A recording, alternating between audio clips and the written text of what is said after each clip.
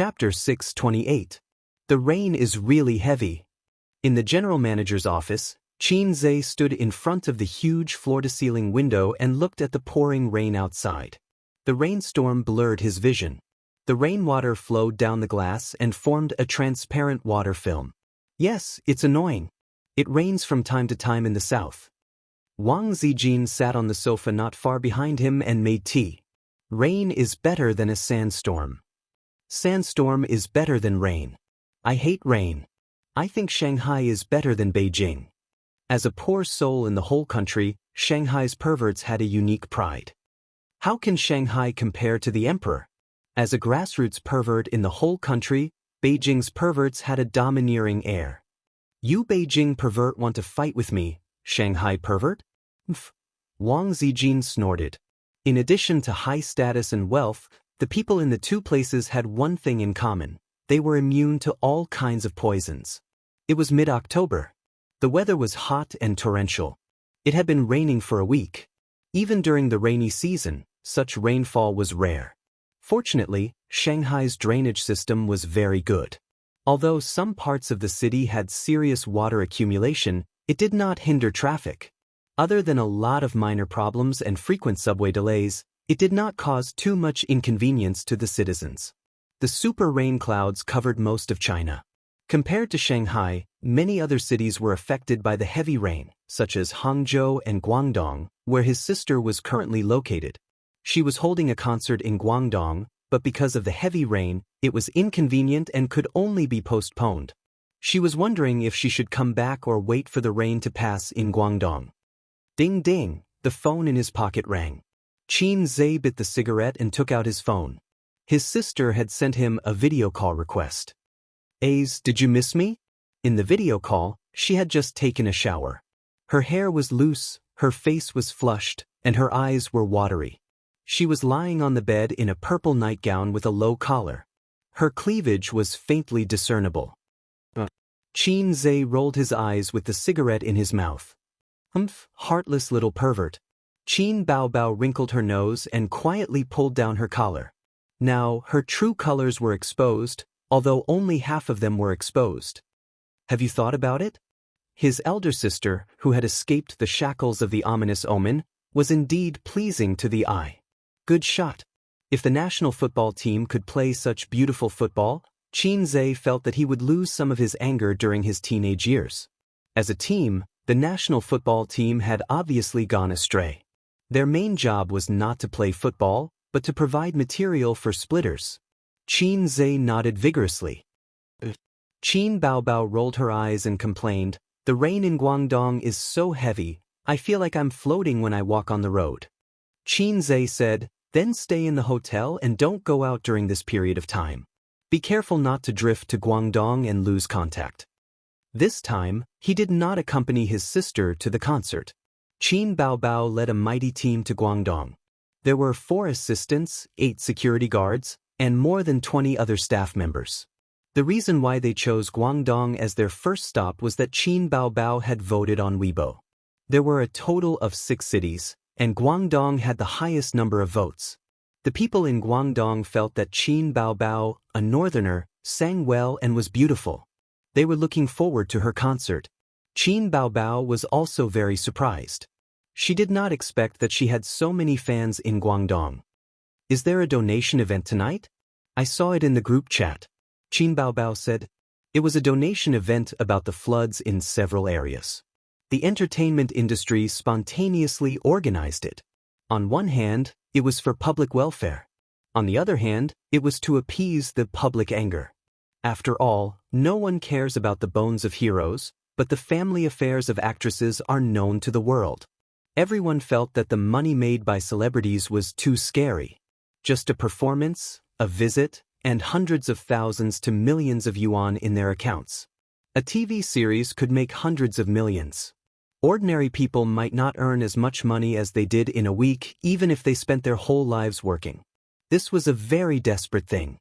Therefore, many celebrities actively participated in public welfare activities to build up their bright image. This operation was called giving back to society. It was like a literary tycoon selling newspapers. From time to time, he would send a small red packet to a group of lousy writers to appease their anger and beg them to let him go. Although he did not have many copper coins in his pocket. "I'll go tonight. I'll help you donate your share," Xianxia said. As the two great bodhisattvas of Shanghai's entertainment industry, he and his sister naturally received an invitation. In the areas where the floods were the most serious recently, the subway and bus stations were flooded. Cars parked on the road could only be seen. People could not walk. They had to take boats to travel. The news said that this was a once-in-a-century rainstorm. In recent years, it had been a once-in-a-century rainstorm. The natural environment was getting worse. Fortunately, living conditions were better now. It was not a big disaster. Many people found it exciting and fun. Even the locals posted on Weibo and WeChat moments to joke about their homes being flooded. In ancient times, a flood in such a situation would mean the end of a dynasty. "How much should we donate?" Qin Baobao asked. 1 million per person." "So much?" Qin Baobao said softly and pretended to be delicate. "I want to donate less. How about 500,000? You can use the remaining 500,000 for my marriage. Considering your status, 500,000 is too little. It's hard to explain." Xianxia said helplessly. Thousands of Virgin Mary bitches were watching. If he donated less, he would attract more hate. Qin Baobao pulled her neckline lower, and the two halves blinded Xianxia's dog eyes. Xianxia was speechless. He was about to say something when he saw his sister in the video pull her collar back in panic. She looked like a shameless sister who had been caught trying to seduce her younger brother. Xianxia's scalp went numb. He turned around and saw Wang Zijin standing behind him. Wang Zijin was speechless. She sneered. "It's okay if you don't donate. 500,000, right? I'll donate 5 million in the name of the company." Shameless little bitch. She would not even let her younger brother go. He was furious. Sister Ziwei is indeed a member of the Communist Party. She has high ideological awareness. "I'm ashamed of myself." Xianxia gave her a thumbs up. "I didn't say I wouldn't donate. It's just 1 million. Qin Baobao rolled her eyes. "Ace, watch her. Don't let her do anything stupid." She was born in a well-off family. Like Xianxia, she was only a sister in the Communist Youth League. Whether it was education or the environment she grew up in, she could not be as concerned about the country and the people as Wang Zijin. She had a small heart, but she had to hesitate when she had too much money. After the video ended, Xianxia's cigarette burned out. He threw the butt into the ashtray and pulled Wang Zijin, who was still angry, to his side. Don't do this in the office." Wang Zijin's anger disappeared. She said angrily, "Your mouth is full of cigarette smoke. I have Dazzle in my bag. Sister Ziwei, please help me with it." Xianxia said. Wang Zijin threw herself onto the other sofa and stuck out her little butt. She opened Xianxia's bag and rummaged for some chewing gum. She felt a little shy in her heart. She knew that she would definitely be taken advantage of later. Although she didn't mind doing some very forbidden things with Xianxia, it was only limited to at home and in the office. At most, she could accept kissing. There were not many things in the bag. Wallet, keys, and a box of Dazzle. And a strange bottle. Wang Zijin held it in her hand. She looked at it and raised her eyebrows. "Dear Blood Soft capsules." "Ace, how did you get this?" Wang Zijin turned around and waved the bottle in her hand. Xianxia said. The advertiser forced it on me." Dear Blood Soft capsules, Yang Qi, kidney invigorating Yang Qi. In his mind, Su Yu's boasting expression with a thumbs up appeared. "So you bought this thing?" She bought 2 bottles. One bottle was for him, hoping that he could turn the tables next time. The other bottle was for Xianxia, hoping that his body would get better and better.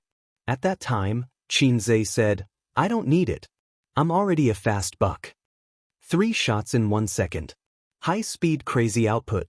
Later, Suyu secretly put it in his bag when he was not paying attention? Oh. Wang Zijin put the capsule back and did not suspect anything. Xianxia breathed a sigh of relief. Fortunately, it was an aphrodisiac. If it was replaced with a condom or a small blue pill, he would be finished. He pulled Wang Zijin into his arms, bowed his head, and wantonly ravaged her wet and soft lips. Lipstick? Qin Zhe smacked his lips. I'll wash it?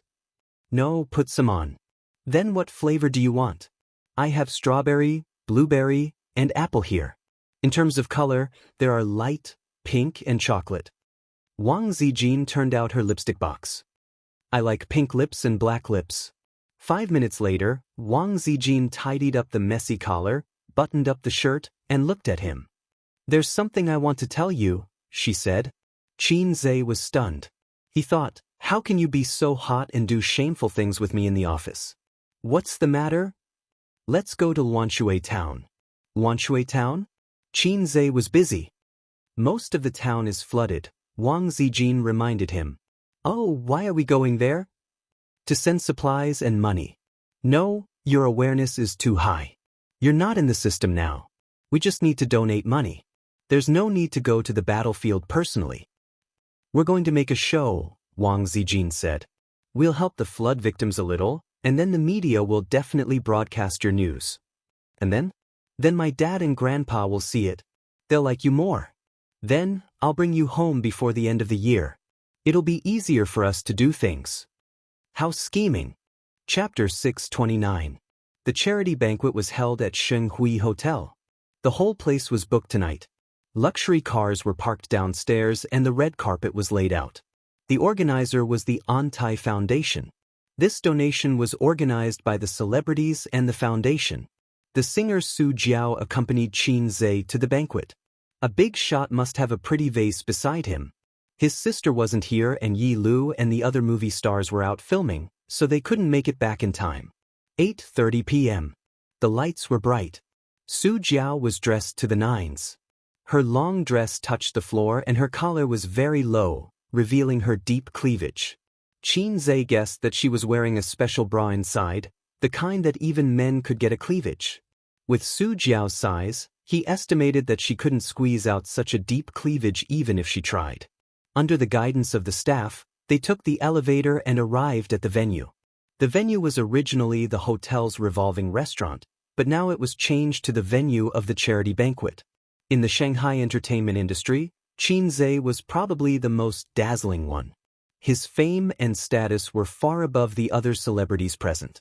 The moment he appeared, both familiar and unfamiliar celebrities greeted him. Even Su Jiao received a lot of attention.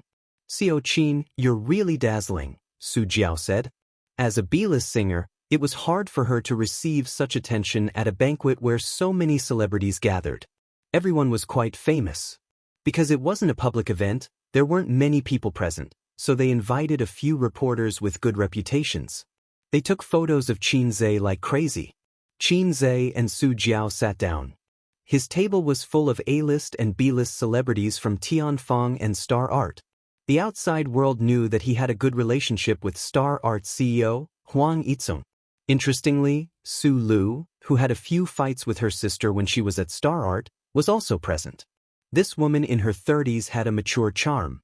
She was even prettier than Su Jiao. It was because of her good looks that she could switch to the film and television industry when she reached a bottleneck in her singing career. "Yo, Miss Su, long time no see. How come you don't have any works recently?" Qin Zhe was full of smiles. "How can I have CEO Qin's talent?" Su Lu forced a smile. She gritted her teeth secretly. Qin Zhe was clearly mocking her. After Kang Xian left, her resources at Star Art didn't get suppressed, but she wasn't as successful as before. In the past year, he had released an album and filmed 2 TV series, but none of them were popular. On the other hand, Qin Baobao and her brother were like the sun in the sky. Qin Baobao even went to Guangdong to hold a concert a few days ago. Every time Su Lu thought about the circumstances of both parties, half of her pillow would be wet with tears. He had casually stepped on a little vixen with potential, and in just a year's time, she had already achieved meteoric success. Even karma wouldn't come so quickly. "I have a few good scripts on hand. Are you interested in joining us?" Qin Zhe took a sip of wine and said casually. Su Lu's eyes were filled with gentleness and joy. Thank you, President Qin," Xianxia laughed. I'm just kidding. How could I have a script? I just finished shooting a movie. Su Lu was speechless. It was infuriating. Looking at Su Lu's stiff smile, Xianxia's expression didn't change. He even felt a little smug. I like it when you hate me so much but can't do anything to me. This woman bullied his sister back then and even wanted to punch a monster to death. She didn't give me any face at all. It wasn't that he and his sister were soft-hearted when dealing with Su Lu, but Su Lu was an A-lister and an artist of star art, so they didn't find trouble with her. They couldn't force Huang Yizong to freeze her either. It wasn't realistic. Su Lu was on Tianfeng Entertainment's blacklist. She knew this too, so when she heard Xianxia say that he had a script for her, she was pleasantly surprised. The charity banquet soon began. The male and female hosts were both from the entertainment industry. They were professional hosts of a TV station. The male host said, "Hello, guests. I'm very happy to be able to gather with everyone at this charity banquet." The female host said, "When I first arrived, I asked Teacher Xiang how much do you intend to donate? Teacher Xiang told me 5 million. I was shocked and gave a thumbs up. Look, Teacher Xiang is so understanding." Guess what Teacher Xiang said next? The male host said, "Don't say it, don't say it." The female host said, "He said 5 million, that's right. I won't charge an appearance fee this time." The audience roared with laughter. The male host said, "To show our love, the amount isn't important. What's important is that we have the heart to do charity." Following that, every artist had to go on stage to donate. The singer would sing a song, and the movie star would give a few words of gratitude or a joke.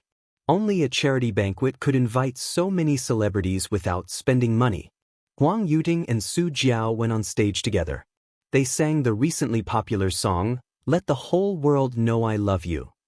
This song is really popular. It's enough for them to eat for a few years. Yeah, Xianxia's song. How can it not be popular? It's a pity that he can't book a song. He doesn't sell it and only writes songs for his own company's singers. Their condition for joining Tianfeng is that Xianxia writes a few songs for them every year. I can't help but be envious. The artists discussed animatedly.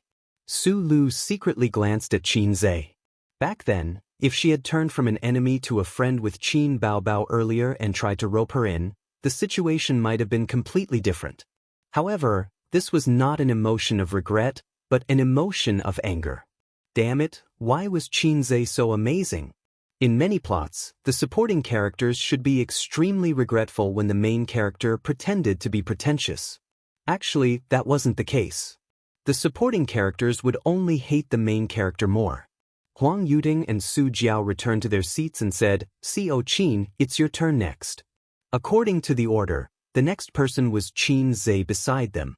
The host thanked Huang Yuting and Su Jiao for their 500,000 donation as usual, then said, "Next, let's welcome Xianxia on stage." Under everyone's gaze, Xianxia went on stage and took the microphone. "This time, my sister Qin Bao is holding a concert in Guangdong and can't make it. She entrusted me to donate on her behalf." He paused when he said this. The male host continued, "The two Qin's donations are 1 million each." Applause sounded. 1 million wasn't a lot. Many people even thought that with Xianxia and Qin Bao's financial resources, it was more like 2 million each. Xianxia suddenly said, "Next is the singing segment, right? I have something to do here. I recently wrote a new song, and it just so happens that it's in time for this charity gala. I'm planning to donate this song. Host, can we auction it live?"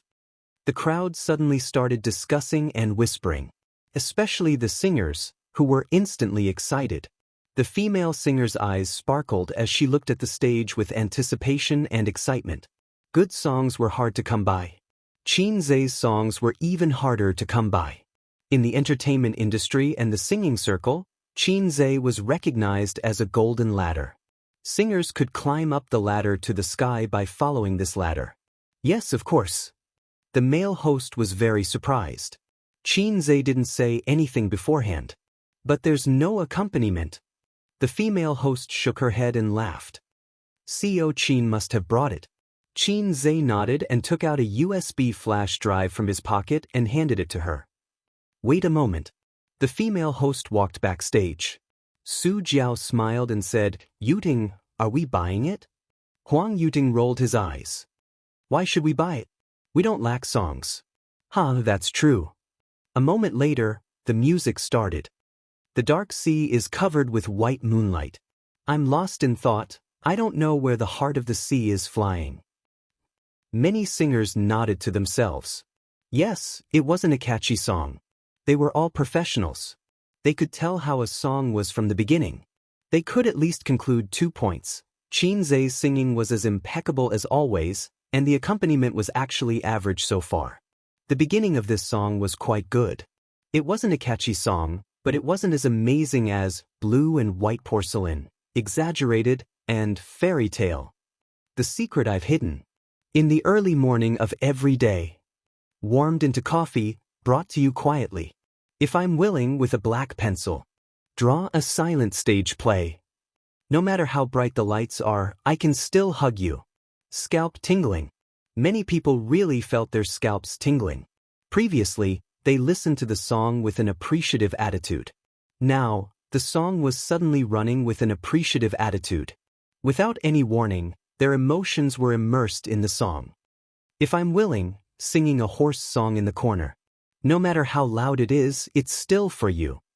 Please listen with your heart, don't speak. Qin Zhe closed his eyes and pressed a finger to his lips.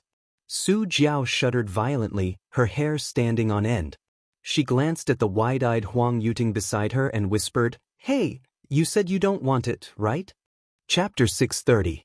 Huang Yuting was dumbfounded. He thought that Qin Zhe would at most use a slobber song to deal with it, but after listening to this song, it wasn't a slobber song at all. There was no problem with premium quality. No, it was the best of the best. Not only would this kind of song be a hit upon release, but it would also last for a long time. Even if one listened to it again many years later, they would still think it sounded good. It wasn't like a slobber song that would get sick of it after a few days and not want to listen to it anymore. Huang Yuting realized that Su Jiao's eyes were frighteningly bright. She was humming the rhythm of Qin Zhe's song. Not only her, but Su Lu at the same table, the singers next door, and even further away all had hopeful and excited expressions on their faces. They chewed on the song while looking at the stage with burning eyes. Of course, they wanted this kind of song. No one wanted to give it up. The male host said, "Thank you, Tio Qin, for bringing us this song. It's called Don't Talk, right? Thank you." The artists below the stage clapped and cooperated. But there's something we need to clarify. How much does Tio Qin plan to sell it? The host asked the question that everyone wanted to know. The starting price is 1.5 million, and each increment must be no less than 100,000, Qin Zhe said. A stone stirred up 1,000 ripples. The audience was slightly stirred and whispered to each other. This price was clearly much higher than what they had expected. There weren't many gold medal composers in the entertainment industry today. The most famous ones were in Taiwan and Xianxia, and they had worked with the heavenly kings and queens of the 90s. They charged 60,000 to 100,000 yuan for a song or lyrics. They were the top composers. Low-level songwriters could thank the heavens for a few thousand for a song. For Qin Zhe, it didn't matter if the price was several times higher. Singers were always so partial to talented fast shooters. But this price was too exaggerated. The starting price was 1.5 million, and each increment must be no less than 100,000. Even celebrities who reeked of money found it hard to accept. Because it's a charity gala, he's unscrupulously offering such a high price. That's reasonable. Many charity galas had auctions, and only in this kind of occasion could the item be sold for 10 times the original price. It didn't matter what was sold, the most important thing was the donation. TSK, I reckon most of the singers will withdraw from the auction. It's not worth it. Let's see how it goes. It's still acceptable if it's within 2 million. Those who were more flexible wanted to use the auction to get closer to Qin Zhe. All copyrights, Qin Zhe added. All the copyrights? Everyone suddenly realized that this was reasonable. If it was all the copyrights, based on the words Qin Zhe produced and the quality of this song, there would be no problem at all with such an auction. The scene immediately heated up, and the star's eyes lit up with excitement again. The income of a composer was not just limited to composing songs and lyrics. Famous composers and singers had a kind of cooperative relationship. They wrote songs and composed songs, and the singers sang them.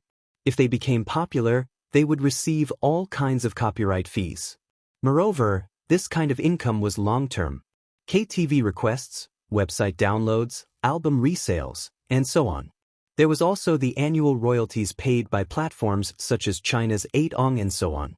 This was the reason why some singers and composers could live off a single song for a lifetime. Then let's begin. Xianxia looked at the male MC. Ladies and gentlemen, we'll keep it simple. During the auction, please shout slowly and quietly. Otherwise, we won't be able to see all of you. We won't shout the countdown either. We'll give you enough time, the male MC said. 6 million. Huang Yuting raised his hand and shouted. His voice was clear and audible. It was undeniable that the quality of celebrities was definitely one of the best in the entire society, at least on the stage. Such a large venue quieted down just like that. 7 million. The second to bid was Su Jiao. As Xianxia's underlings, they were very responsible in supporting him. At the same time, if the final price was within an acceptable range, they would fight for it. If not, then so be it. They were different from other artists. Other singers had a hard time getting a song, but they did not lack Xianxia's nourishment. We're different. 8 million. Su Lu, who was at the same table, made a bid. 9 million. 2 million. 1 million. Bidding voices rose one after another. Xianxia stood on the stage and was very satisfied with the artist's enthusiastic bidding. Usually, he scrimped on his points and carefully held them in his hands. It was only at times like this that he was willing to be generous. In any case, he was the successor of communism. When society was in trouble, of course, he had to help. If you're in trouble, I'll help. I live next door, and my surname is Wang. At this moment, the bidding had reached 3 million. It was very worth it, wasn't it? It was only 30 points, so it was not a loss. If Xianxia really donated 5 million in one go, he would have to hesitate. Although he was the successor of communism, the fact that the country tried so hard to get rid of him back then could not be erased. That didn't seem right. The me that the country wanted to get rid of had already been dead for 24 years. Sure enough, going against the heavens did not end well. Under the light of the national emblem, even animals were suppressed and could not become demons, let alone a mere Xianxia. In the end, the auction was sold for 5 million. It was won by a little fresh meat. He went on stage with a face full of joy and shook hands with Xianxia. The money would probably be paid by the entertainment company directly to the foundation, but it would be under Xianxia's name. Thank you, Chairman Qin. Thank you for the opportunity at this charity banquet. The little fresh meat smiled. His two cheeks filled with hyaluronic acid were especially hilarious. 5 million for a song. No one would believe it if he said it out loud. It felt like the audience would be shocked again.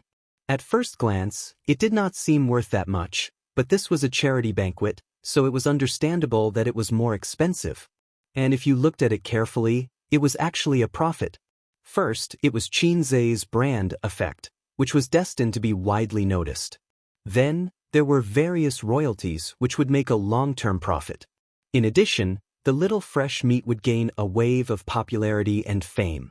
All in all, it was definitely worth more than 5 million.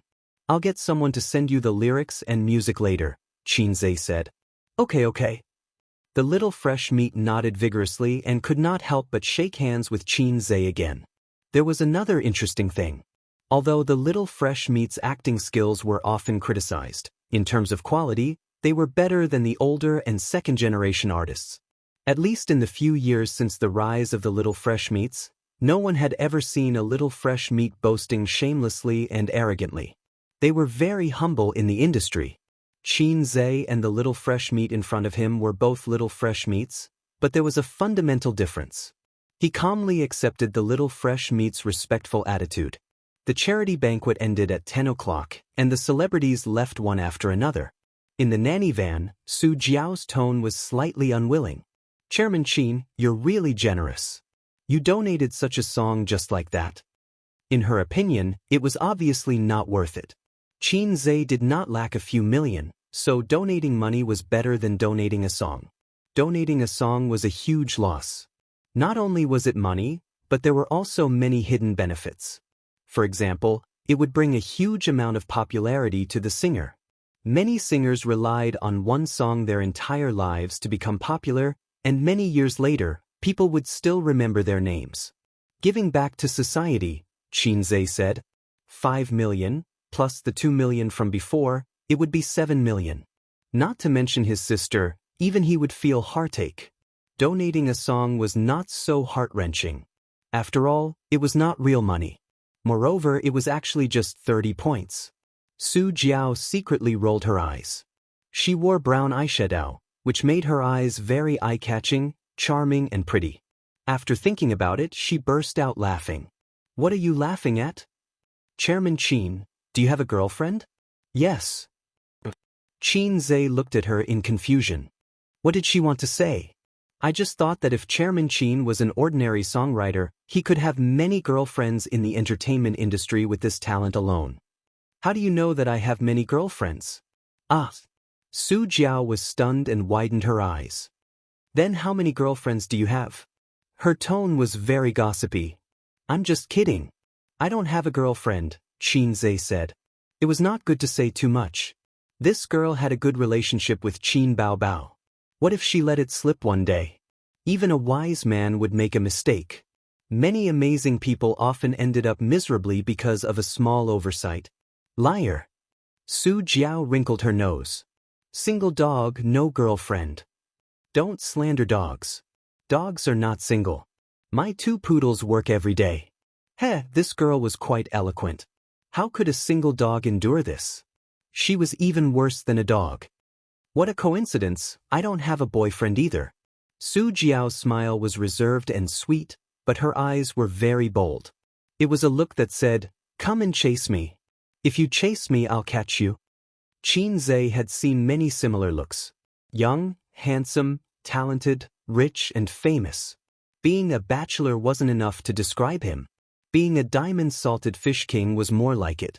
Thus, his girlfriend had always been a mystery to him, and he was coveted by all kinds of female heroes. Qin Zhe himself often sighed with emotion. I'm bearing the handsomeness that shouldn't exist at this age. Qin Zhe pretended not to understand the meaning in Su Jiao's eyes. Start preparing for the single next month. Although it's not wrong for us to shoot you, we cherish essence. An inch of time is an inch of essence, and an inch of yin can't buy 10 drops of essence. I know. Su Jiao pursed her lips and said, you have to practice singing every day. You didn't understand what I meant. Qin Zhe said, what I meant was, take on more work this month and finish the album next month. You have to make up for your losses. Su Jiao muttered, skinning boss. The MPV drove into a certain villa district, and Qin Zhe personally sent her to the door. Su Jiao stood in front of the wrought iron gate, her skirt fluttering as she waved goodbye. Chapter 631. Back home in the evening, Wang Zijin leaned against the bed and read a book, with a pillow behind her back. Her black curly hair was scattered, and the orange light at the head of the bed reflected on her face, which was as gentle as jade. She was also led astray by Qin Baobao. The long black straight hair that Qin Zhe liked very much was gone, and it was slightly curled at the end. Therefore, when 2 people get along, the dirty one will always lead the upright one astray, because when people fall, the brake pads can't be stopped. It was not easy for Qin Zhe to control the object of Guanbao's friendship to Su Yu. Now he wanted to go further and reach a close friendship with Wang Zijin. Unfortunately, Wang Zijin was well versed in the tactical essence of unobtainable things are always in turmoil, and always kept Qin Zhe hanging. A beautiful name, wanna fall in love, but be afraid of being F***ked. Bah, because love is not easy to F***ck. His sister was not at home, so Qin Zhe and her had been sleeping together. At most, they kissed, hugged, and touched. Qin Zhe could rub against her, and she would allow it. But Xianxia only rubbed against her twice and did not do such a thing again. He couldn't be to you and not enter the house 3 times. In the future, he would say to his son, "Son, Dad rubbed against your door 3 times, and it was not easy to get in." It was shameful to think about it. Moreover, doing this kind of thing, Xianxia and Wang Zijin were uncomfortable. One was a spring flood, the other was a big stalk. Harming others without benefiting oneself. Xianxia kicked off his slippers, lifted the quilt, and went to bed. He hugged her in his arms and hummed a song. Yes, with a black pencil, draw a silent stage play. No matter how bright the light is, I will hug you. Wang Zijin put down the book with a smile in her eyes. It's good, what song? I wrote a new song. Xianxia said, I just donated it at the charity dinner and sold it for 5 million. Wang Zijin smiled. My brother is amazing. Do you want a kiss as a reward? The tone of your voice is more and more like Qin Baobao. Xianxia kissed her little mouth. Since you are so capable, help me think about how to develop the company. Wang Zijin held Xianxia's waist and frowned. Purple crystal technology had developed to this point, and they needed to continuously expand their business. The competition in the internet was even more intense than in the industry. If they did not change, they would have to wait for death. She needed to constantly innovate, especially the path she was taking now. Didn't you say it's a mountain stronghold? This road is the brilliant avenue that leads straight to the heavenly gate. Xianxia laughed. A knockoff is a knockoff after all.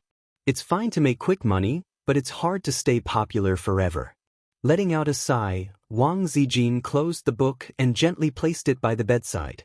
She then returned to Xianxia's embrace and said, How about my pirated PUBG mobile game? But there are already many of them in the market, and I'm afraid that I won't be able to produce any results. Xianxia suggested, It's time to kill a few programmers as a sacrifice to the heavens. Wang Zijin felt that this was a good idea and nodded in agreement. Have you played a PUBG game before? No, don't ask me about games. I've quit. As a veteran shooter, Xianxia started playing Counter-Strike when he was in junior high. Later on, he started playing CF. Shooting games practically ran through his entire youth. Now that he could not play them anymore, he really did not have the interest to eat PUBG. Men should not eat PUBG either. That was a woman's patent. Whoever ate PUBG was gay. Sleep early tonight. Let's set off tomorrow. Wash up and sleep.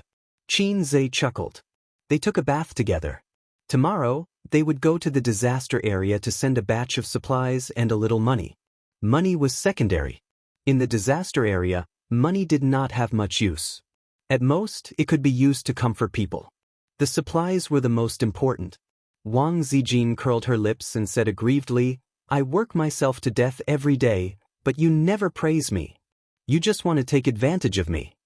When she said this, Xianxia remembered that he had never praised Wang Zijin.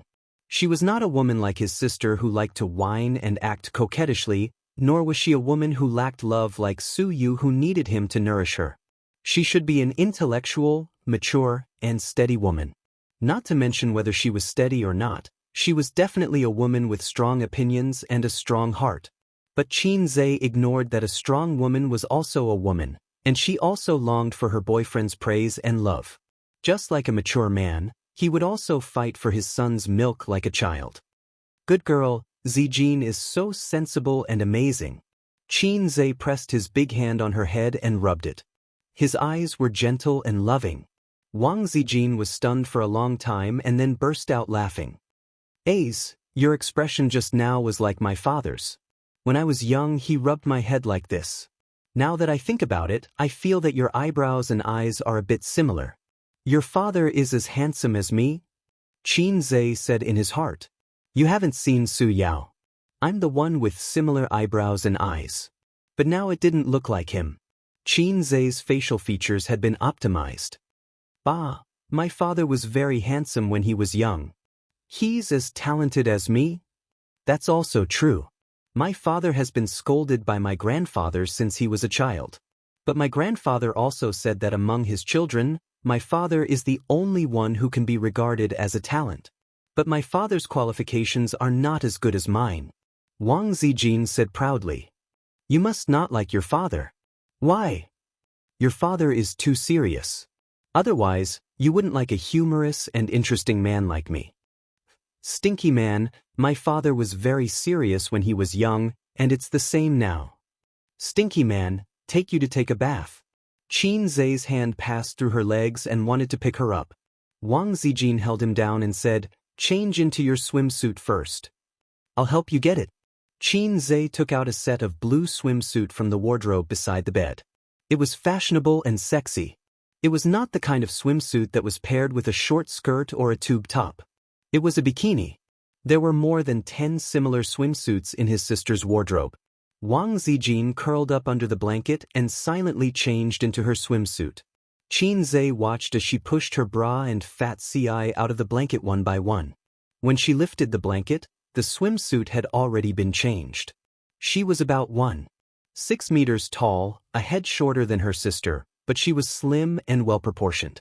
Her delicate body was white under the light. In the bathroom, it was steaming hot. Qin Zhe and Wang Zijin were soaking in hot water. Beside them were 2 glasses of Yamazaki water, and ice cubes were floating in the wine. Wang Zijin's hair was tied into a ponytail, and her forehead was pasted with bangs. Her face was flushed red, and the tip of her nose was dripping with fine beads of sweat. She squinted her eyes comfortably. The central air conditioner above their heads was blowing cold air. It was actually very comfortable to take a hot bath in summer. After soaking, one's whole body would be soft and light, and it would detoxify. With a glass of water, it was like a combination of ice and fire. Qin Zhe picked up the goblet with his right hand and drank wine. His right hand lingered between Wang Zijin's slender waist and buttocks. Ace, you can swim, right? Yes. Teach me how to swim. Okay. There were more landlubbers in the north than in the south. Wang Zijin couldn't swim. At most, she tried to hold her breath. Fortunately, the pool was big enough for them to play around. Qin Zhe held her waist and taught her how to dog paddle. From Qin Zhe's point of view, Wang Zijin's smooth and white jade back, slender waist, and perky buttocks were all visible at a glance. After a long time of dog paddling, she still couldn't learn. As long as Qin Zhe let go, Wang Zijin would sink. On the other hand, the dual impact of touch and vision made Qin Zhe burn with anger. A few minutes later, they leaned back to the edge and drank a mouthful of cold wine. Wang Zijin's eyes swept over Qin Zhe's lower body, and her face became redder. Qin Zhe's eyes also fell on Wang Zijin's chest and couldn't move away. The crotch-peeking cat and the man-peeking cat looked at each other silently. Sister Ziwei, can you do something else? He swallowed. No. Wang Zijin quietly shrank to the side. I know you don't want to open it, and I don't mean that. Qin Zhe said in a bewitching tone, but we still have a lot of room for manipulation. Wang Zijin looked at him blankly. Oh, you're already an experienced internet user. Why are you still pretending? Qin Zhe whispered in her ear, have you seen a stroke from the sky? If you don't know, I'll teach you. Wang Zijin, bathroom. Qin Zhe let out a long breath and felt comfortable. Wang Zijin curled her lips and said, it's so dirty. I'm not washing. Qin Zhe said, don't. Wait a little longer. Maybe you'll get pregnant after a while. Wang Zijin hit him angrily. Ding, ding, ding. His phone rang. It wasn't a phone call, but a video call request from his sister on the messaging app. My sister's video call. Qin Zhe's mouth twitched. Wang Zijin nodded and silently retreated to the other corner of the pool. Qin Zhe took a deep breath and chose to accept the call. His sister's sharp face appeared on the screen. She had light makeup on and was dressed up. The background was a hotel room. It seemed that she had just returned. Room rounds, little chick. Qin Bao Bao's cheerful voice sounded. Just returned? Yes, I took a job tonight. Are you taking a bath? I'm going to take a bath and sleep. Tomorrow, I'll go out with Sister Ziwei for disaster relief. Can't she go by herself? Why did she have to drag you along? You said it yourself. You're very supportive of me going with her. Of course I have to say that. Qin Bao Bao pouted and emphasized softly, she was beside me at that time. What else could I say? Now it's just the two of us. Let me tell you, I'm not happy. The wolf in the house misses you every day. Sister, she's actually here. Xianxia smiled dryly and said, Are you getting used to it over there? I'm getting used to it. It's like a vacation. Guangdong is simply a paradise for foodies. Every day, my assistant brings back different delicious food. She did seem to enjoy the days in Guangdong. She was cheerful and lively. I just miss you a little, Qin Baobao said softly. Her voice lowered. It was as soft as a lover's whisper and coquettish. Xianxia did not dare to look at Wang Zijin's expression, but he knew that it must be very strange. Sister, I'm almost done showering. Let's talk later, okay? Okay, bye. Bye. Xianxia put the phone next to the wineglass. Wang Zijin, who was in the corner, staggered over in the water and said faintly, I want to scold your sister. Xianxia. You'd better scold me. Wang Zijin glared at him. Ding, ding, ding, the phone rang again.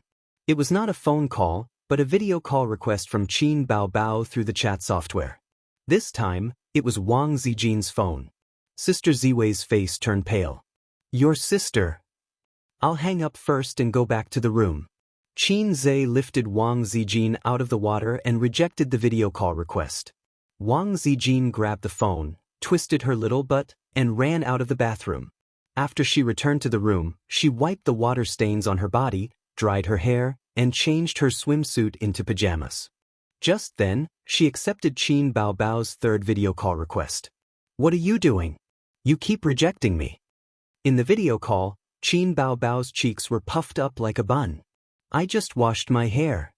Wang Zijin said and put a mask on her face. Because she had just finished bathing, her face was red, and Qin Baobao could easily see it. Oh, when did you come home? Qin Baobao asked. I forgot. I've been back for a while, Wang Zijin said. Keep an eye on him. When I'm not at home, he can easily become a wild dog. Don't let him sleep with women. Qin Baobao joked. Wang Zijin felt guilty and snorted. Don't you know what your brother is like? Qin Baobao said, Isn't it because the outside world is too tempting? There are so many flirtatious men out there. Wang Zijin thought to herself, Are they as flirtatious as you? Ace is an adult. He doesn't need you to control him like this. I'll control him. Why can't I control my brother? At his age, isn't it time for him to get a girlfriend? What do you know? Those women are after his money. I'm not after his money. Zijin, let me tell you a secret. I secretly installed surveillance cameras at home to prevent theft. Is that so? Why didn't I know? Fortunately, Wang Zijin was wearing a mask. Otherwise, the horror on her face could not be hidden. I lied to you. I know you lied to me. The two best friends chatted until 11:30. After the call ended, Wang Zijin's back was sweating. She subconsciously lifted the quilt and got out of bed. When her feet landed on the ground, she paused for a moment and shrank back. She did not dare to stay there. She sent a message to Xianxia. Your sister said that she installed surveillance cameras at home. After a moment, Xianxia replied, Damn, is it true? I was so scared that I dropped my dried fish. Wang Zijin, don't ask if it's true or not. Hurry up and take a look. About 10 minutes later, Xianxia replied, There's no surveillance camera. Wang Zijin lay down on the bed, her chest heaving up and down as if relieved of a burden. Bah, black-hearted maggot. Chapter 632. More than 10 years ago, Luoshui town was still a town, but because it was located along the coast and near the port, it was designated as an economic development area by the government and slowly became a city. The locals still like to call the city a town. The origin of the name of Luoshui City was very interesting. There were 3 large rivers that converged here and flowed to the sea.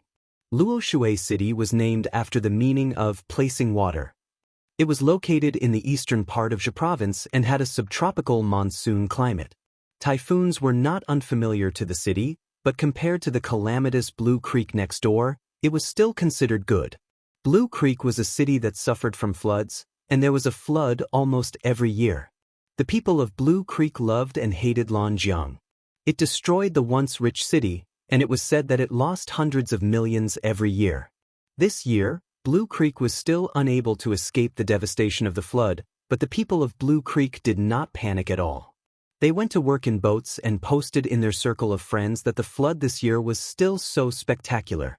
On the contrary, the flood of Luoshui City was far better than any other in history. It could be said to be a once-in-a-hundred-years occurrence. At present, 70% of Luoshui City was submerged in water, hundreds of thousands of people were affected, the roads were paralyzed, water and electricity were cut off, there was no communication signal, and there was not enough food. Schools, units, and factories had all stopped operating. Even if it did not rain, the flood would take 2 to 3 days to recede. Qin Zhe and Wang Zijin held an umbrella and stood at the bow of the boat, driving on the main road of the city. Behind them were several large trucks, transporting some supplies and food. Raindrops fell on the muddy water, creating circles of ripples. The main road was drained, the water was not turbulent, and the depth of the water just reached the position of the balls. The government invested a lot of manpower and resources in disaster relief. Other than the soldiers, there were also some volunteers and charity organizations. At this time, on the street, many disaster relief workers could be seen trudging in the deep water, pushing a basin and delivering supplies from door to door. Some citizens were evacuated to the suburbs to settle down, while others were trapped at home, relying on food reserves and food distribution. Leader, is there a way to get rid of the water on the street? Wang Zijin asked a district leader beside her. This time, the district leader in charge of receiving them was surnamed Wu. He was a middle-aged man with parted hair. His trousers were stained with mud. He said helplessly, "We've already tried our best to divert them. This road is still considered good. Some parts of the road have already turned into rivers. The rainfall this time was once in 100 years. The 3 rivers flooded at the same time, and the water did not flow to the sea in time.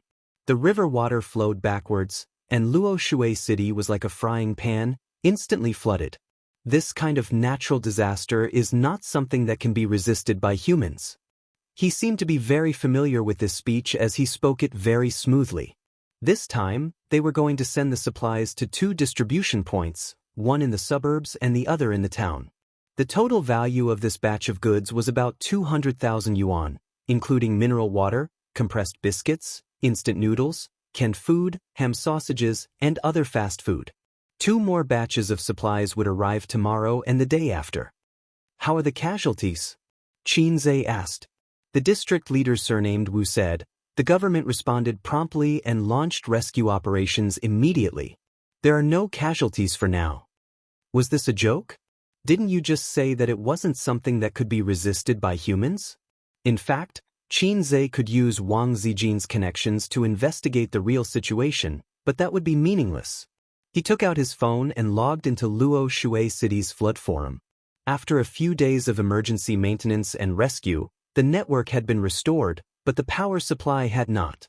It was common sense that there was no power supply in the flood area. Everyone who had electrocuted fish with a battery knew this.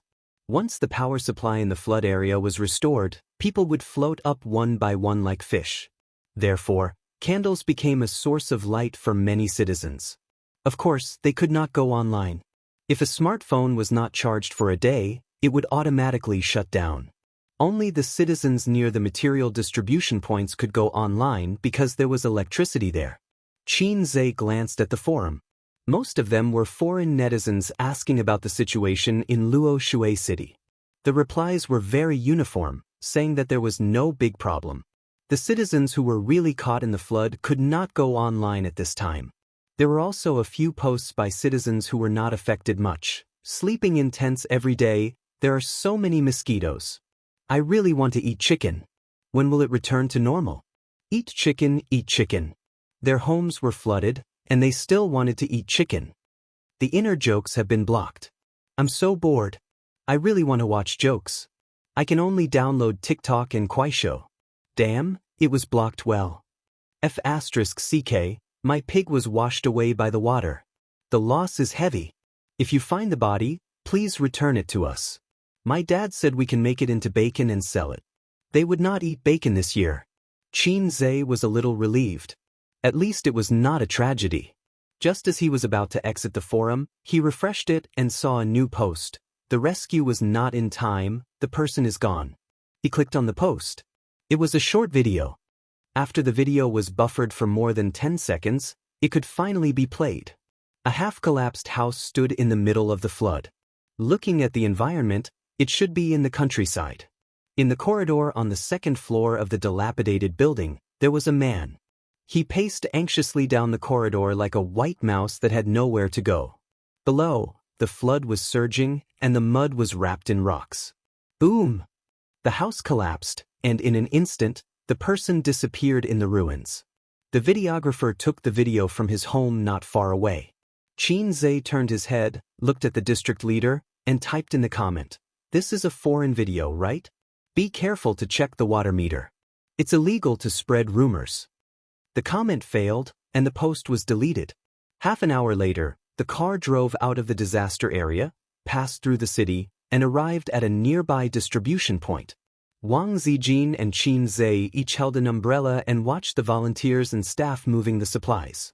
It was time for lunch, and the two of them had fast food at the distribution point. This was the treatment of leaders. Usually, no one would take fast food seriously, but at this time, it was not easy to eat fast food. Wang Zijin noticed that outside the distribution point, many soldiers were covered in mud, eating canned military food and compressed biscuits. Some of them directly fell asleep on the ground after eating. "Being a soldier is really tough," she said. "We are all soldiers of the people," Xianxia said. "Have you been a soldier before? You'll regret it for 2 years if you were a soldier, but you'll regret it for life if you don't." Wang Zijin squinted. "What soldier? I'm a student who can get into the University of Finance and Economics. Wouldn't it be a waste to be a soldier?" Xianxia looked disdainful. In fact, there was a very awkward truth that he was embarrassed to say. Although his parents did not want him to be a soldier, the government did not want him at all. To be precise, they did not even give him the qualifications to be a soldier. It seemed that when a man became an adult, he would have to undergo a physical examination or something. However, Xianxia lived peacefully until he was 24, and no one informed him at all. This was very awkward. "I am willing to shed my blood for the country, but the country thinks that I am too weak and that my blood is not hot enough." If he had the chance to pass the physical examination and join the army, he would not be in the entertainment industry. He would be a super soldier in the city. On his left hand was a university beauty, on his right hand was a beautiful CO, and on his crotch was a superstar. During the day they kissed, and at night they had sex. That was not right. If he was going to be a soldier, he would not have the chance to live with his sister. The low-level system would not choose him, but his sister. He could eat his sister's soft rice at home, live in a mansion, play games, and reward female streamers with a lot of money. Wherever he went, there would be people who would praise him and say, "My sister is Qin Bao Bao." Immediately, someone went up to flatter him and shouted 666. When he thought about it this way, he was unexpectedly moved. "My little brother is a salted fish. The next distribution point is in a town. Shall we go there first?" Wang Zijin said, "The situation there is much better. Most of the places can be walked. Rain boots are enough." "Miss Zijin, are you trying to empathize with the people?" Wang Zijin rolled her eyes at him. Actually, she felt that strolling in the disaster area with Xianxia was very poetic, even though this method was a little unethical. It was like drinking tea with friends on the battlefield and having a seminar, and there were piles of bones under your feet. However, the emotions between people were not interchangeable. Wang Zijin felt that she had already done her duty by delivering supplies to the disaster victims. Next, she wanted to be romantic with Xianxia. Xianxia agreed. The two of them exchanged a few words with the captain of the supply team, then bade farewell to the district leaders and headed to the next distribution point. They took a small boat to cross the area with deep water. Along the way, they saw all kinds of people. There were citizens trekking in the water, boatmen doing ferry business with small boats, soldiers resisting the disaster, and volunteers transporting supplies in the water. It was a bleak scene. The two distribution points were more than 10 kilometers apart. Wang Zijin and Qin Zhe walked on foot. The road was muddy, but the situation was much better. There was no waste to any water. Until they were blocked by a turbid river. This was a suburb. If the river did not flood, it should be a clear and small river. However, at this time, the water level had spread to the shore and submerged the flat bridge across the river. A pickup truck slowly drove across the flat bridge. It drove very slowly and crossed the river bit by bit. Qin Zhe and Wang Zijin were trapped at the end of the bridge. They looked at each other and said, "Let's wait for the convoy to come." Wang Zijin nodded vigorously. "Call and inform them to change vehicles. The flat bridge is not enough to support a truck." Qin Zhe said, "We don't have to worry about that. The person leading the way knows the situation. They definitely won't drive a truck." "No, this wasn't that big yesterday. Today, it suddenly can't cross." Someone on the side explained. Wang Zijin said, "Then I'll make a phone call." Many local residents were also blocked by the flood. They were carrying plastic bags with fast food in their hands. The flood had caused them a lot of trouble, but life had to go on. Compared to the city, which was more serious, this side was considered better. After the pickup truck passed, a local rode a motorcycle and tried to cross the river from the rushing flood. The iron baskets on both sides of the motorcycle were filled with mineral water and other supplies. "Don't go over. Wait for a car to come and take a ride," the resident beside him said to him in a dialect. "I can't leave my car here. I still have to drive it over," the motorcycle owner said. "Then wait for the water to become smaller," the person beside him advised. "Damn it.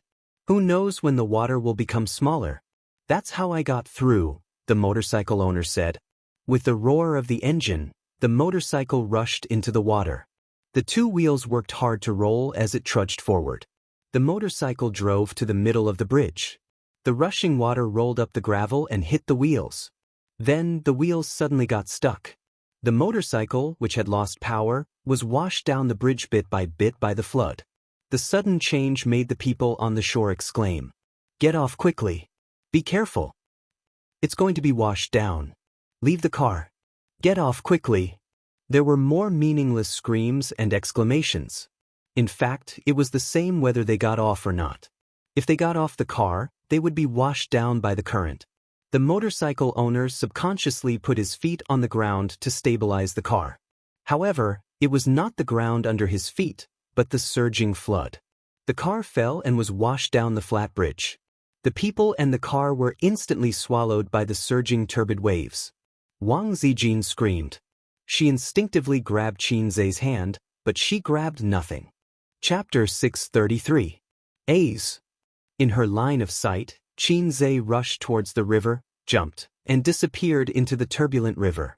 Wang Zijin's shout was almost synchronized with the splash of him falling into the water. She never thought that Qin Zhe would be so impulsive. Saving people was not something he should do. The water was so strong that it was not comparable to a swimming pool. She took a few steps forward and stepped into the river. She shouted a few more times until her voice was hoarse. "Io, that kid jumped in. How can you save people like this? It's over." The people on the side discussed animatedly as they pointed at the river. Their faces were also filled with panic. 1 minute. 2 minutes. 3 minutes. This was the most torturous moment in Wang Zijin's heart. 5 minutes later, there was no movement on the turbulent river. A's. A huge fear exploded in her heart. She had never been so scared and helpless in her life. Wang Zijin asked the people behind her for help, but they looked at each other and thought that there was no way to save him. They did not have any tools or equipment. She did not want to lose her life again. They advised her that someone had already called for the rescue team. It was too late. When the rescue team arrived, they did not know where they had gone. The sky was gloomy, and it was drizzling. A chill rose from the bottom of her heart. Wang Zijin suddenly rushed towards the river. The water was above her knees and waist, but she was pulled back. "Don't go, don't go. You can't save him," the middle-aged man who pulled her said in broken Mandarin. "I don't know how to swim, but I must save him." This was the only thought in Wang Zijin's mind. People were like this. The moment they saw the most precious thing disappear forever, even if they knew that they would lose themselves, they would not hesitate to rush over. She was forcefully dragged back by the middle-aged man and a young man and fell on the shore. Wang Zijin looked back at the river and remembered a sentence she read in a book a long time ago. It was the autobiography of a female scholar in modern times. She remembered her first love. In the 38th year of the Republic of China, there was a strong wind and heavy rain, and the flood flooded half of Yang. In this flood I lost my love. In an instant, the color of the entire world faded away. "Hey, there's someone there," someone shouted. Wang Zijin's entire body shook. She turned her head abruptly and looked over. More than 10 meters away, a human head popped out of the surface of the river. It bobbed up and down for a moment, then swam towards the shore. After climbing ashore, it walked towards them. The sparse crowd let out cries of joy. The only regret was that he was alone. Wang Zijin stood rooted to the ground as she watched him walk over.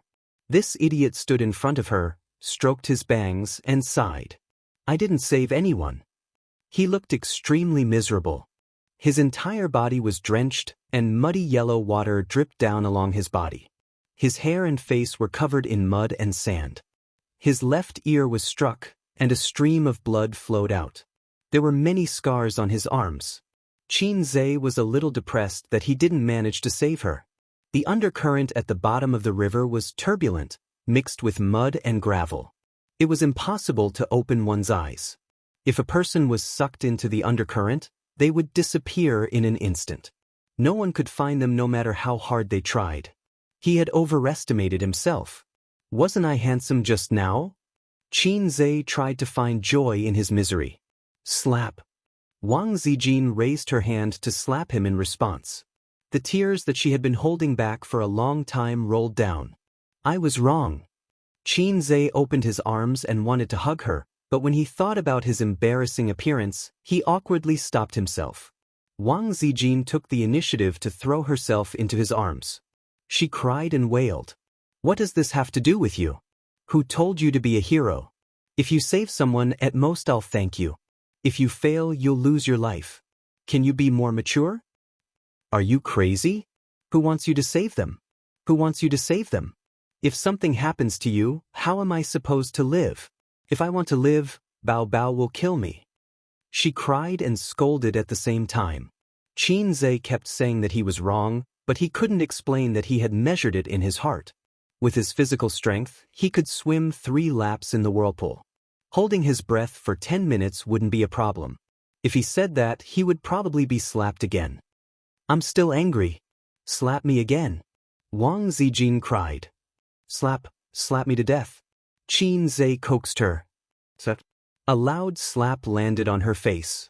"Xianxia, you really hit me." Slap. Sister Xian gave her another backhanded slap. This wasn't over. She slapped him twice more, as if to vent all her emotions. Wang Zijin took 2 deep breaths. The anger in her heart was finally gone. After waiting for about 10 minutes, the rescue team came. They were dragging a kayak and wearing survival suits. 2 were washed away by the water, right?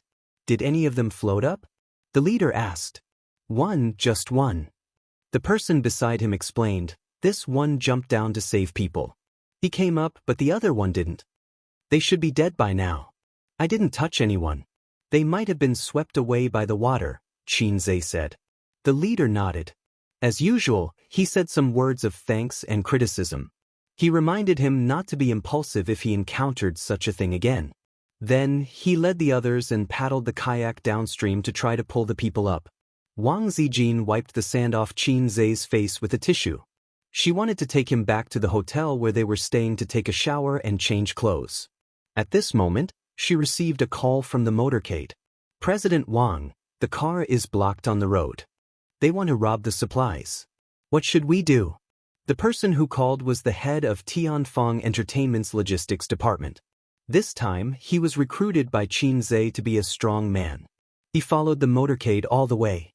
The truck driver was hired. Wang Zijin asked for the location and hung up the phone. She frowned and said, "The car is blocked on the road. They want to rob the supplies." Xianxia frowned. Get the city government to deal with it. Wang Zijin, I called, but no one came to deal with it. Considering how busy everyone was, it was understandable that they did not have enough manpower. Qin Zhe and Wang Zijin went back the way they came. After walking for about 10 minutes, they saw dozens of residents of the disaster area blocking the 3 trucks. They blocked the front of the truck and did not want to let them go. The head of the logistics department shouted. The residents were equally agitated. What's going on?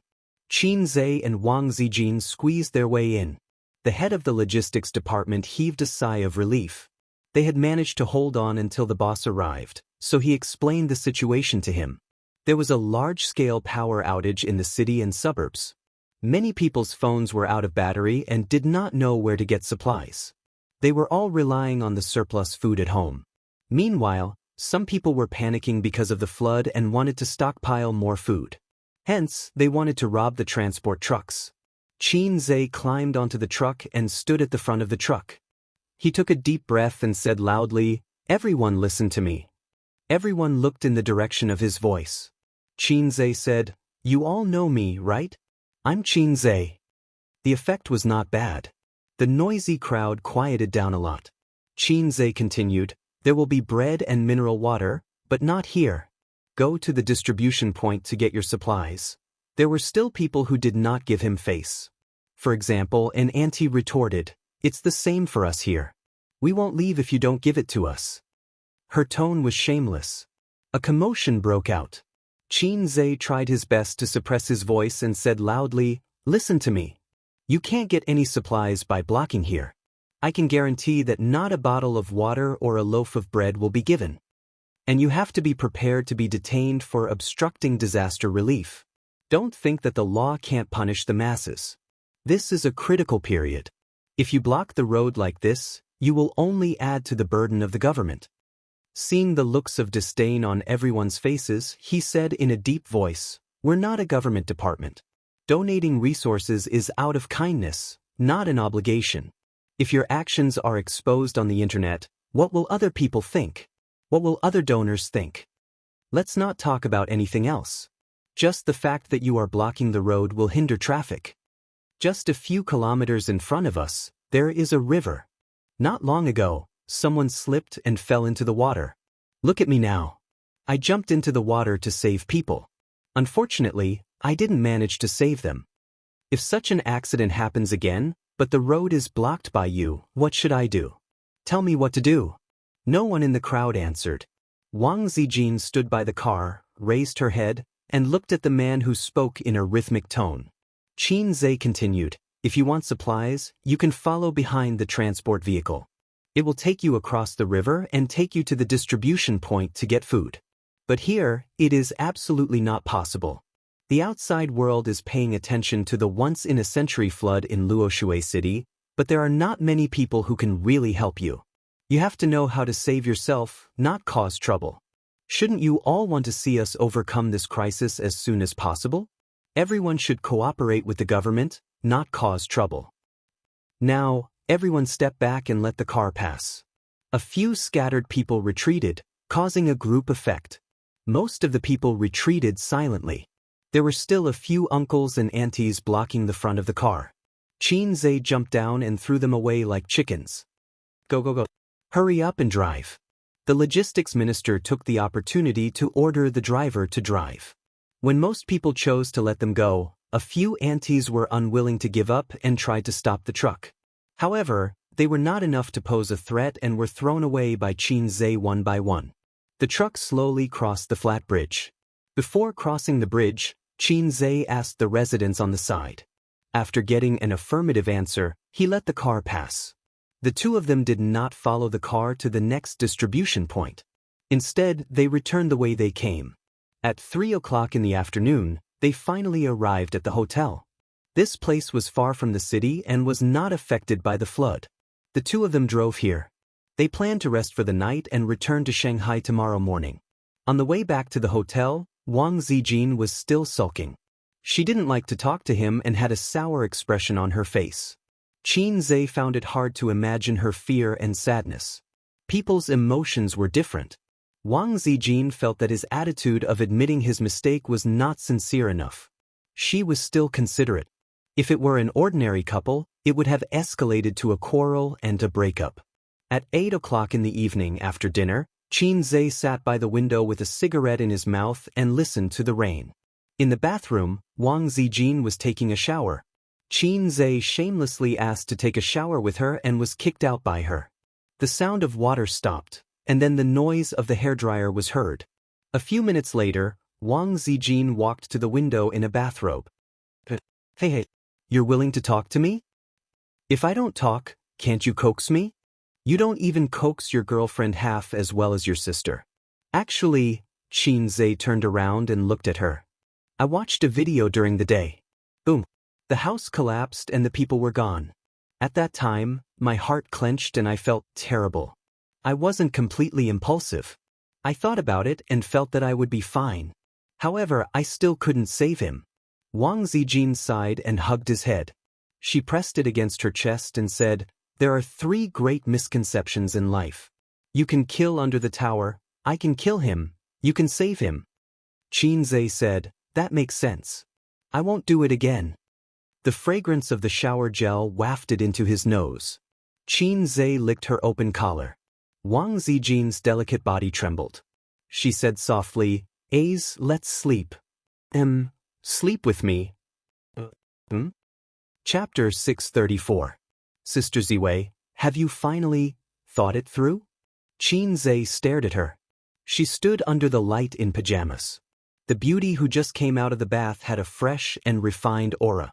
Her eyes were clear and bright, hiding a trace of shyness, but she was very brave to look at Qin Zhe. God, the pretentious Sister Ziwei actually thought it through. Am I dreaming? Happiness came too fast, like a tornado, blowing Qin Zhe's thoughts in a mess. Isn't this a very normal thing? Wang Zijin cheered herself up and pretended to be calm. We have been dating for more than half a year, and our relationship can go further. You also know that we can go further. Qin Zhe's emotions were very complicated. First, he was excited, like a teenager dominated by hormones and adolescence.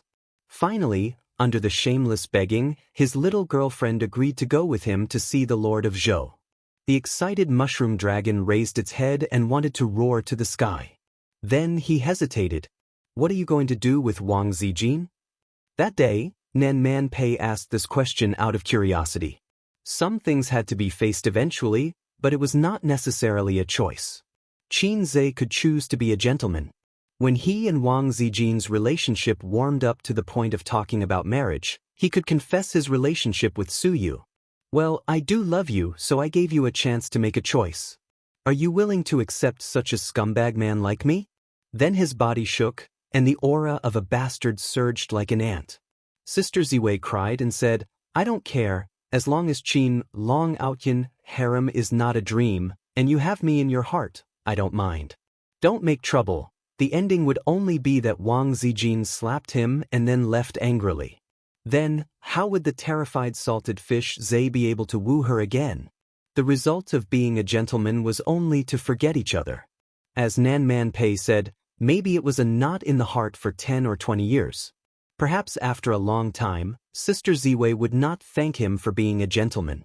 Instead, she would hate him for being a gentleman. Love is a small boat drifting in the vast sea. What you need to do is not to find the shore and send the sisters ashore. Instead, you let it drift away with the wind, so that your sisters can only stay with you on the small boat forever. There may be crying, there may be noise, there may be sadness and heartache, but in the end, they will still be with you. What else could he do? Watch her return to the capital sadly and marry Zhang Mingqing or someone else. Gentleman or scumbag, please choose. Wang Zijin didn't notice his strangeness and said in a low voice, I've always been unwilling to give it to you. Won't that make me seem pretentious? Qin Zhe shook his head. No, because you're afraid of being F***ked. Wang Zijin. No. What is that? She bit her lips and said bitterly, I just feel that you don't love me very much. Girls would always hesitate. They were afraid of meeting a scumbag. I'm not the kind of person who likes to get into a dead end. I'm a scumbag? Sister Ziwei, you're the same as Sister Man. You have terrible taste. Xianxia said, but I really love you. Wang Zijin said, it's my own fault. I feel like I've been living in her shadow. Xianxia didn't dare to ask, and Wang Zijin didn't want to say. In the past, I was just acting out of spite to keep you in suspense. But even if I went overboard, you never complained. I mean, you complained in your heart. Wang Zijin cupped his face and murmured, you know, after you jumped into the water, I waited on the shore. When you didn't come up, I wanted to die. She held her chest and said with a lingering fear, right here, it was like I suddenly lost something. It was empty. Those are the best words of love I've ever heard. Xianxia buried his face in her chest again. We still have a lot of things to do and a lot of things to say. We haven't planned our lives or looked forward to the future. How can I lose the person I love the most in my best years? I never thought that I would lose you, but when I felt that I was about to lose you, I realized how important you were. Only then did I realize that I still had so many things to do, and that I still had so many regrets, Wang Zijin said faintly. She hugged Xianxia's head tightly and said softly, Ace, I want to do more things with you and hear more words of love from you. Whether it was because of the emotional explosion or because of love, she wanted to break the last shackles with him. At this moment, Wang Zijin already had the courage to go further. Xianxia picked her up and put her on the bed. The bedside lamp shone on her face. Her cheeks were red, but she didn't look away. There were ripples in her eyes. If it's my first time, do I have to wear a work cap? Xianxia swallowed. Wang Zijin, whose heart was beating wildly, was stunned for a long time before she realized what a work cap was. She hesitated for a moment, shook her head and said softly, no, you have to wear it for the first time. That made sense. Xianxia untied the belt of her pajamas and peeled it off like a white lamb. She endured Xianxia's fiery gaze and finally couldn't take it anymore. She said in a trembling voice, turn off the lights. At this moment, if I were to say something like, only this way can I appreciate your beautiful body, I would probably be slapped in the face. Xianxia, who had been slapped 4 times today, obediently turned off the lights. Sister Ziwei, I heard that the first time will hurt more, Xianxia said. Wang Zijin threw him a coquettish wink, her fingers clutching the bedsheets tightly. How could she not be nervous for the first time in her life? Bang, Xianxia said. Bang. Yes, it's a broken river crab, melon. That's what the books say. I should be thankful for the flood, he said again. You're still talking. If you're so impulsive next time, I'll beat you to death, Wang Zijin said angrily. I just don't understand why kindness has become superfluous, why justice has become a cold joke, and why doing good deeds is ridiculed by others. Everyone is too utilitarian. The most common phrase people say is, what does it have to do with me? People believe in the principle of doing things. Walk your own path, don't meddle in other people's business. Look at the main characters in novels on the internet now. 9 out of 10 of them are like this. There's even one who kills his whole family. They're smug when they do bad things, but they're arrogant when they don't save people. My balls hurt. Are you mocking me? Of course not. I love you so much that I'll only *ck you, not mock you. You say that I saved someone, at most it's just a word of thanks. But I didn't save someone for gratitude. I just couldn't stand watching a fresh life disappear in front of my eyes without doing anything. Although I still couldn't save him, if I succeeded, his life would have been saved. Maybe you're right, but aren't we having a heart-to-heart talk now? Little sister, you don't understand. This is called warming up. If there's no foreplay, there'll be friction and fire. It'll be very painful. That's what Japanese movies teach us. After warming up, Xianxia gently parted her legs. Wait, turn off your phone, Wang Zijin said. Xianxia slapped his forehead. Sister Ziwei was so considerate. If his sister called or video called, he didn't know if Wang Zijin would be scared, but he would definitely be. You turn off your phone, I'll mute it. They both turned off their phones and muted it. Xianxia silently opened the interface of the system's point store. He clicked on the music option and played Itchy. Come on, let's be happy. There's plenty of time anyway. Come look. There's plenty of time anyway. Wang Zijin's body tensed up. Her two fair arms hugged Qin Zhe tightly. Tears welled up in her eyes. Ace, you have to marry me. Shallow whine in front of people, hugging by the soft jade lamp, looking back into the embrace of love. Chapter 635. Wang Zijin got up at 9 o'clock in the morning and opened her eyes. She looked tired, but her eyes were full of happiness and sweetness. She was a first wife, and her heart was full of infinite tenderness. Qin Zhe woke up early, holding her with one hand and sending a message on his mobile phone with the other. Seeing her wake up, Qin Zhe silently turned off his mobile phone and kissed her on the forehead. Oh, paparazzi aunt is dead. Wang Zijin smiled. She glanced at the last picture of the mobile phone screen before it was turned off. He was chatting with Qin Baobao. She frowned and said, "What did your sister say?" "She sent me a video last night. You know her temper. She came this morning to question me." Qin Zhe said, "She also sent you a message, but you didn't reply."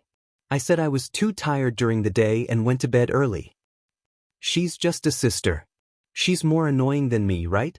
Wang Zijin said a little bad thing. Yeah. Qin Zhe nodded. He didn't defend his sister. Wang Zijin was a little happy. "Are you tired?" Qin Zhe's soft body was full of warmth and fragrance. The morning was an impulsive time. "I'm not tired." After saying that, Wang Zijin felt that something was off. "Little sister, do you want to do it again?" Wang Zijin rolled and shrank to the corner of the bed with the quilt. "Hey!" Qin Zhe's body was exposed. He quickly hid 20,000 miles under the sea and then rushed to grab the quilt with Wang Zijin. "Then don't make trouble. I'll sleep for a while." Wang Zijin pushed his chest with her small hand. Yeah. Qin Zhe had experience in this. After the first time he taught Suyu, she was also in pain for a long time and specially went to buy anti-inflammatory drugs. Although he restrained himself last night, he still tossed from 9 o'clock in the evening to 10:30, and Wang Zijin cried. After all, she was not as good as Suyu and could not stand Qin Zhe's destruction. The servant helped Jiao Jiao up weekly. It was the first time she received the favor, so Wang Zijin's exhaustion was understandable. It was raining outside at 9 o'clock in the morning. The sky was gloomy and dark. Qin Zhe hugged Wang Zijin's soft body and slowly fell asleep. His body is really good. He can sleep whenever he wants. Wang Zijin muttered. She was so tired that she couldn't fall asleep. The joy and happiness of reality were far more attractive to her than sleep. She quietly stared at the face that was right in front of her. It was just like before, but this time, her mentality was completely different. In the past, Qin Zhe was in her heart, but now, Qin Zhe was in her body. It was not the same thing at all. Wang Zijin quietly approached Qin Zhe's face and kissed from his eyebrows to his lips. Her heart was as sweet as honey. She didn't know if beauty was in the eye of the beholder. He was getting better and better. His eyebrows were as heavy as thick ink, his eyelashes were dense and long, his nose was very high, and his lips were slightly thick. She heard a saying that people with thin lips had a cold character. Qin Baobao and Suyu both had thin lips and were cold women. As far as lips were concerned, she and Qin Zhe were the best match. Wang Zijin thought. Donating to the disaster relief this time had not been in vain. Although she had slept with a man before getting engaged, she had gained a lot of happiness. The previous Wang Zijin had died. Now she was called Nyabalu Zijin. At noon, Wang Zijin woke up refreshed, but there was no sign of Qin Zhe beside the bed. She rubbed her eyes and sat up. When she saw Qin Zhe standing by the window in big pants, she was relieved.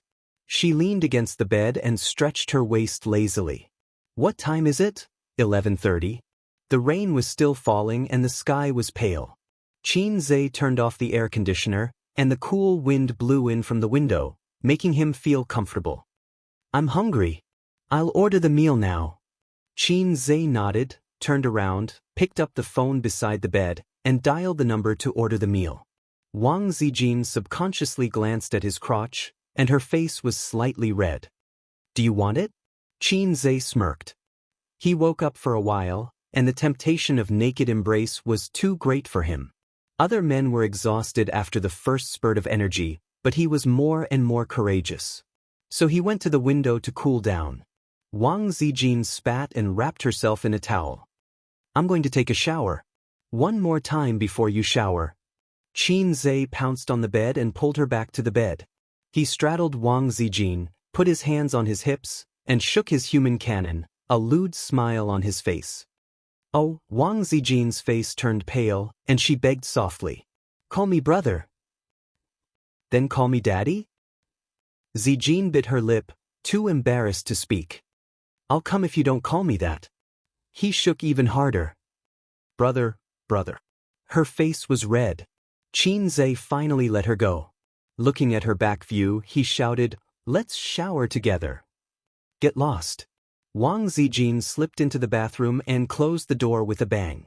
Qin Zhe lit a cigarette, sat cross-legged on the bed, and laughed. I've finally gotten hard. In his own words, after being dominated by his sister and Wang Zijin for so many years, he was finally unyielding today. Qin Zhe realized something. Women were different from each other. He used to see people on the internet saying, they're all the same after the lights are off. The person who said this must be a short-sighted otaku. But it turned out that women were different. He probably wouldn't be able to see it in this lifetime. He hoped that he could taste it one by one. I have a little donkey, but I never ride it. His phone rang. The caller ID showed, Su Yao. Hello. Qin Zhe frowned and answered. Ace, are you at the Grand Hyatt Hotel? Su Yao asked. How did you know? I'm here too.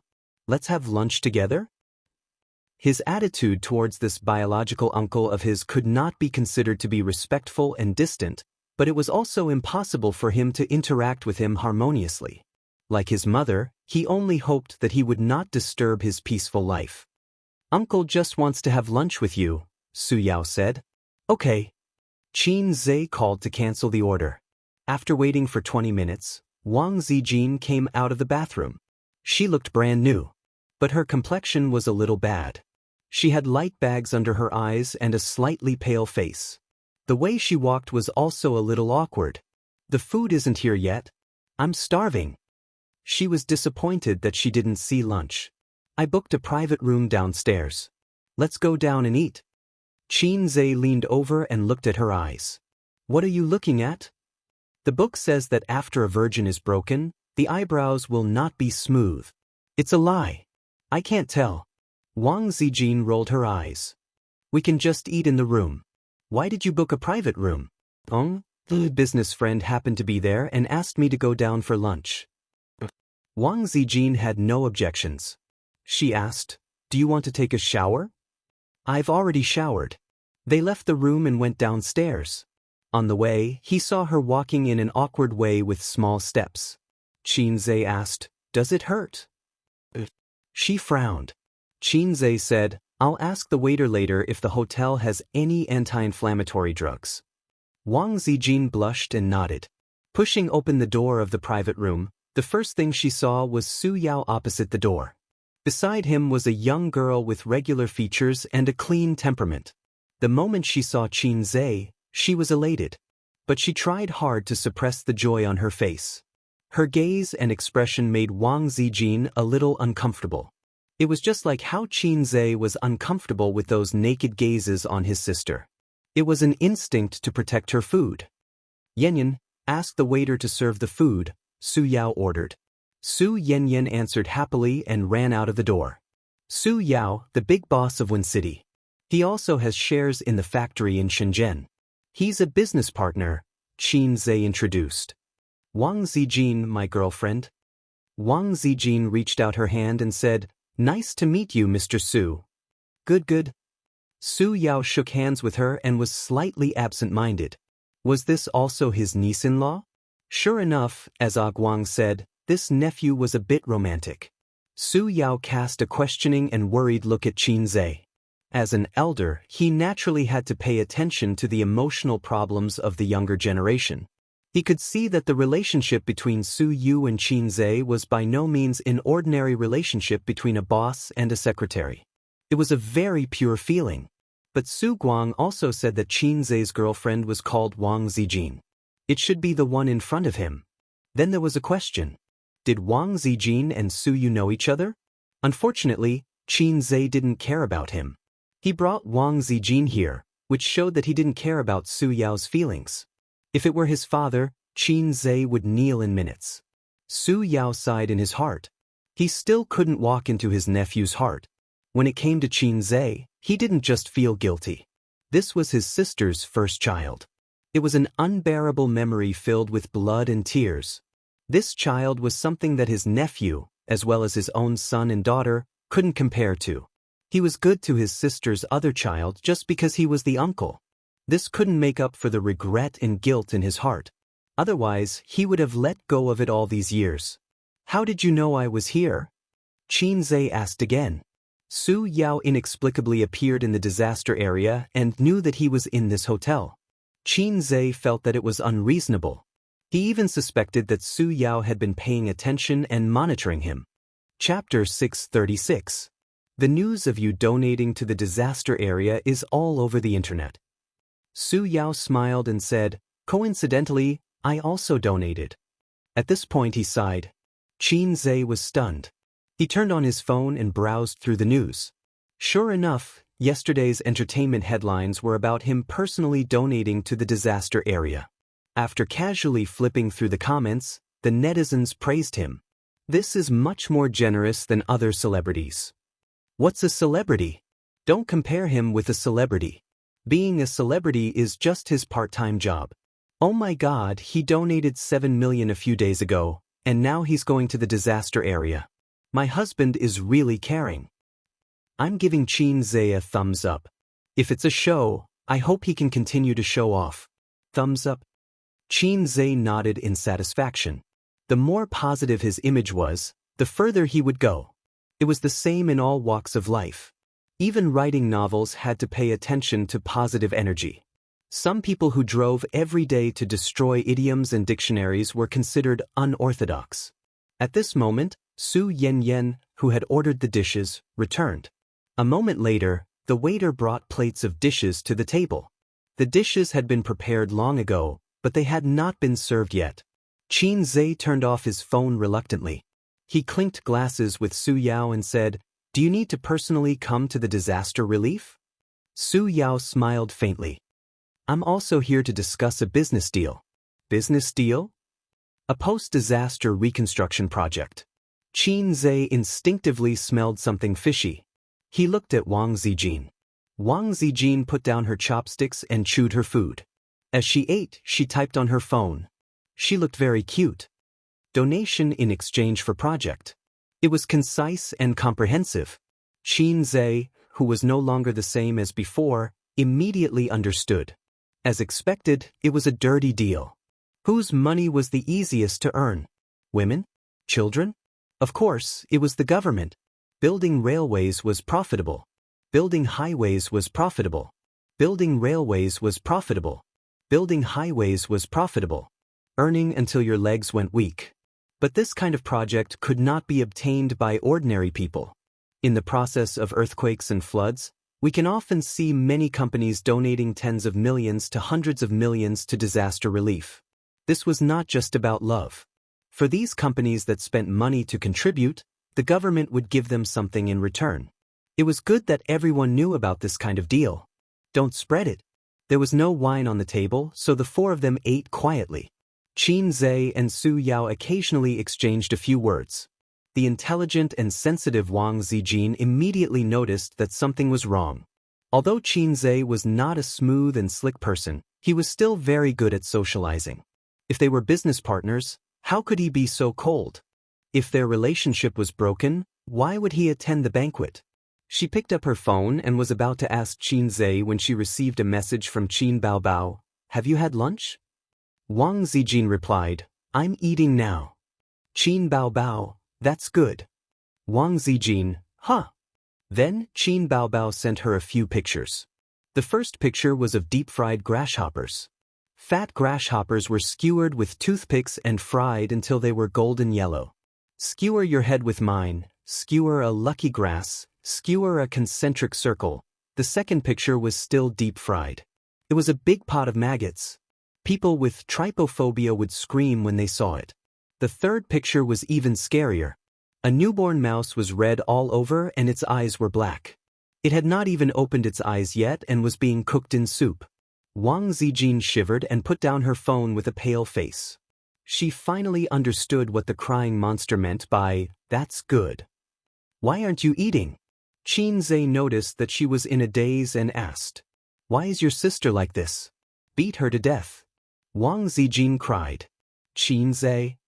Wang Zijin handed the phone over. Qin Zhe was speechless after reading it. "Damn it, I don't want to eat anymore. I'm convinced by the Cantonese people. My sister probably found something good and can't wait to share it with you," Qin Zhe said. He didn't believe it himself.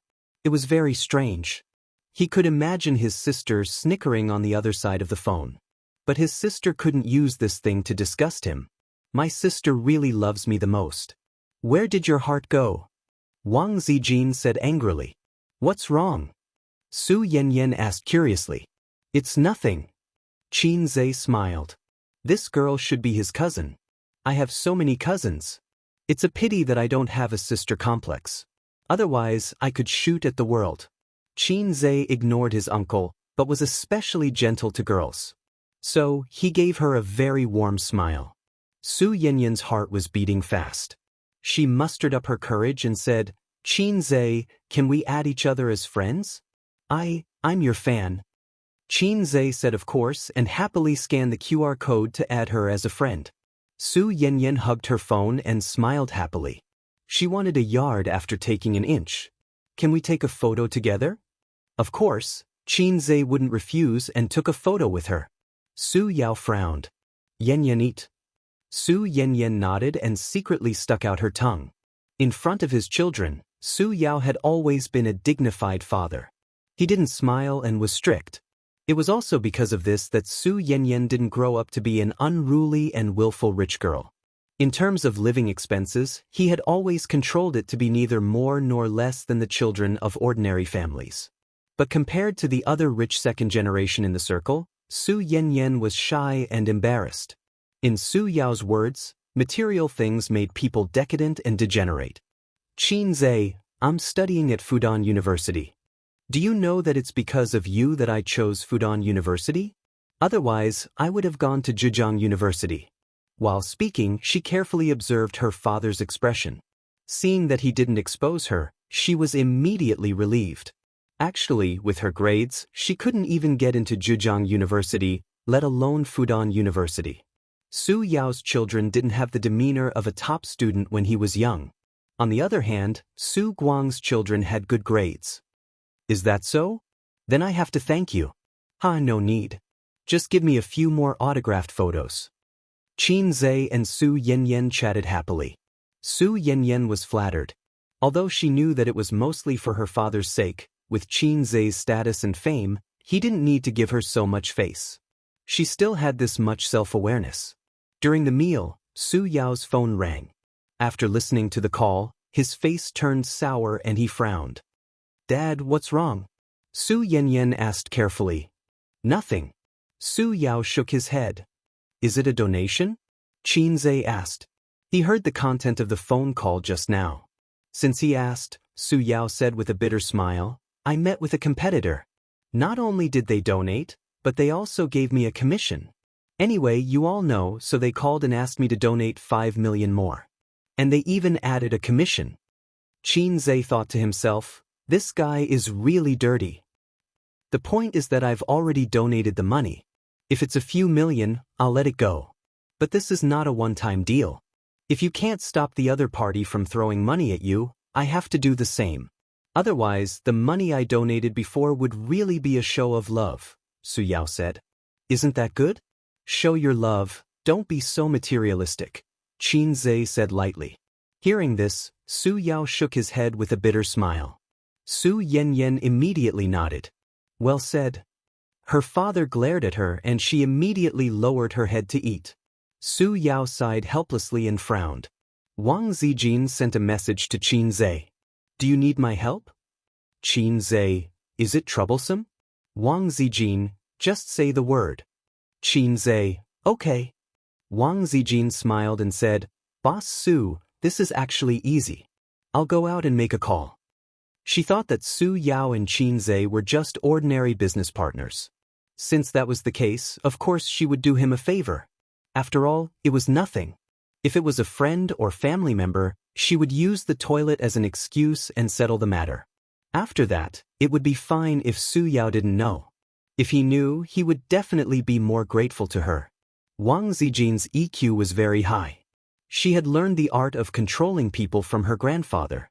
It was not just a combination of kindness and authority. After she left, Su Yao looked at Qin Zhe blankly. Qin Zhe didn't know how to explain, so he remained silent and ignored him. It was not good to say things like, "My girlfriend is the third generation of an official in Beijing." After a while, Wang Zijin came back. A few minutes later, Su Yao's phone rang. After receiving an affirmative reply and tactfully expressing goodwill, Su Yao hung up the phone in shock. When he looked at Wang Zijin again, the look in his eyes was different. Out of concern as an elder, he said, "Zijin's family is in politics?" Wang Zijin nodded.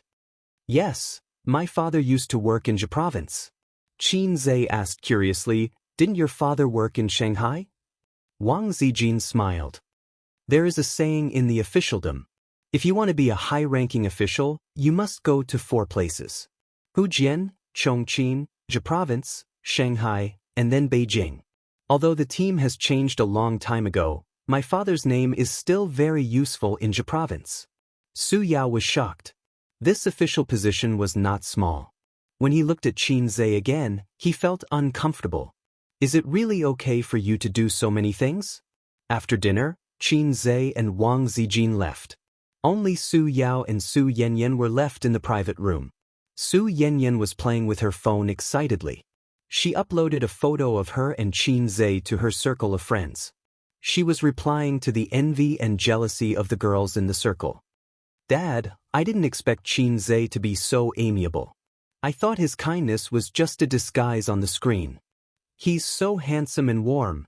I like him so much. I have the illusion that I've become friends with him. Do you think he will still talk to me if I contact him the next time I go to Shanghai?" Su Yanyan chattered.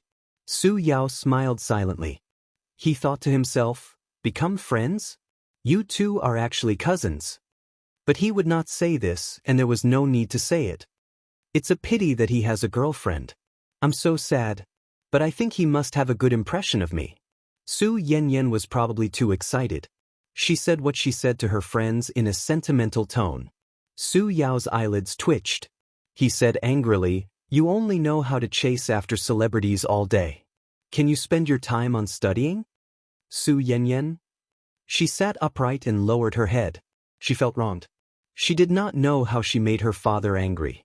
After leaving the private room, Wang Zijin searched for Su Yao on the way to her room. She was surprised. "Su Yao from Wen City. He's quite famous. How do you know Ace?" There was still a difference between a billionaire in the industry and a billionaire in the internet industry. The former's total assets were definitely several times more than the latter's. Groups of billionaires were piled up on the internet. But among the same level, those who could do well in the industry were the real powerhouses. Maybe she did not need to do anything just now. Su Yao could handle it by himself. "I can't explain it." Qin Zhe sighed. "What do you mean? I don't want to talk about it." Qin Zhe thought of something. In fact, even without the system, he was destined to be extraordinary. Even if he failed to rely on his father, he could rely on his uncle. Looking at Su Yao's attitude, even if Qin Zhe wanted shares, he would gladly agree. "I owe my sister. I can't repay her in this lifetime." When they parted in Su Town, Su Yao once lamented in front of Qin Zhe. Chapter 637. Back in the room, Wang Zijin started to pack up her toothbrush, bath towel, pajamas, towels, and other daily necessities. Qin Zhe sat at the table and texted his sister. "Qin Bao Bao, did Wang Zijin scream? She's scared of bugs the most." Qin Zhe, "I just want to know if you ate it." Qin Bao Bao, "Yes, it was delicious." Qin Zhe, "Okay, please remove the kiss reward from my life." Qin Bao Bao, No, sister didn't eat it." I just saw them eating it and took a picture to show off and pretend that I ate it too. Xianxia's lips curled up. He knew that his sister wouldn't eat such things. She would usually get scared when she saw cockroaches. When they were very young, Xianxia used to scare her with cockroaches, mainly because she ate his pudding and put the cockroach in her pencil case. His sister opened the pencil case and saw a cockroach smiling at her. She was so scared that she almost became retarded. Later, Xianxia was beaten up by his grandfather, who said that if he dared to scare his sister with bugs now, wouldn't it be worse when he grew up? That hit the nail on the head. Qin bao bao, but I ate crocodile meat today. It tasted pretty good. Xianxia, Guangdong has everything. You can eat Hu Jianren if you want. At this moment, he received a message from Su Yanyan. Her ID was, waiting for someone bookstore. She said, I'm going back to Shanghai today. When are you going back? Xianxia casually replied, also today. Then there was no follow-up. The avatar showed that she was typing, then stopping, then typing again, then stopping again. The girl was probably hesitating whether to reply, anyway, it's on the way back. Let's go back together? But she was afraid that it would be too abrupt. In the end, a little girl that he hadn't seen for a long time came to strike up a conversation with him. Little brother, are you in an online relationship? I have a mature voice. During this time, Chun Qingyuan did not pester him much. Xianxia was comforted. A young girl should have a young girl's life and longing. Longing for an old man like him was nothing. In high school, shouldn't she like the school hunk who galloped on the court and dominated the classroom? But later, Pei Ziki told him that Chun Qingyuan had been very busy recently. She was busy attending cram schools and said that she wanted to go to Harvard, Cambridge, and MIT. At first, everyone laughed at her. But who knew that in half a year, she had improved by leaps and bounds.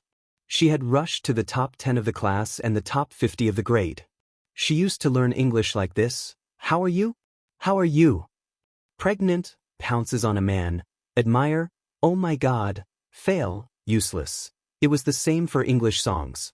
In the past, when I liked an English song, I would howl all day long. Stomach cancer is making trouble again, stomach cancer is making trouble again, but it was different now. Her pronunciation was very accurate. He heard that her family had hired a professional English teacher for her and she learned English every day. Is this girl serious? Xianxia's forehead was full of sweat. Because on Pei Ziki's birthday, he and Chun Qingyuan made a promise that they would talk about being girlfriends after she got into Harvard, Cambridge, or MIT. At that time, he thought that a girl who was bad at her studies wanted to get into a famous foreign university. Not to mention that she needed to rely on connections in terms of grades. Even if 10 Chun Qingyuan worked together, there was no hope. Seeing that he did not reply, Chun Qingyuan repeated, Little brother, are you in an online relationship? I'm big sister Yin. Xianxia replied silently, Little sister, I'm not in an online relationship. I'm Lin Jingyin. Chen Qingyin, Sigma, degree winky face. Yuri right to be afraid. Go and tutor me. We'll talk about it after you get into Harvard. Even now, Xianxia still did not think that Chun Qingyuan could get in. He was not interested in little sisters.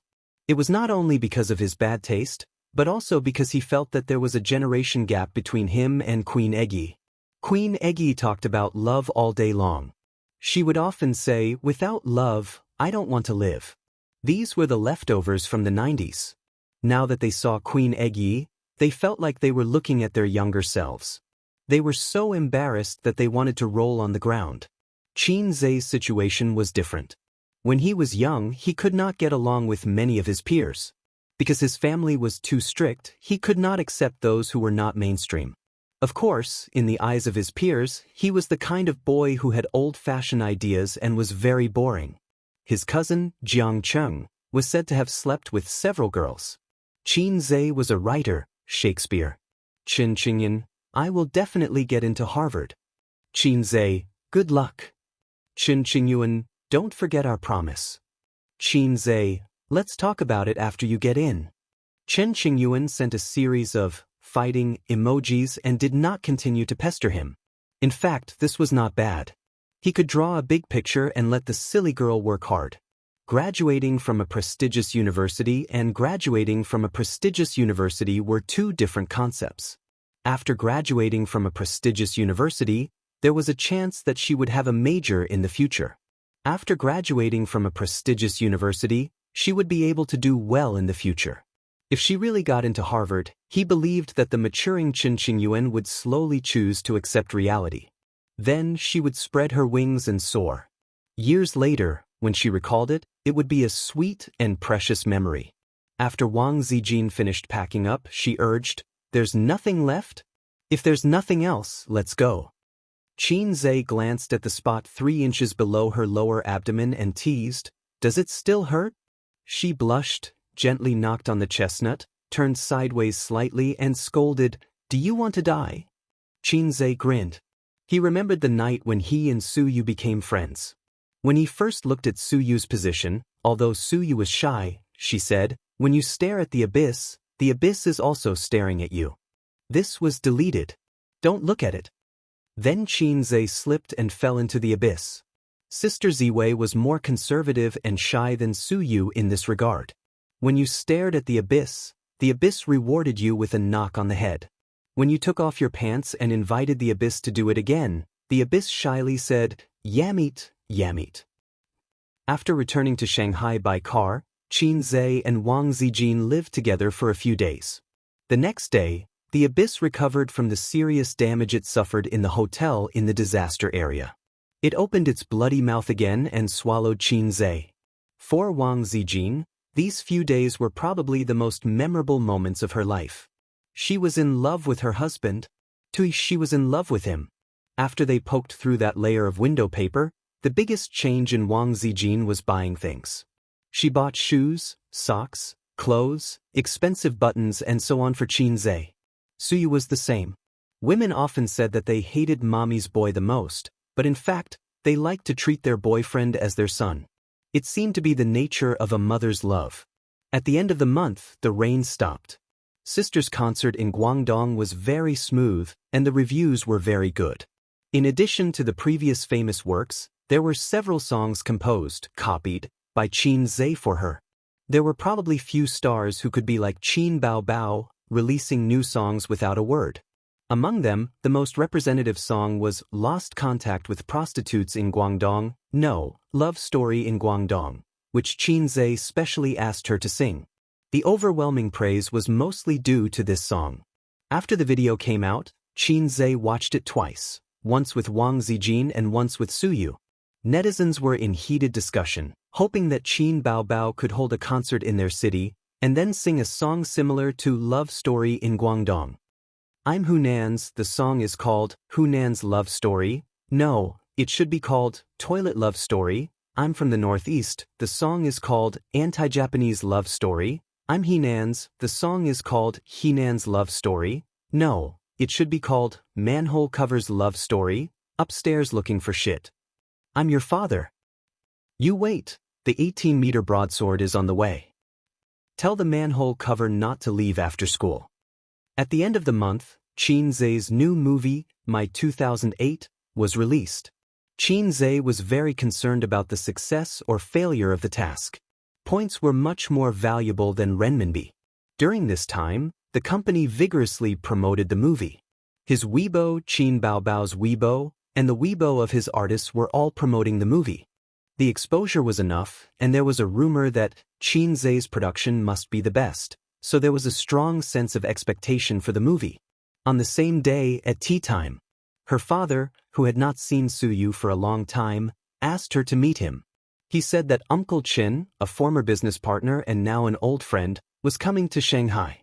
The two families, who had a good relationship, came out to meet and have a meal.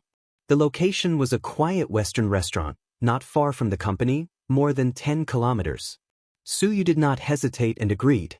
In the past year she had only been home a few times, but she had always kept in touch with her father on the phone. In fact, the father and daughter were estranged. Her father, Su Tong, was still the same as always, favoring boys over girls, but it could not be said that he did not like this daughter. His attitude had not changed, but Su Yu had changed. She was no longer the daughter who was eager to be recognized and valued by her father, and who was jealous of her brother. The best way to end a relationship was to start another one. This analogy was not appropriate, but it was the truth. Her feelings, her soul, had a new sustenance, and she was not so eager for her father's love. Su Yu finished dealing with the company's affairs and rushed to the restaurant's private room. The two families were all there, waiting for her. Sorry, there was something in the company that was not handled well. Su Yu explained and sat next to her brother Su Hao, but she was actually separated from Su Hao by a seat. This was the distance between her and this family. Her father was next to her stepmother and brother. She did not want to sit next to Su Hao. Fortunately, the table was large and there were enough seats. The two families sat around a large round table, with a dazzling array of dishes on the table. Uncle Chen laughed and said, Did you return to China the year before last? Su Yu smiled and said, I returned to China at the end of 2016. Su Yu found that a young man next to Uncle Chen was peeping at her. Chapter 638. That was Uncle Chen's son. Su Yu remembered that he seemed to be 1 or 2 years younger than her. They were quite familiar with each other in childhood. They met several times after adolescence, and then they never met again. Uncle Chen had a son and a daughter. The daughter was the elder sister, who was the same age as Su Yu. Since Su Yu entered the private room, she had been scrutinizing Su Yu. Uncle Chen's name was Chen Guohua, a very contemporary name, unlike her father Su Tong, whose name was a bit forward. He should be called Su Aigua or Su Jianjun, which was in line with the background of that era. The two families had a deep relationship. Before Su Tong made his fortune, he had drifted thousands of miles to the north for several years. At that time, Su Tong was still struggling at the bottom, and Chen Guohua was his boss. A few years later, Su Tong, who had saved some money, resigned to start a business. He pursued his dream with great ambition. Unfortunately, his dream was beaten by the reality, and he went bankrupt. During the most down-and-out days, Su Yu's mother did not leave them. The poor couple continued to work hard with longing and hope for the future. So later, Su Yu's mother hated Su Tong, which was reasonable. A man who abandoned his wife was the most ruthless. Su Tong started his second business, looking for investment and borrowing money everywhere. At that time, it was not easy to get loans, unlike later, when loans were like a game. In order to promote the economy, the country printed money crazily. Everyone could easily get loans, and a lot of money was invested in the market. China's economic boom in the past 20 years was one of the factors. Chen Guohua was the person who helped Su Tong when he was in the most difficult time. He injected a lot of money in the name of investment. People who started a business knew that from 10 million to 20 million, it might be troublesome, but it was not too difficult. But from 1,000 to 10 million, it was as difficult as climbing the sky. So Su Tong remembered this favor for many years. In his stormy life, he had many business partners, but after success, there were not many friends who could be loyal to him. Chen Guohua was one of them, and Su Tong valued their friendship very much. During Su Yu's childhood, the two families were very close. When Su Yu was in junior high school, Chen Guohua withdrew his investment for personal reasons, and Su Tong transferred the focus of his business to his hometown, Shanghai. Shanghai's environment was better than Beijing because it was the country's financial center, and its unique position advantage was unmatched by any city, including Beijing. Su Yu and Chen Ping, who was Chen Guohua's daughter, were of the same age. They were both playmates and archenemies. At least, that was what Chen Ping thought. Chen Ping came from a wealthy family and was the little princess of her family. She was spoiled by the elders and had developed an unruly and arrogant personality. The year she and Su Yu met, they were just in elementary school. Chen Ping was wearing a princess dress, and the dolls and toys could be piled up in half of the room. Su Yu was just a little girl in ordinary clothes who drooled when looking at lollipops. It was just that this little girl was a little too delicate. Seeing such a beautiful little girl, Chen Guohua and his wife liked her very much. They took out toys and snacks to entertain her. Those were originally Chen Ping's things. At that time, Su Tong was still in the early stage of his business. He had no money and could not prove his ability. Making friends with Chen Guohua was actually climbing up the social ladder. The only thing he could offer was his smart daughter. Su Yu had been a top student since she was a child. In the primary school where she was studying, her grades were the best in the whole grade. There would be no harm if there was no comparison. This made Chen Ping seem especially ordinary. At that time, Chen Guohua and his wife sighed with emotion. You is so smart. If only our Ping Ping was half as smart as her. This was simply an insult to the proud little princess. So when both parents were looking forward to letting them play and make friends, in her room, Chen Ping said to Su Yu fiercely, "Don't eat my snacks, and the toys are also mine." Su Yu was greedy when she was a child. Eating the delicious long-nosed king, she said, "Then I will tell uncle and aunt that you bullied me. I will cry. I will cry now." Chen Ping was a little scared. Her father was such a proud person. If she bullied the guest child, she would be too uneducated. Afterward, she would definitely be scolded or even beaten. Chen Ping said, "Then you have to listen to me in the future. You do whatever I ask you to do. Otherwise, I won't give you the long-nosed king." Su Yu was not afraid at all and said, "But if I don't listen to you, I still have the long-nosed king to eat." Chen Ping was speechless. For the first time, she was crushed by her peers with IQ.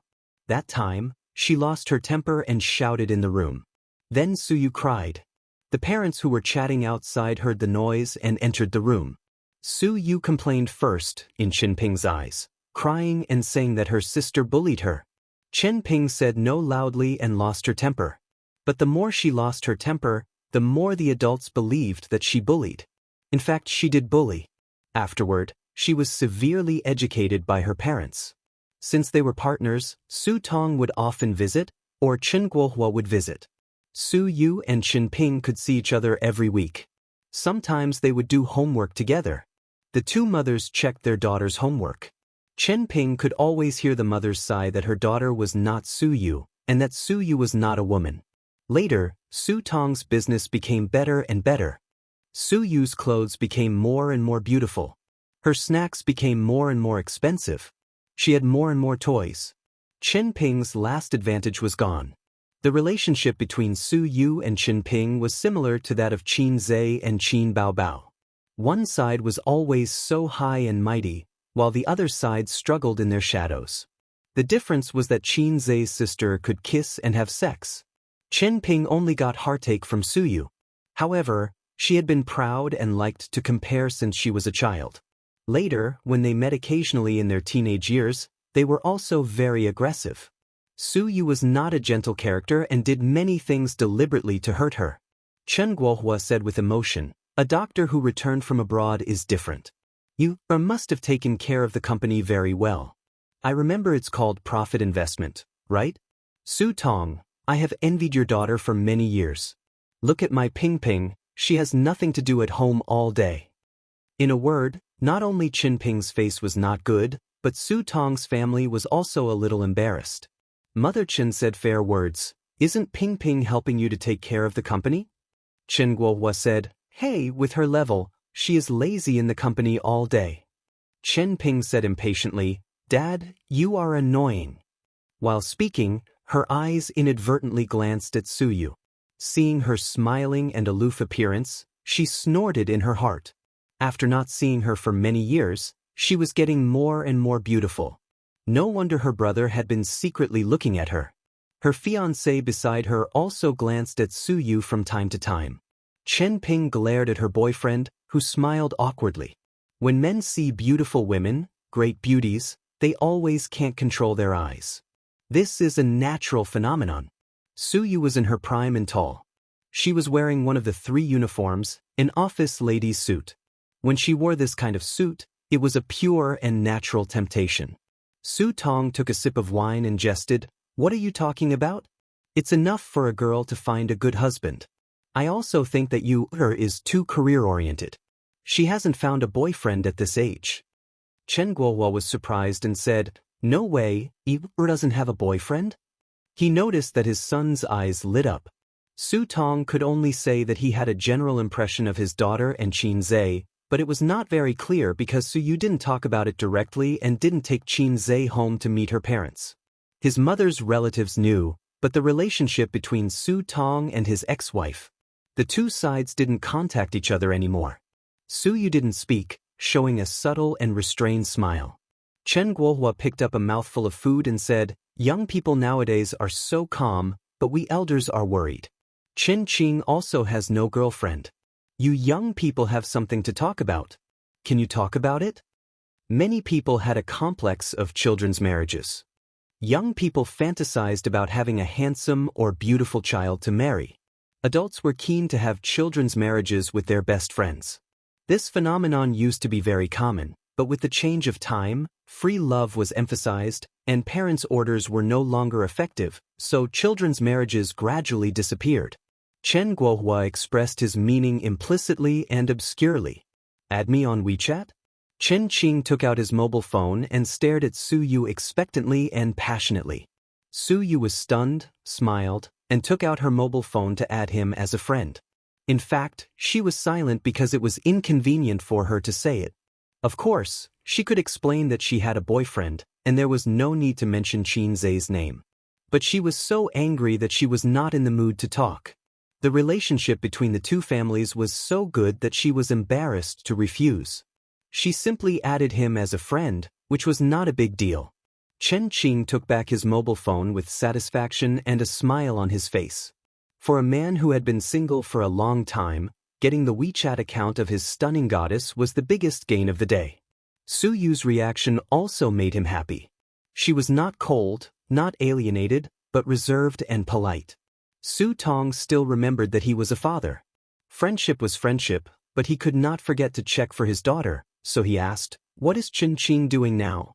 Chen Guohua said angrily, "When he just graduated, he said that he would go to the company to gain experience and slowly take over. After half a year, he resigned and set up an entertainment company with his friends." Su Tong said, "Very good. It's very promising to do this in the capital." In the entertainment industry, most of the popular stars graduated from Beijing Film Academy and China Drama Academy. Therefore, there were many entertainment companies in the capital, and the industry was developed, which was incomparable to Shanghai. "Uncle Su, it's true that it's promising, but the competition is also fierce. You can't get good seedlings at all, and you need strong financial support. Times have changed. Starting an entertainment company from scratch, 90% of the small companies are struggling and need to find another way. So, my friends and I developed a mobile live streaming platform to cultivate female anchors from the platform. Since it's profitable and has good seedlings, we can bring them into the entertainment industry. This way, it's easier to make newcomers popular," Qin Qing said. After that, he glanced at Su Yu. Su Tong laughed loudly and said, "Young people are flexible. I'm old and can't keep up with the times." Su Tong and Qin Guohua clinked glasses. Qin Qing said, "Our era is actually more difficult than yours and my father's, but if you look carefully, there are still many opportunities. With money and funds, investing in the entertainment industry will never be a loss. Just look at Qin Zhe, who is very popular in the entertainment industry now. His success, in addition to his own talent, is mostly due to luck. I also want to try to see if I can achieve his scale." There was a sound of agreement at the table, and Su Tong praised him for his ambition. There was a discordant voice from Su Yu. She asked with a smile, "How is it luck? I remember that Qin Zhe is not a rich second generation. He started from scratch." Qin Qing's heart moved and he asked, "Sister Su likes Qin Zhe?" Of course, he didn't mean that kind of like, but the like of a fan to an idol. Su Yu smiled and her eyes curved. "I like him very much." Qin Qing took the gentleness in Su Yu's eyes as a woman's infatuation. He felt uncomfortable and said, "So he relies on luck. How did he get his initial funds?" Su Yu said, "Stocks." Qin Qing said, "Yes, last year's bull market made him a lot of money. If he didn't have this luck, how many years would it have taken him to start from scratch and reach the scale now? Uncle, am I right?" He wanted to get approval from Su Tong. Su Tong nodded awkwardly. The man next to Qin Ping echoed, "That's true." He directly crossed the most difficult starting stage. Chen Qing said with assurance, "In more than a year, from stocks to Tianfang Entertainment, he now has at least a few billion yuan, or even tens of billions. He is indeed very powerful." Now everyone says that he is a legend, an inspirational role model for people born in the 90s, and an unsurpassable monument. But in fact, everyone regards him as a myth. If it wasn't for that bull market which happened to be caught by him, he wouldn't be able to reach this point. The era has created him. Of course, he is really powerful. Young people with middle school syndrome look down on people and would proudly say, "He is very powerful, so what?" Mature men look down on people and would humbly say, "He is not very good, but he is really very powerful." The order was different, and the effect was different. The latter sounded more mature and restrained. But the meaning was actually the same: disdain.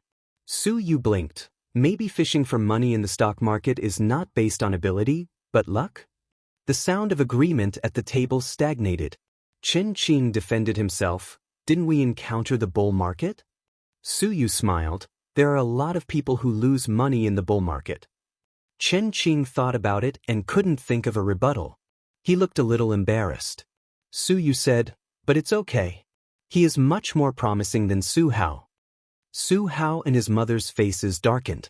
Chen Qing immediately recovered his smile, but the scene was a little awkward.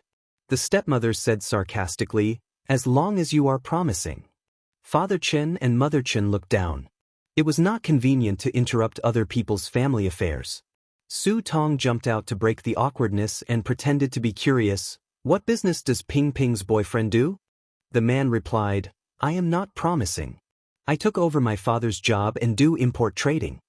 So he was also a rich second generation. Chen Ping retorted, "If you are not promising, then who is promising? Your father's small business is worth dozens of times more in your hands. How much does he earn in a year?" The man said, "More than 200 million. Su Tong exclaimed, "Young and promising." Chen Ping glanced at Su Yu with a slightly proud look and asked curiously, "Su Yu, how is your company now?" "It's okay." "What do you mean by okay?" "My father praised you." Su Yu smiled casually. "The company's operating capital is 20 billion, and the quarterly profit is only 0.8%. It's a small business." "Boyfriend, Chen Ping," every word was hurtful. Chen Guohua was shocked and said, "Old Su, is the stock market so profitable?" A quarter of 3 months, 0.8% profit, that was hundreds of millions. 5 or 600 million a year. Chen Qing's hand trembled. In fact, Su Yu did not tell the truth. 0.8% was the GPA when the company's performance was not good, and the company's operating capital was not only 20 billion, but more than half of the funds were borrowed by Nan Man Pei some time ago. The investment company that Qin Zhe and Su Yu spent a lot of energy to run only earned 5 or 600 million a year. What a joke! This amount of money was nothing in the eyes of the big groups in the financial world. In fact, in the Shanghai financial circle, Baozi investment was very famous. Chen Guohua's words made Su Tong embarrassed. He forced a smile and said, "It's okay. By the way, old Qin, what do you want to invest in this trip to Shanghai?" He forcibly changed the topic. Investment company, Qin Zhe, profit-making. He did not want to mention these words. How to say it? "I was partial to my son and took the power of profit-making investment away from my daughter and gave it to my son, but my son screwed it up. My daughter is now partnering with Qin Zhe to open a company with hundreds of millions of annual income. It's so good. I can't say it. Isn't it a slap in my face?" After the discussion about their children, Chen Guohua and Su Tong, 2 old friends, drank and chatted happily. They began to reminisce about the past and look at the present. Meanwhile, the stepmother and Mother Chen also began to chat about their daily lives, occasionally mentioning Chen Ping and her boyfriend. Su Yu was bored. She took a photo and sent it to her circle of friends. "The afternoon tea in this shop is very good." Then she bowed her head and her slender white mobile phone danced on the screen. "Honey, what are you doing?" Qin Zhe replied instantly, "I'm having sex." "Su Yu, you're so annoying. I'm not here." "Who are you with, Angus?" Qin Zhe, "I ordered a chicken. It tastes good and is juicy." "Su Yu, save the drumstick for me." Qin Zhe, "Save my ass. This thing needs to be eaten while it's hot. By the way, the central bank has lowered the quota again." The The scale is unprecedentedly large. The company needs to have corresponding countermeasures. Suyu, I know. I'm being used as a cow by you. Dad and I are having afternoon tea. Uncle Chen's family, who I haven't seen for many years, came to Shanghai. But I'll come out after I'm done with my work. Xianxia, nonsense, I didn't use you as a cow or a horse. I used you as a blow-up doll. The central bank's lowering of the quota is a good thing for us. Hundreds of billions of funds flow into the market. It's a blessing for the stock market and enterprises. It's not necessarily good for the people. Their savings will shrink again. I just asked my uncle to prepare a loan. It's a waste not to borrow the government's money. Suyu, when did you become a nationalistic youth? Are you still worried about the shrinkage of assets? Xianxia, I'm not worried about myself. I'm worried about the poor newspaper seller. Oh, a friend of mine. Suyu, you'd better worry about me. My dad wants to set me up with Uncle Chen's son. Xianxia, F***C, that bastard dares to steal my wife. Xianxia, F***ck, Suyu, Xianxia, do you want me to come over and let you show off? Suyu, forget it. I'm not in the right. Xianxia, touching head. At the end of the chat, Suyu smiled bitterly. You didn't even ask for the address. I want you to come, I'm being sarcastic. At this time, she received a message. Going to the bar for a drink tonight? It was from Ching. She looked up and saw the latter's warm smile. Suyu replied. Ching bowed his head and typed, don't like to drink? Then watch a movie. Xianxia's new movie is just released tonight. You like him, right? Suyu, no, thank you. She thought to herself, to watch Qin Bao and Xianxia being intimate on the screen? Go away. Ching frowned slightly. Can't make an appointment? He took this as a girl's reservedness. He stretched his eyebrows and continued to type. But at this time, Suyu turned off her phone and looked at the table with a smile. He had to put down his phone helplessly. Su Tong and Qin Guohua hadn't seen each other for many years. Although they kept in touch by phone, the last time they met was 15 years ago. Men could talk for a whole day. Time passed slowly. About half an hour later, Suyu got up and went to the bathroom. At the pool between the men's and women's toilets, she saw Ching waiting there.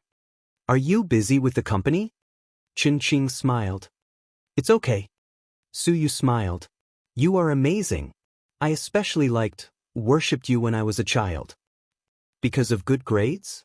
Because you are good. Suyu smiled and said, thank you. My dad should stay in Shanghai for a while. If you are free in the evening, let's watch a movie together. I also admire Xianxia. Ching said. Suyu thought for a while, tilted her head and smiled. You want to pursue me? She suddenly went straight to the topic. Ching was stunned for a moment. His strong mentality, which had been trained for a long time in the field of flowers, quickly showed up. He looked sincere. You are very beautiful. Because you are beautiful? Isn't that the first attraction between men and women? Suyu laughed. It makes sense. If you say it's because you are good, I will turn around and leave. Ching smiled. He thought he was very accurate in judging women. His answer just now seemed casual, but in fact he had considered it. Suyu was not like a pretentious woman, so he chose to answer more calmly and honestly. It seemed that the bet was right? To be honest, Suyu was too outstanding. Her height, aura, and appearance were impeccable. Her cold and cheerless temperament was like poison to men, the kind that scratched at their hearts with 100 claws. By the way, how old are you this year? 25. 25. Do you have a net worth of 1 billion? Ching said confidently, I believe I can reach it before the age of 30. With big sister Su as my role model, I definitely have to speed up. Besides, if I don't know how to make money, how can I support you? He said the second half of the sentence in a joking tone. Suyu nodded and looked at him carefully. You are quite handsome, but not as good as Xianxia. You are rich, but not as good as Xianxia. I think you are not a rich second generation. You have a little talent, but still not as good as Xianxia. She shrugged. Well, I am finished. You have no chance. Ching, First, he was stunned, then he didn't know whether to laugh or cry. How many people in the 90s could compare with Xianxia? I can't compare with him, but you have to be Xianxia's girlfriend. Sister, you are joking. But since you said so, even if it is Xianxia, I will try my best to beat him. Chen Qing said sincerely. If it was an ordinary woman, she would really have a good impression of him. But I like him. He is rich, but not rich. He is talented, but not arrogant. He is a little bad, but bad in his mouth. He is not like you rich second generation. You are always a gentleman, but who knows what kind of virtue you have in private. Chen Qing frowned. What are you talking about? Su Yu curled her lips. Xianxia, my boyfriend. Chen Qing said unhappily, even if you want to reject me, you don't have to say it like that. Do you think I will believe it? I'm not lying to you. Oh, then ask him to come. He is busy and has no time. Oh. Chen Qing was very angry in his heart. He thought that he had made the right bet. He thought that Su Yu was going to talk to him directly. She was indeed going to talk to him directly, but it was a little insulting. First, she was going to hook him directly. Then, she turned around and said, "You have no chance." She compared him to Xianxia as if he was a clown. Wasn't this a humiliation? Chen Qing mocked. Then should I hurry up and hug your thigh? After all, I am also in the entertainment circle. Okay, the thigh is here. Hurry up and hug it. Suddenly, someone said behind him. Chen Qing turned his head and saw a man wearing sunglasses and a mask standing behind him. He was holding a plastic bag in his hand. I called a chicken. Su Yu's eyes were shining brightly, dazzling. Xianxia took off his sunglasses and mask, grinned and complained, "Go back to work. Do you want to eat afternoon tea for 2 hours?" Xianxia. Chen Qing was stunned in place. Su Yu bit her lips with tears in her eyes. Xianxia said angrily, "Let's go, which private room? I will go and pretend to show off in front of people." She laughed and happily hugged Xianxia's arm. "I will take you there, I will take you there." Xianxia turned his head and looked at Chen Qing. He reached out and patted him on the shoulder. "Sorry, I didn't bring my business card.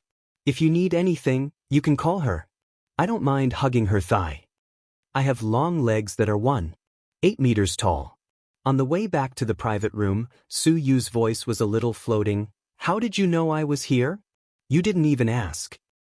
Didn't you post it in your circle of friends? It shows the location. Then how did you know I was in the toilet? I drove for half an hour. I really wanted to go to the toilet. I happened to hear you talking to that guy." Su Yu quickly patted her chest and pretended to be scared. "Fortunately, I almost promised him to go to the movies." "Well, if we go to the movies, I will beat you." Xianxia gave her a chestnut. "What are you holding in your hand?" She covered her head and looked at the plastic bag. "Drumsticks." Su Yu's eyes were red and she choked. "First, don't go in, I want to cry." "You are so moved that you cry?" Xianxia opened his arms and held her in his arms, putting his hand on her trembling shoulder. Su Yu took his arm and pushed open the door of the private room. Everyone looked over and was slightly stunned. When Xianxia took off his sunglasses and mask, the private room, which had been noisy before, was suddenly silent. "Dad, I brought Xianxia over to let everyone know. This is Uncle Chen. Aunt Su, she is Chen Ping, my playmate when I was a child. Next to her is her fiancé." Xianxia nodded one by one and greeted Uncle Chen and Aunt Su. Chen Guohua and his wife looked a little confused, and Chen Ping's face was dull. It was heartbreaking again. Su Tong and his son were more bitter. They couldn't help but feel bitter. Speaking of which, Xianxia was still an employee under them. At that time, he was not famous and was making a living from the profits. The position of general manager was taken down by Su Tong himself. He was forced to leave. After a round of greetings, Xianxia said, "I still have something to do in the company. Su Yu and I will leave first. Dad, you continue to chat with Uncle Chen. I will treat everyone to dinner when I am free." Su Tong. "Don't call me Dad," so smoothly. "Did you ask me, your father-in-law? Ba, your father's opinion?" Chen Guohua was excited and full of smiles. "She has a boyfriend, right? Old Su, you are not loyal. You kept it from me." He hurriedly handed the business card to Xianxia. Xianxia took it and led Su Yu out of the door. Chen Guohua's voice came from the private room. "Old Su, your son-in-law is amazing. Your daughter is so beautiful." Su Tong, Qinping. Chapter 639. At 8:30 in the evening in the cinema. Today is Friday. Xianxia's new movie, My 2008, is released. Thanks to the crazy publicity in the early stage, the film has attracted a lot of attention, and online tickets are very popular. The cinema will premiere at 6 p.m. The screening rate is 25%, but the movie tickets are sold out in a short time. By 8:30, the screening rate is adjusted to 40%, occupying almost half of the cinema. In the cinema, half of the screening rooms are showing this movie. The promotional poster of Xianxia and Qin Baobao hugging and laughing is particularly eye-catching. "Hey, this lewd smile, I don't want to see it in an instant." In the corridor of the screening room, a tall woman wearing a mask pointed to Qin Baobao on the poster. Her smile is really not good. There is no restraint and calmness of an elder sister. Next to her, a shorter woman echoed and also wore a mask. Xianxia held a big bucket of popcorn and madly complained in his heart, "Then don't come to see it. Why do you have to bring me along? It must be Su Teddy who caused this frightening scene." After afternoon tea, he went back to the company to make a plan. Su Yu was moved and said, "Husband, let's go to the movie tonight." Xianxia said no. There is still a sister Ziwei at home. His Hei's king power is limited to bed, and he has no courage to command in reality. It's not that he's a coward, he just thinks that his wife is used to love. "Well, it's a coward." Su Yu said, "If you don't go, then I and Wang Zijin will go." In this way, Xianxia was forced to do something beyond his ability. He can't let them be alone. The chemical reaction is too fierce, more terrible than nitroglycerin. As a man, he must always be a stabilizing force.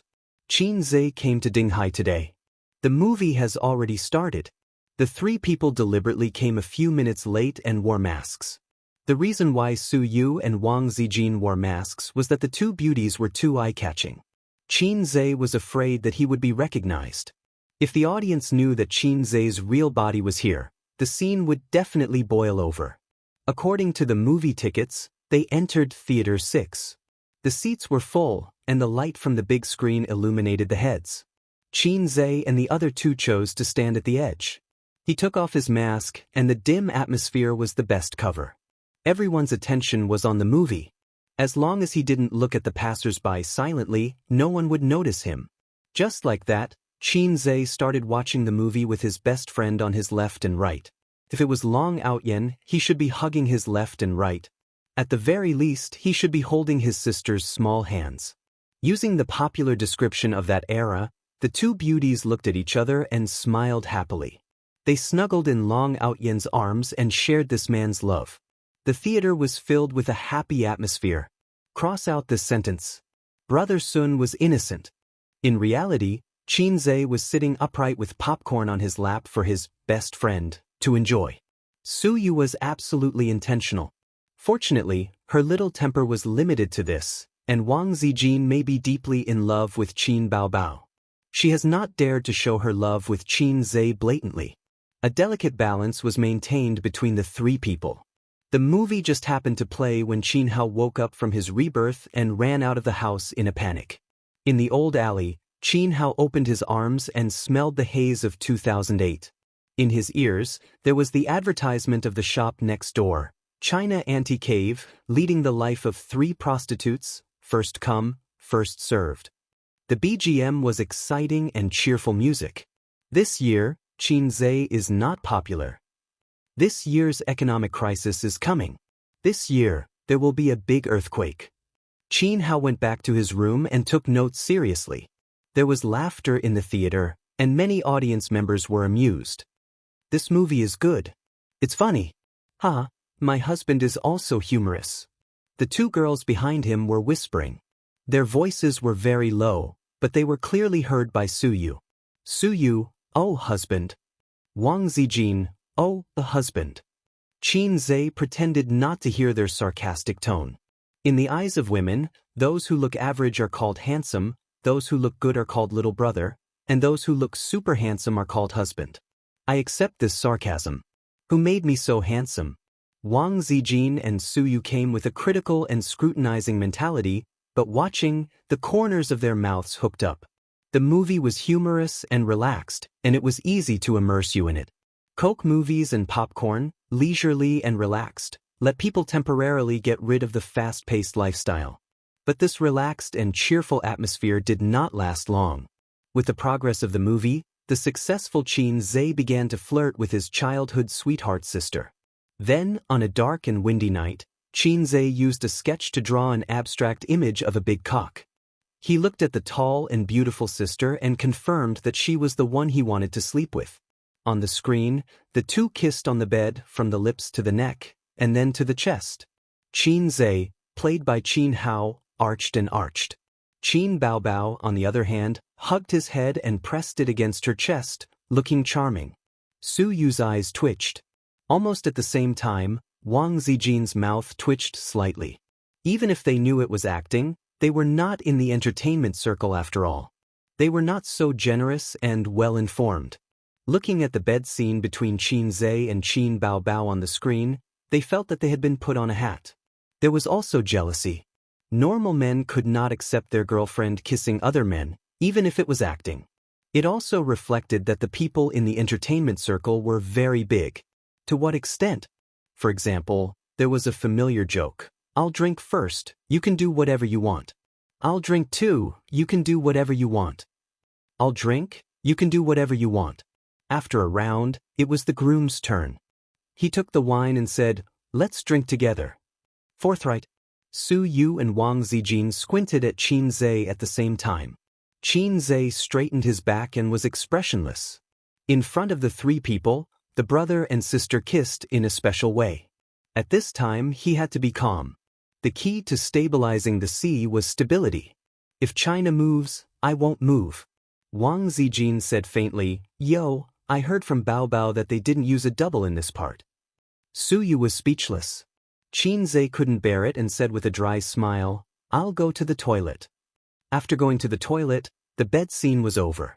Wang Zijin and Su Yu recovered their calmness.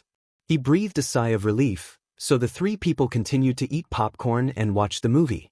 When the popcorn was finished, Qin Zhe suddenly froze and looked at the popcorn in his hands silently. What's wrong? Wang Zijin, who was careful, saw it and asked. I forgot to wash my hands after going to the toilet, he said. Su Yu was chewing popcorn happily. The smile on Wang Zijin's face gradually disappeared. A little embarrassed, Qin Zhe comforted her. Anyway, it's a familiar taste. Su Yu, Wang Zijin, the childhood sweethearts were caught by their parents the next morning, so they laid their cards on the table. This was one of the most explosive parts of the entire movie. On the screen, Qin Zhe was roaring in anger. He was like a ferocious little beast that had gone berserk. The memories of his previous life flashed by.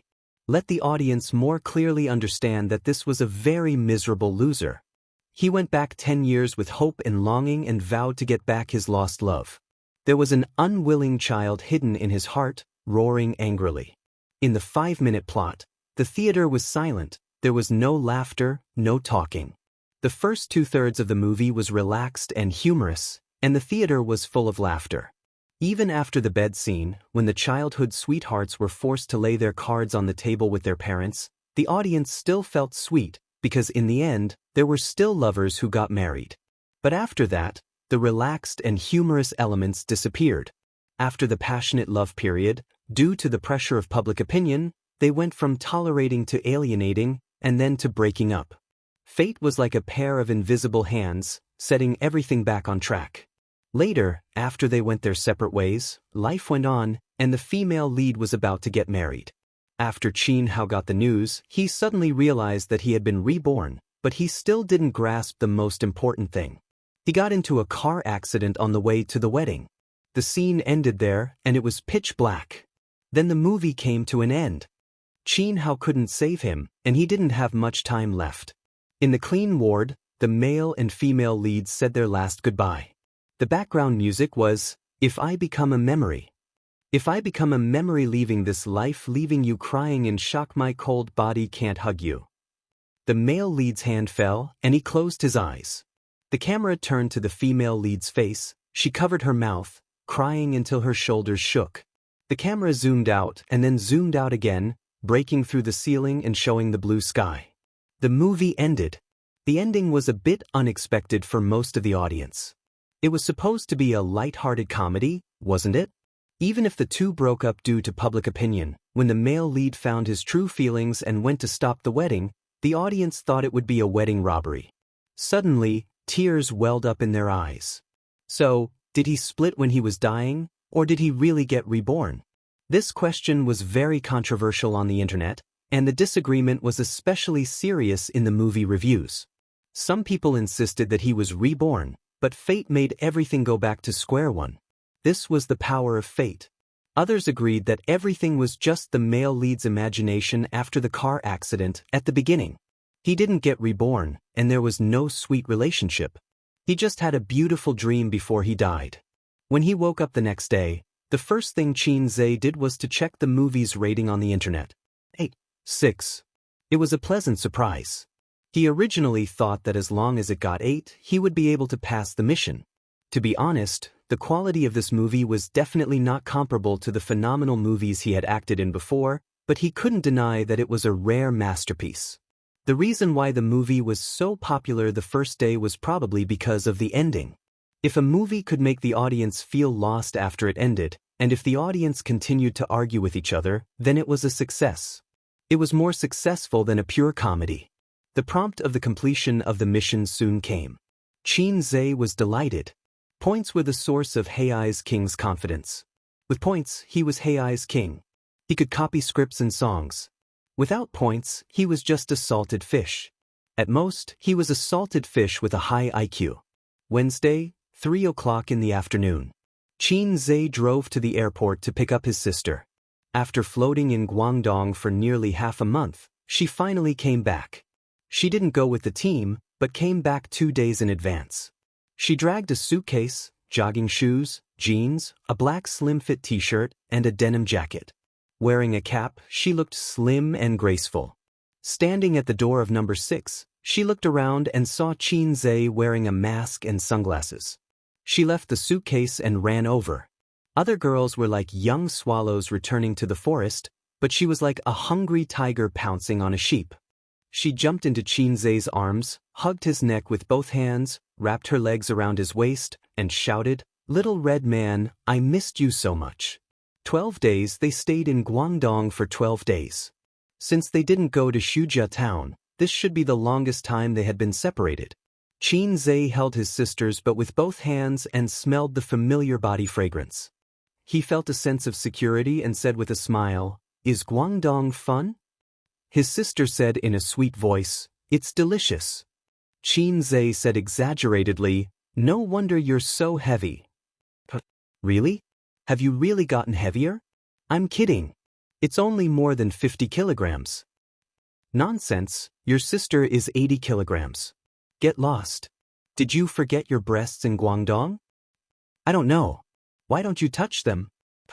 Our movie was released, and the box office hit 500 million in 3 days. Very good. But our mother is very calm.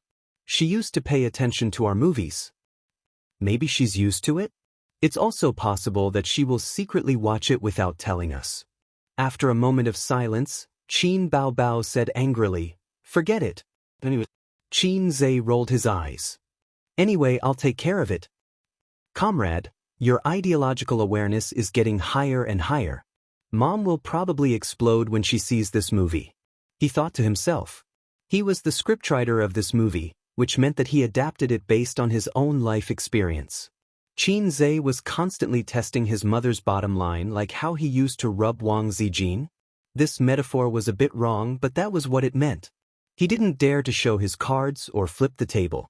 But little by little, he tested his mother's bottom line. The cycle was gradual. The pedestrians around them hurried past. When they passed by, their eyes lingered for a moment. But when they brushed past, they just treated them as an intimate couple. Qin Zhe held his sisters but with one hand and dragged the suitcase with the other as they walked to the car. Qin Baobao jumped down from him and got into the car. Qin Zhe opened the trunk and put the luggage away. Qin Baobao took off her sunglasses and mask, turned around, and saw that Qin Zhe didn't get into the car. Instead, he walked straight to a commercial car in front. Qin Zhe is coming. He found us. Let's go. Let's go. What are you afraid of? What can he do? This time, we've filmed something interesting. That woman is Qin Baobao, right? Look at her figure. Chapter 640. There were 3 people in the car, and they were all professional paparazzi. One of them was holding a DSLR with an extended lens. Every move of Qin Zhe and Qin Baobao was recorded on it. Normal siblings don't do this, right? The young man holding the DSLR was stunned. It's normal in public, showing off their sibling relationship to attract attention, but it's always like this in private. The other young man said, if they didn't know that the man was Qin Zhe and the woman was Qin Baobao, they would have thought that they were a couple. But after knowing their identities and connecting them to their behavior, it was very chewy. After figuring this out, the eyes of the young man holding the DSLR lit up, and his face flushed with excitement. This time there's big news. This month's bonus is enough for us to stay in Debao for a month. The truth wasn't important. Entertainment news never paid attention to the truth, and it didn't need to be reasonable like the news broadcast. Entertainment news only pursued the breaking news.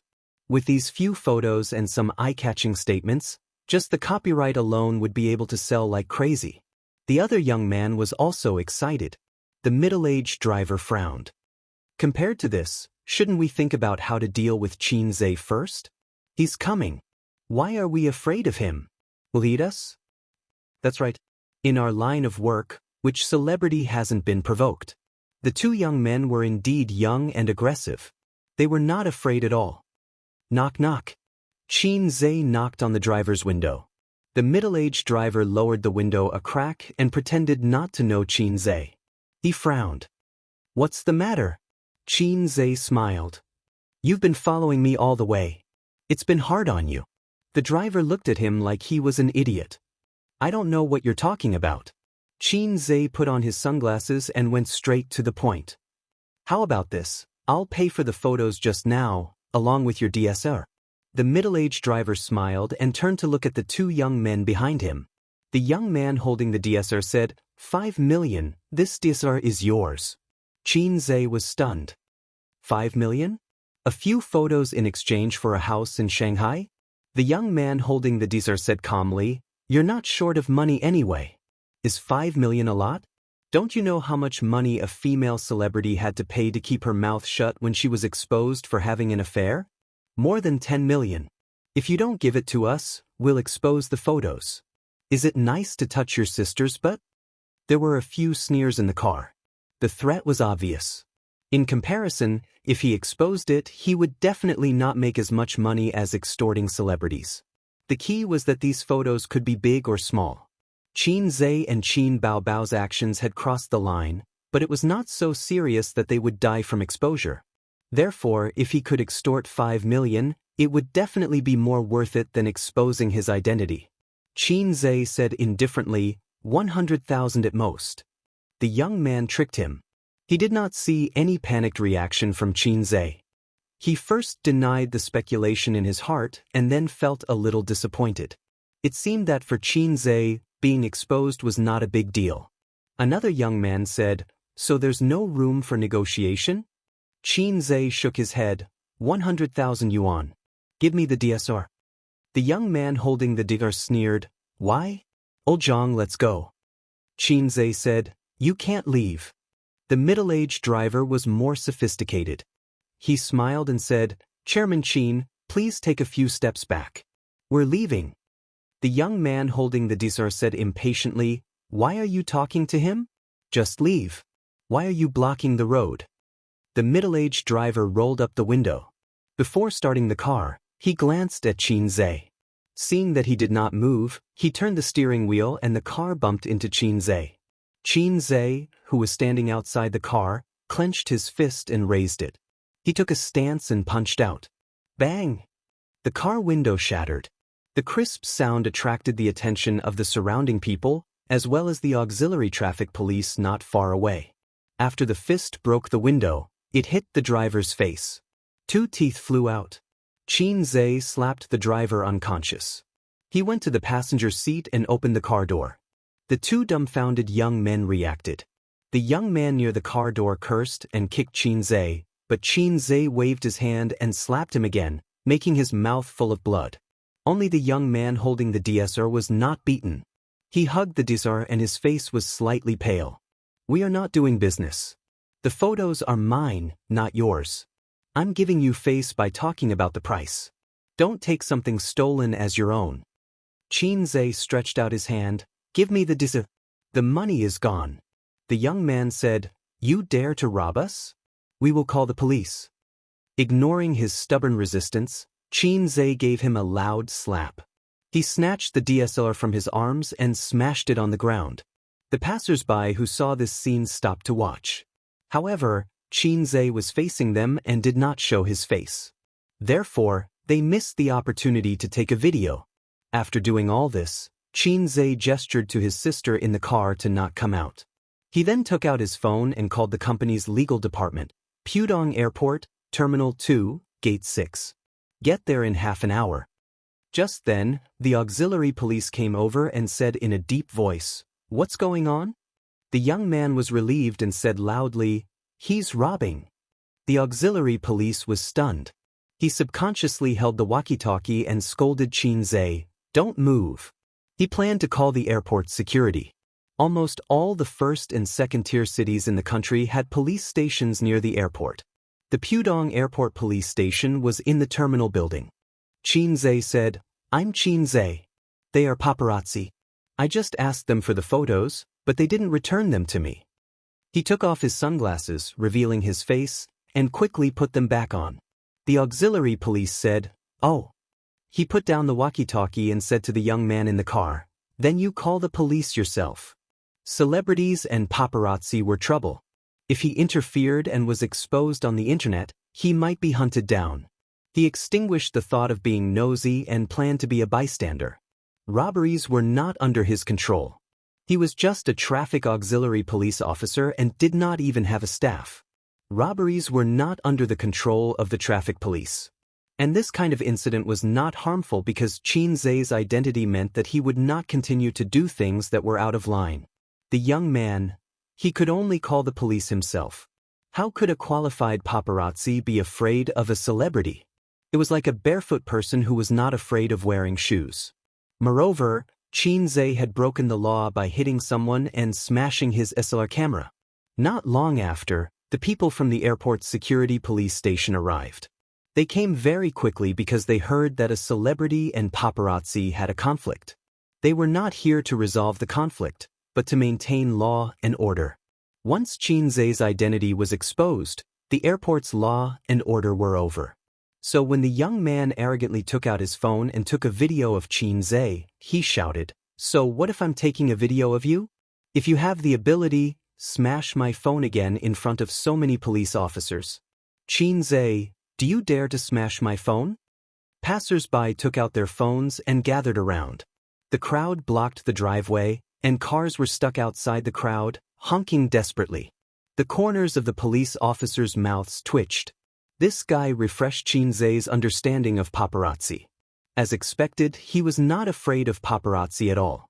He wanted nothing more than to fight with him. Just like that, he snatched the young man's phone in front of everyone and smashed it. "I want to sue him for damage to personal property," the young paparazzi said loudly. "Also, he hit my partner." He pointed to his red and swollen face and added, "I was hit too." The police officers symbolically held Xianxia back and tried to mediate. "Take him away, don't block here." The traffic police and auxiliary police officers had a look of disbelief on their faces. At this moment, a man in a suit and leather shoes ran over, sweating profusely.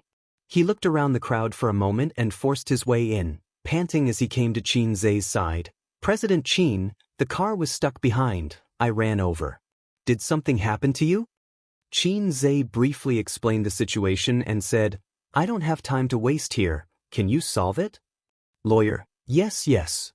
He panted a few times and walked towards the police. Who is the captain? After a short communication, he returned and said, President Qin, you go first, leave this to me. Qin Zhe nodded and walked in front of the young paparazzi, patting him on the shoulder. Let me teach you a lesson. A person with a small wallet will never win against a person with a big wallet. Before you do anything, touch your wallet first. I'm leaving, you continue. The young man watched as he got into the car, and with the help of the traffic police, the crowd was evacuated and the car drove away from the airport highway. He felt a chill in his heart. He couldn't leave for the time being. He still had to go to the police station. Pudong Airport was left behind, and gradually, only a blurry shadow could be seen. Qin Baobao looked away and frowned. What disgusting paparazzi, I almost fell into their trap. Qin Zhe looked ahead and smiled. No, I noticed them when I left the company. Sister hit his head with a knife and complained, Then why didn't you remind me? Qin Zhe didn't explain. Meeting after a long time, he didn't want to say, there are paparazzi behind me. And last time, they were almost secretly photographed by paparazzi outside his uncle's neighborhood. Sister was very careful after that and wouldn't kiss him outside. At most, they were a little too intimate, and it would be a little troublesome if it was exposed, so Qin Zhe wanted the photos back, but not to the point of death. If one day he was secretly photographed eating the rouge on his sister's mouth, it would be the end of their world. Qin Baobao complained a little and called the company, asking the public relations department to expose the incident on the internet in advance, and then explain. This way, the impact on Qin Zhe's reputation would be minimized. Everyone knew that paparazzi were annoying, and taking the initiative to clarify and being exposed for hitting people were two completely different things. Hanging up the phone, his sister frowned. Will they write nonsense on the internet? She was referring to the paparazzi. Have you heard of a saying on the internet? What saying? No, you're talking about a chicken tyrant. Qin Zhe was steady. The police station was handed over to the lawyer, and the whole legal department was behind him. The public opinion that was about to appear on the internet was handed over to the public relations department. Qin Zhe almost didn't have anything to do with himself. Rich people's benefits were good. After such a long delay, it was already 5 o'clock when he got home. Qin Zhe entered the password and then took out the key to open the door. He dragged the suitcase with one hand and held his sister's hand with the other. Qin Baobao chattered beside him, telling him the interesting things she encountered in Guangdong. Did you help me change the bed sheets? Yes. Did you clean the bathtub? The cleaning lady couldn't clean it. Yes. Good, I'll kiss you. The door opened, and Qin Baobao's words were stuck in her throat. At the entrance, Qin Ma was squatting, opening the shoe cabinet, and carefully arranging the messy shoes inside. Mom, why are you in my house? Qin Baobao's voice was full of fear. Your house? Qin Ma said in a bad mood, You're not married yet, where did you get a house? Her gaze fell on the hands of the siblings, whose fingers were intertwined. Qin Zhe and Qin Baobao separated as if they had been electrocuted. Qin Zhe, Sigma, degree winky face. Qin Baobao, Sigma, degree winky face. Once again he was seen by his mother. Hei's king, who had been majestic at the airport just now, felt his legs go soft. Qin Ma was stunned for a long time, and forced herself to be calm. Why are you standing there like idiots? Come in. The siblings hurried into the house and saw the old man sitting in the living room. Dad, why are you here? Qin Baobao rushed over and hugged her father's arm like a swallow returning to the forest. The old man was sitting on the sofa watching TV, and his smile was full of fatherly love. Didn't you come back today? Your mom and I came to see you. Qin Baobao quickly expressed her loyalty. Dad, I missed you so much. Qin Zhe said dryly, Dad? He didn't know if his mom heard what his sister said, and he felt very guilty. The old man nodded. Qin Zhe sighed. If only I was half as sweet as my sister when I was young, my childhood would be happier. At the entrance, Qin Ma set up the shoes.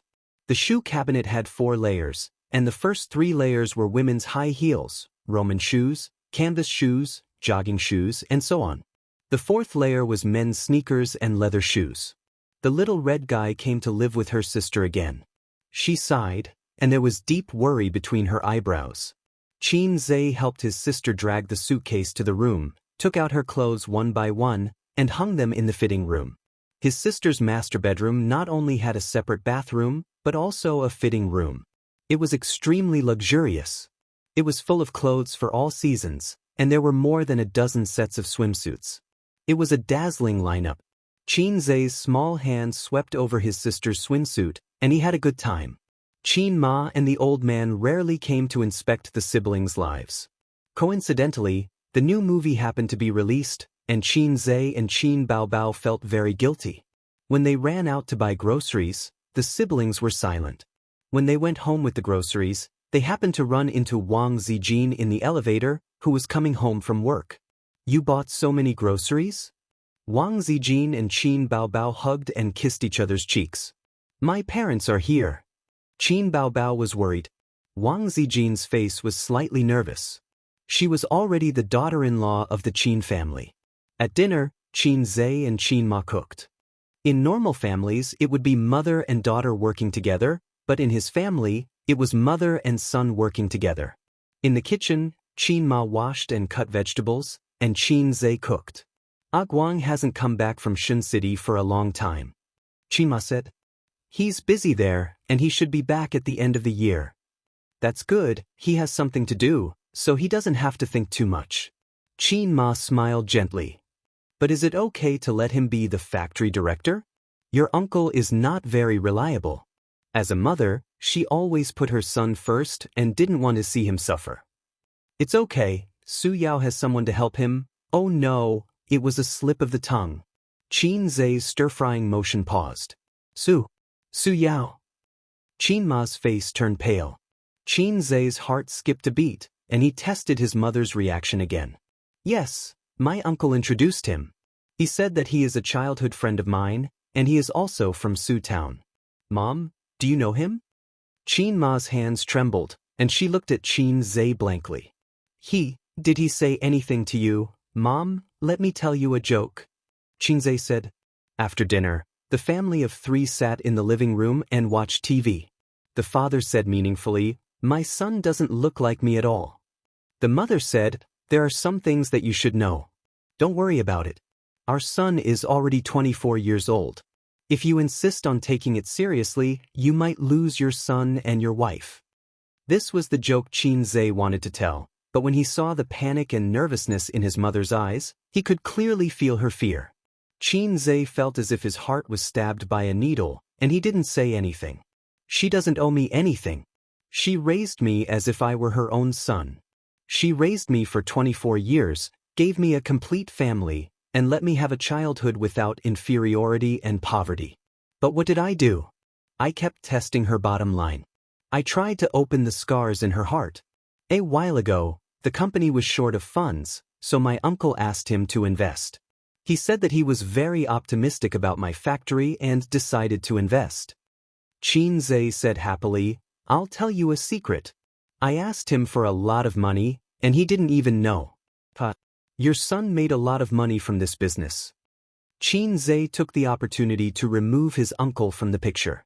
Qin Ma carefully observed her son's expression. He was a little proud, and nothing else. She didn't know that her son had the acting skills of an emperor. "That's good." Qin Ma smiled with relief. Mom, yes. "Nothing, I just want to call you." After dinner, Xianxia and his sister sent his parents to the underground parking lot.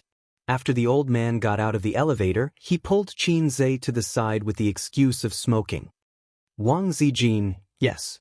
Tonight, Wang Zijin called Uncle Qin very sweetly. Xianxia's dishes were spicy. She poured water for the old man and Qin Ma. The old man has been a teacher for almost 30 years, and his eyes are very shrewd. Wang Zijin showed different obedience and enthusiasm than usual at night, which was enough for him to perceive the truth. So Xianxia happily admitted it. The old man snorted and raised his hand to cut his son's scalp. Considering that he had grown up, he took back his hand and said with a headache, "How could I give birth to a little red guy like you?" Xianxia said, "Maybe you can be a grandfather at the end of the year." He added in his heart that Grandpa had to wait. The old man said, "Su Yu or Wang Zijin?" Qinzhe said, "I don't know, maybe the two of them together?" He couldn't help but slap his son's head. The old man and Qin Ma drove home. Qin Baobao said blankly, "What did you say to Dad?" He looked so angry. Qinzhe said, "I said your daughter can't get married at 30 years old. Do you want to take a gamble?" Qin Baobao kicked him and said, "Get out." He just didn't want the old man to ask too much. If he asked, Qinzhe couldn't answer. Any proposal that made him choose one of the two would make him upset and disgusted. After sending her parents away, Qin Baobao opened a bottle of champagne to celebrate the success of her concert. She planned to have a good time at dinner, but unexpectedly, her parents suddenly came. After all, she couldn't drink and shout in front of her parents, "Hey, check, let's have a set of pancakes." She couldn't have a good time with her parents around. With the wine and the atmosphere, the three of them soon got high. Qin Baobao danced in the living room, and the tone-deaf Wang Zijin couldn't help but sing a song under the influence of alcohol. Qin Baobao laughed at her, and the two best friends quarreled on the sofa. Qinzhe poured himself a glass of wine and sang in the bright moonlight outside the balcony, "A toast to the morning sun, a toast to the moonlight." He drank it in one gulp. Qin Baobao raised her head from Wang Zijin's chest. "New song." Wang Zijin wrapped her legs around her sister's waist and turned her head to look. "This line is quite interesting. A's, continue singing." What was the name of this song? Qinzhe forgot. He listened to a large number of songs in the Points store every day. He just suddenly remembered this line and blurted it out. He forgot how he sang it after that. After thinking for a while, he sang, "A toast to Yufan, a toast to Baoqiang. Pour another glass to Nieliang." "What nonsense is that?" Sister said. "I don't know either. I only remember that there was such a line in the song review in the store." At night, Qinzhe waited in his room until 10:30 p.m., but his sister didn't knock on the door. He was puzzled. After being separated for so long, his sister should have attacked him at night. He went out and knocked on his sister's door a few times, but she ignored him. Tired? So she went to bed early? After returning to his room, he sent a message to Wang Zijin. "My sister is asleep." Wang Zijin, "Okay." Qinzhe, "I'll come to your room tonight." Too explicit.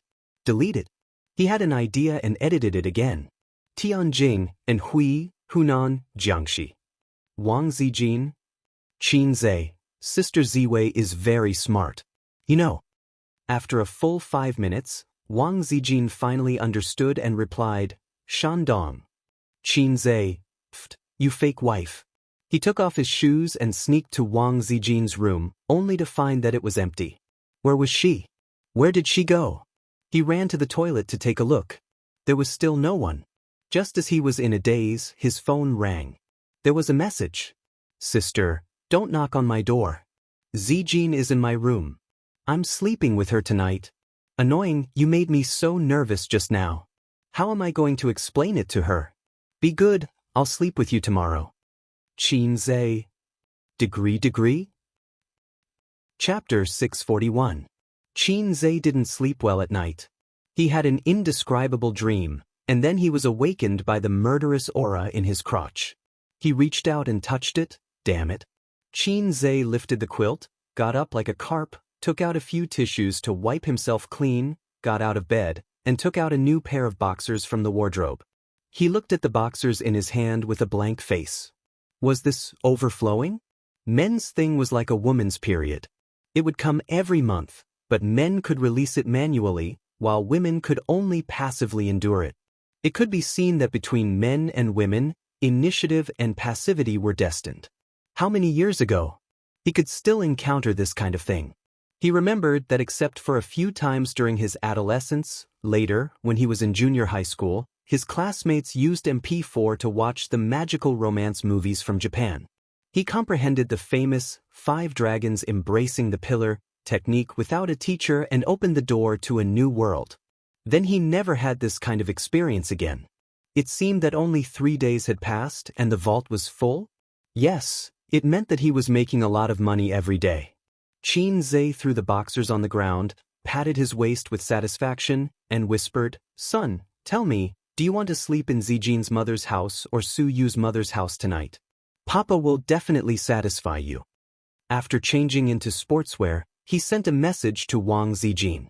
A moment later, the sound of the door opening came from his sister's room. Qin Zhe saw Wang Zijin come out with 2 dark circles under her eyes. Her eyes were straight, her hair was messy, and her oval face was confused. Obviously, she didn't wake up. "What's wrong with you? What time did you go to bed last night?" Qin Zhe asked. "Around 12 o'clock. Wang Zijin yawned. "Your sister tortured me to death. How did you do that?" Qin Zhe was shocked. Chatting endlessly. I fell asleep, and she woke me up several times." Qin Zhe thought for a moment. "Anyway, my sister won't wake up until 7 o'clock. Why don't we go back to the room and sleep? You don't have to go to the company in the morning." Wang Zijin rolled her eyes at him. "No way." From 5:30 to 7 o'clock, the morning exercise was over. Qin Zhe went to the breakfast shop to buy food, while Wang Zijin went to the supermarket next door. Soon, she came out with a plastic bag containing 2 packets of instant noodles. As they walked side by side into the neighborhood, Qin Zhe asked curiously through his mask, "Why did you buy instant noodles?" "It's for you." "Me? I don't eat instant noodles." "Not eating." Wang Zijin smiled slyly. "Kneeling." Qin Zhe. Wang Zijin said, "You'll be punished for an additional 10 minutes if you break a strand of instant noodles. Learn about the new kneeling punishment." Qin Zhe said angrily, "What did I do wrong?" Wang Zijin snorted, "Why did you knock on her door last night?" Qin Zhe said, "I wanted to see if she was asleep. If she was, I came to your room. Who knew that before I could sleep with you, she had already slept with you?" Wang Zijin blushed and said angrily, "Sleep with your head, vulgar." Qin Zhe said, Isn't it vulgar to call me brother?" Wang Zijin chased after him with the instant noodles in her hands. The 2 of them ran into the neighborhood happily. Half of the instant noodles were broken before they even knelt. Qin Zhe slipped downstairs like a wisp of smoke and found Wang Zijin holding his knees with both hands, gasping for breath. She had not gotten enough sleep and had been doing morning exercises for a long time. She was exhausted. Qin Zhe returned and said, "You're tired, aren't you? I told you to sleep, but you insisted on being brave." Wang Zijin said angrily, "Are you really going to sleep? Won't I be more tired in bed?" After all, she was Zijin who was afraid of being F***ked. Qin Zhe said sympathetically, "Idiot, can't you tell that I'm joking? I'll carry you upstairs." Wang Zijin snorted and let him carry her. She obediently wrapped her arms around his neck. Qin Zhe laughed and said, "Idiot, can't you tell that I'm joking? What I said just now was a joke. You can't run away now. I'll let you have a taste of Qin's acupuncture later." Wang Zijin was speechless. She suddenly remembered a poem that suited her current mood. "The children of the southern village bullied me because I was old and weak. They carried me into the bamboo. My lips were dry and my mouth was dry. I sighed when I returned." Qin Zhe let out a series of deranged laughter. Wang Zijin said angrily, "Ace, don't be a rascal. Your sister is about to wake up." Qin Zhe said, "It's okay. You know how fast I am." Hai Zhe King could stab 3 times in 1 second. Wang Zijin pouted unhappily. "Are you angry? Then I'll tell you a joke." Qin Zhe said. Wang Zijin shook her head fiercely. No, I'm not angry." Qin Zhe ignored her and asked, "Ducks quack quack, sheep bleat, and dogs bark. Do you know how chickens crow?" Wang Zijin said angrily, "Is this a joke? It's not funny at all. Roosters are enough. Mothers cluck cluck." Qin Zhe said, "No, the chicken says em." Wang Zijin was stunned for 3 seconds. When she came back to her senses, she wanted to keep a straight face, but she couldn't help but laugh. Sometimes, she would wonder why such a smart person, a big boss with such a high net worth, would have such a cheeky smile on his face. He was not serious or steady at all. But she liked it. Thinking about it, maybe girls liked lively and interesting men. No one wanted to spend the rest of their lives with a wooden man. Therefore, beautiful women always met scumbags. Because scumbags knew how to play, introverted otakus always sighed that good cabbage was for pigs to play with. Wasn't this nonsense? Pigs would at least play with cabbages, but otakus would only look at cabbages and silently release their hands. The three big tumors of society: otakus, coders, and civil servants. Civil servants equals otakus plus coders. When they arrived at the door, Xianxia put her down. He really wanted her to sleep in the morning and go to work at noon. The Qin's needle technique was purely a joke. He knew it was fake from the name. The real thing should be the Qin's stick technique. Couples hoped that such jokes could be used as a regulator. Otherwise, they would easily lose their passion and treat each other with respect. Qin Baobao had already woken up. After washing up, she squatted on the chair by the dining table and looked at her mobile phone. Wearing loose teddy bear pajamas, she was waiting for her brother to come back and nurse her. His sister hadn't worn such loose cartoon pajamas for a long time. But when she wore these pajamas, it seemed to bring Xianxia back to his university days. She still hadn't changed. She was beautiful, charming, tall, and a little cute in teddy bear pajamas. Xianxia had seen her in OL suits, luxurious gowns, and silk nightgowns, but only teddy bear pajamas could let him find a trace of the past in his changing life. Each of them had a basket of dumplings, a bowl of tofu pudding, and 2 fried dough sticks. With Qin Baobao and Wang Zijin's appetite, after eating the tofu pudding, fried dough sticks, and 2 dumplings, they were basically full. The rest was for Xianxia to eat. Xianxia's appetite was at least twice that of an ordinary adult man. After dinner, under Xianxia's request, Wang Zijin went back to her room to sleep. When Xianxia opened the door, his sister pulled him, tiptoed, and pecked him on the cheek. She whispered, 11 p.m., don't lock the door. At 11 p.m., Wang Zijin's biological clock determined that she had fallen asleep. Xianxia, his sister, was a woman of her words. If she said she would sleep with him tonight, she would sleep with him tonight. But he didn't want to sleep with a vegetarian tonight. Son, Dad went back on his words. 9:30 p.m., Fudan University, female dormitory. Su Yanyan was in the headquarters. Most of the dormitory buildings in the headquarters were old houses. Since she was a freshman, the living conditions were not very good. It was a 4-person room. The top bunk was a bed, and the bottom bunk was a desk. She heard that the living conditions in the southern and northern districts were better. They were suites with separate bathrooms. There was also a public washing machine in the dormitory building. But that was where the seniors who were taking the postgraduate and doctoral exams lived. The freshmen could only live in the worst dormitory in the headquarters. Just like in the martial arts world, the seats were all occupied by the seniors. The newcomers could only stand. Later on, those young heroes who were able to conquer the heavens and earth at a young age were all unrealistic fantasies of otaku writers. The female dormitory was cleaner than the male dormitory, but it was not much better. There were all kinds of clothes hanging on the balcony. There were computers, books, and all kinds of cosmetics on the desk. The more pretentious ones even had curtains on their beds. No one knew what they were going to do in bed at night. There were 4 people in the dormitory.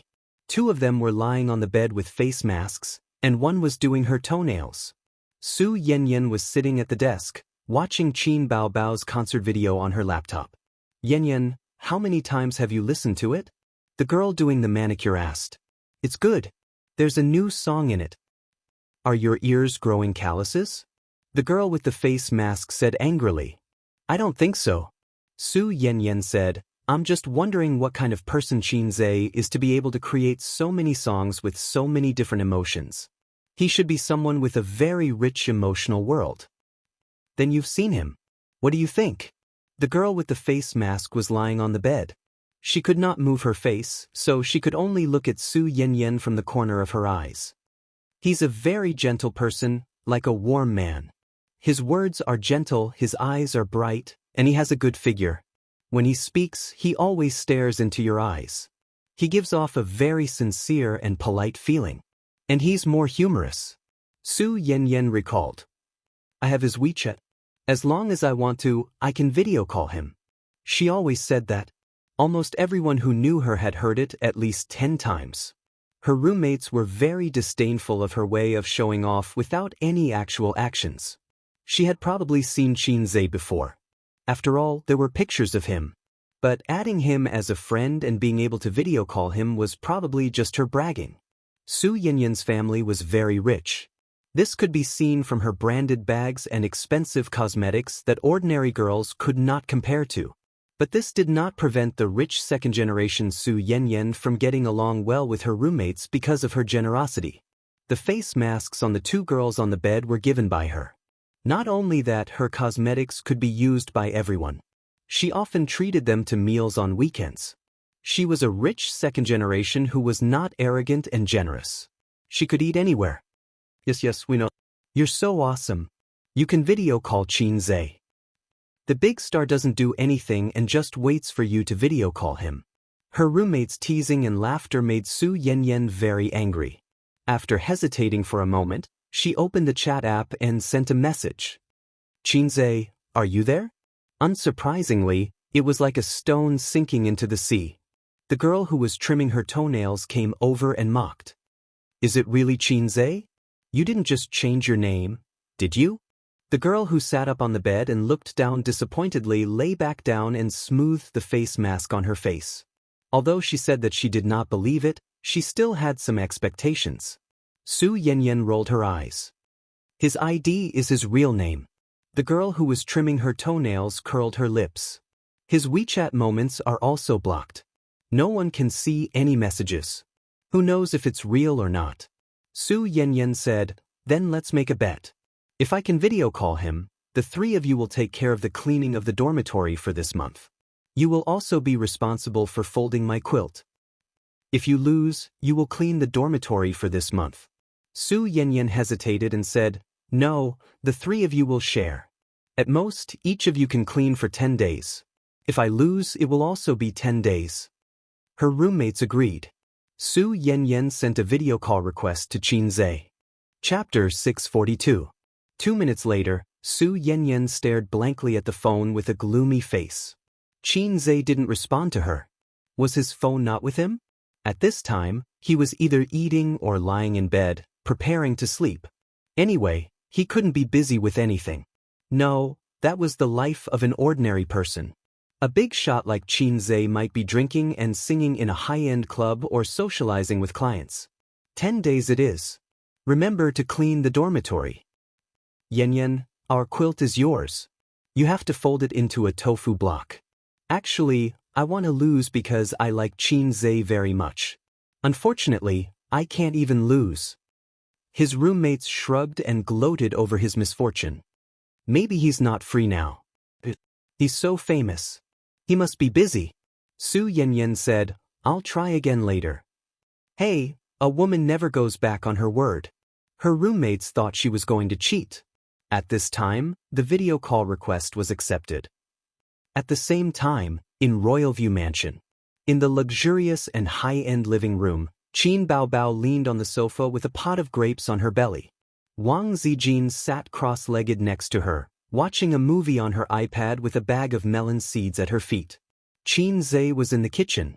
Because his sister wanted to eat fruit platter, and Wang Zijin wanted to eat mango smoothie, and because the 2 sisters were the strongest, Xianxia had to do the work. I'll do the hard work and leave the enjoyment to my sisters. Ding ding dong dong. Xianxia's phone on the coffee table rang. Someone started a video call. Note, Su Yanyan. Qin Baobao glanced at the phone. Her eyes were very concerned, but her tone was calm. Oh, it's a woman. Wang Zijin glanced at the phone and felt that the name was familiar. But she couldn't remember it for a while, so she said, yes. Then those who were watching movies continued to watch movies and those who were eating grapes continued to eat grapes. In the end, Qin Baobao couldn't hold it in anymore. She propped herself up and took the phone. If anything happens, I can inform Ace. Wang Zijin immediately nodded. Then hurry up and pick it up. Hence, Qin Baobao clicked confirm. It's connected. It's connected. Su Yanyan shouted excitedly. Whoosh. There was the sound of chairs moving and people jumping off the top bunk. His 3 roommates rushed over excitedly. In the video, the person who appeared was not Xianxia, but a sharp oval face. Her eyes were soft and seductive. If she put on eyeshadow, she would be a vixen who could turn the world upside down. Wow, Qin Bao Bao. She's so pretty. She's barefaced. The girls exclaimed excitedly. Can you imagine? Being in a video call with a big star is even more exciting than seeing a live star in real life. In reality, there were many opportunities to meet big stars, such as commercial performances, concerts, variety shows, and so on. But who had ever video called a celebrity? It was just a video call between friends. In the video, Qin Bao Bao was stunned for a moment. Clearly, she did not expect there to be so many girls here. Then, she took a closer look at Su Yanyan. She did not know if it was an illusion, but Su Yanyan felt that Qin Bao Bao was obviously relieved. Who are you? Qin Bao Bao looked at the girl who looked delicate at most. My name is Su Yanyan. Su Yanyan said cautiously. Is Xianxia here? Yes, but he's busy. What's the matter? No, nothing. Nothing? Video call? Su Yanyan was speechless. That's it. Little girl, call me another day. Bye. The video call was ended by Qin Bao Bao in a crude and simple way. She was different from her hypocritical younger brother. She would never force herself to smile. No matter how this girl met Xianxia, she was a love-struck fool. Qin Bao Bao had confirmed her looks and knew in her heart. She could not be bothered to continue talking nonsense with her. She was not like Xianxia. Even if he was annoyed and did not value you, he would still smile gently at you and pretend to care about you. It was to show his moral character as a socialist successor. This was what mediocre people always did. The more mediocre a person was, the more they cared about showing their moral character. This was because they could only rely on this method to win the approval of others. Therefore, the pride of geniuses and the gentleness of mortals were all reasonable. The video call ended, but the girl's excited expressions did not change. She's so beautiful even without makeup. Wow, the siblings are really living together. I saw Qin Bao Bao just now. Oh, I didn't have time to take a picture. What a loss. Su Yanyan said carefully, well, does this count as my win? The excitement and enthusiasm suddenly faded. Her roommates quietly turned around. Where's Xianxia? I didn't see him. We won if you didn't see him. 10 days of hygiene. Don't forget to fold your blanket. They quickly unified their statements. Su Yanyan was speechless. It's a little girl. Qin Bao Bao put the phone back on the coffee table, looking relaxed. I know this person. Wang Zijin said, I met her when I went to Luoshui City to donate supplies. Her father and A's are business partners. Her name is Su Yao. Qin Bao Bao said casually, oh, who is Su Yao? She did not know him. If this girl was beautiful, she was going to ask Xianxia why he gave her his WeChat account. But she was only pretty. Her cousin, Su Yu, was much prettier than her. At 11 o'clock in the evening, Xianxia reluctantly left the room and sneaked into his sister's room. He turned around and quietly closed the door. Is Zijin asleep? His sister, who was lying on the bed reading a book, asked casually. She should be asleep at this time. Xianxia quickly got onto the bed. Why didn't you come over? Why did you have to make me come over? Is your bed more comfortable than mine? Qin Bao Bao said self-righteously. Xianxia thought to himself, this is different. You take the initiative and I take the initiative. The nature is completely different. The former makes me look more charming. The latter makes me look more perverted and wretched. He climbed into his sister's bed in the middle of the night. In ancient times, boys and girls were not allowed to sleep together at the age of 7. It was almost the same now. After elementary school, there were very few siblings who continued to sleep in the same bed. Not to mention that the siblings were 24 and 26 years old. It was simply outrageous. Therefore, Qin Bao Bao would find excuses every time, such as that they had not chatted for a long time and reminisced about their childhood. Then, she would climb into her brother's bed openly. In ancient times, this was called Chu Shi Biao. Didn't Big Brother Kongming talk for a long time just to give him a good reason? The two of them pretended to talk about company matters for a few minutes. Qin Baobao was going to Shen City to hold a concert next month. So, they talked about this topic for a while. Until Qin Baobao turned off the lights and said that she was going to sleep. Qin Zhe once again felt his sister's soft body and hot curves up close. He fell asleep contentedly. The next day, when he woke up in the morning, Qin Zhe was not overflowing with energy. Fortunately, otherwise, he would not be able to explain. However, he would have to distribute his wealth in the next few days. With his physique, he would be full in 3 days at most. He seemed to understand Teddy's helplessness a little.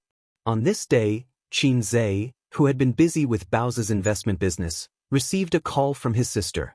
The program team of Superbrain had sent another invitation.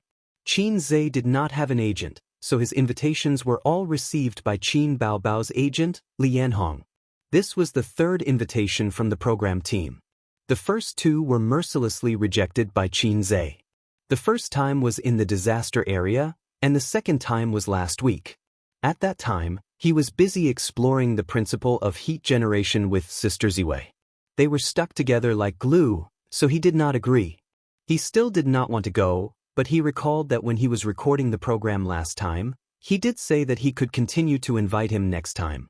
Well, the price of hypocrisy. Then accept it. I'm not busy recently. If he's a few days in advance, I'll still have to reject it, Qin Zhe said over the phone. Oh. His sister hung up. Qin Zhe held his phone and watched Superbrain. He was a guest in the first episode, and now, the show was already recording the 6th episode. The content of the first few episodes was mediocre. It was an elimination competition for the genius contestants. The last 2 episodes were quite exciting.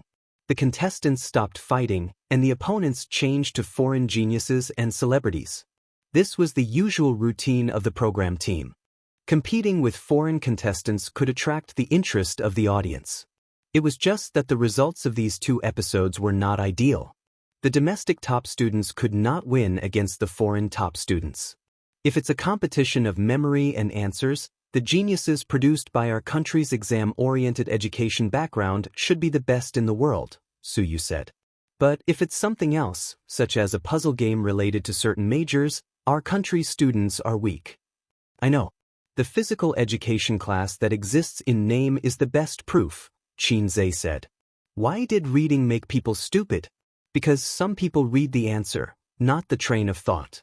Before university, our country's schools taught the answer. The teacher would teach you the formula and let you use it to solve the problem, but he would not teach you why to use this formula. He taught the process, not the train of thought. But in fact, when people come to society, what they need is the train of thought, not the answer. Some people have not read books, but their train of thought is flexible. Some people finish their masters and doctorates. They have a lot of knowledge, but their train of thought is short and narrow.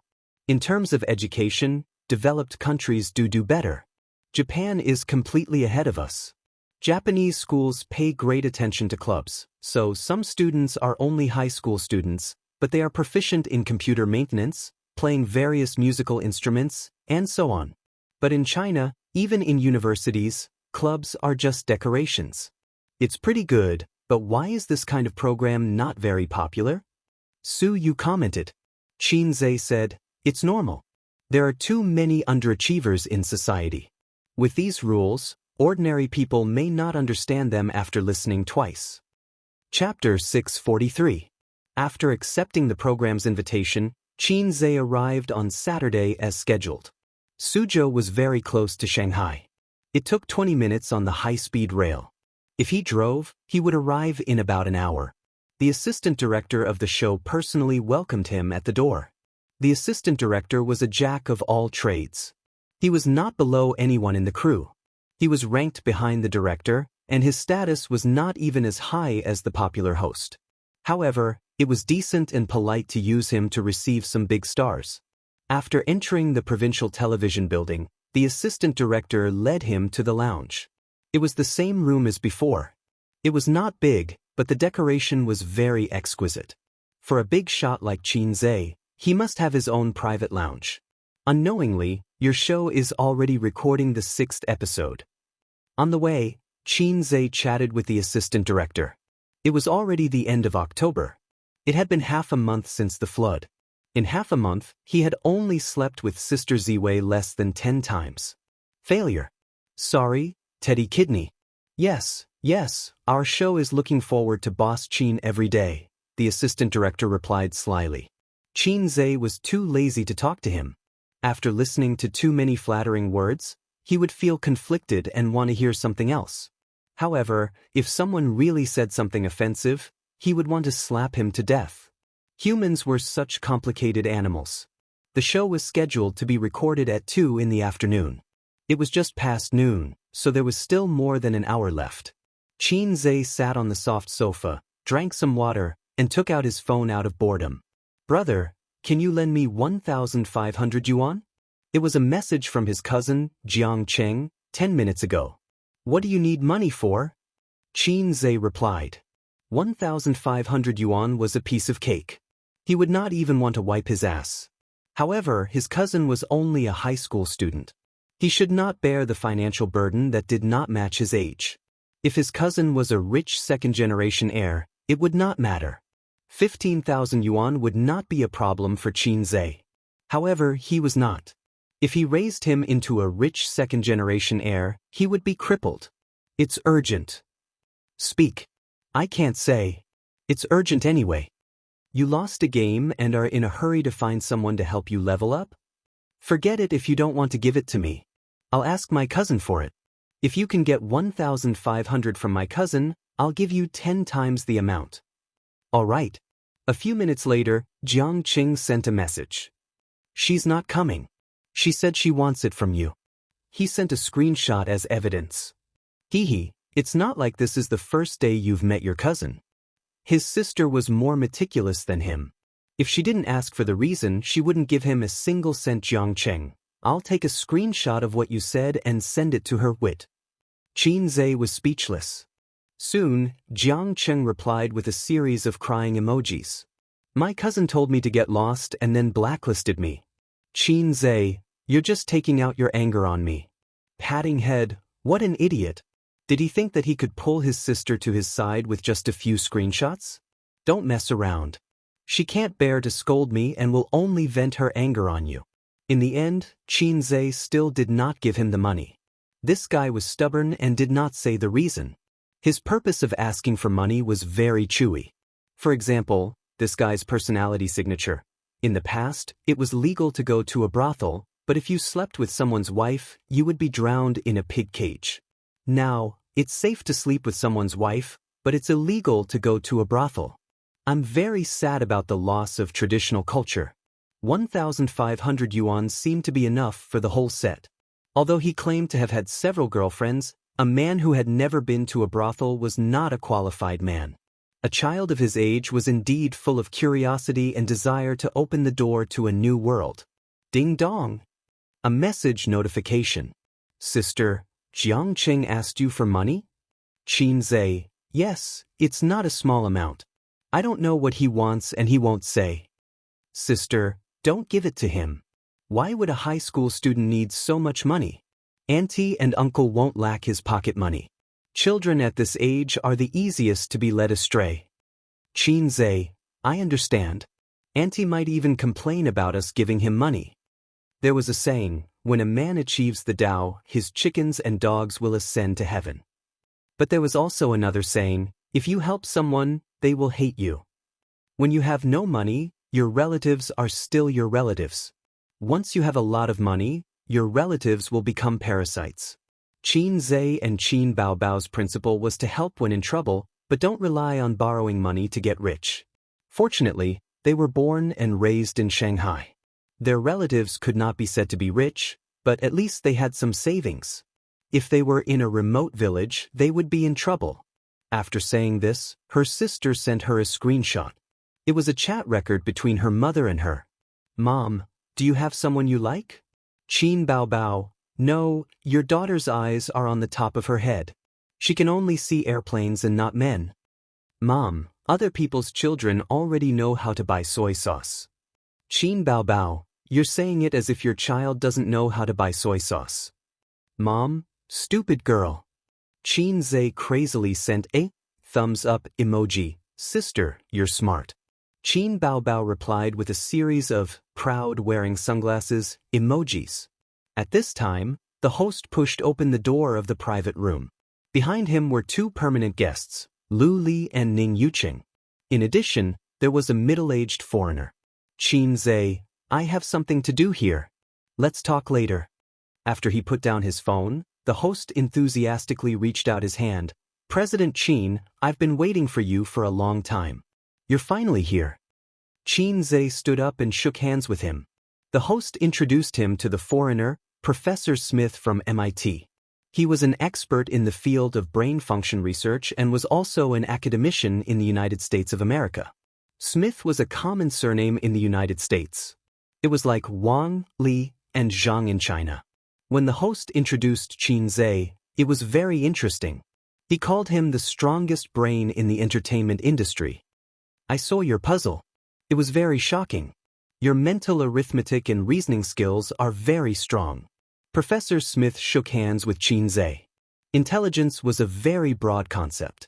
It included observation, memory, imagination, analysis, judgment, thinking, adaptability, and so on.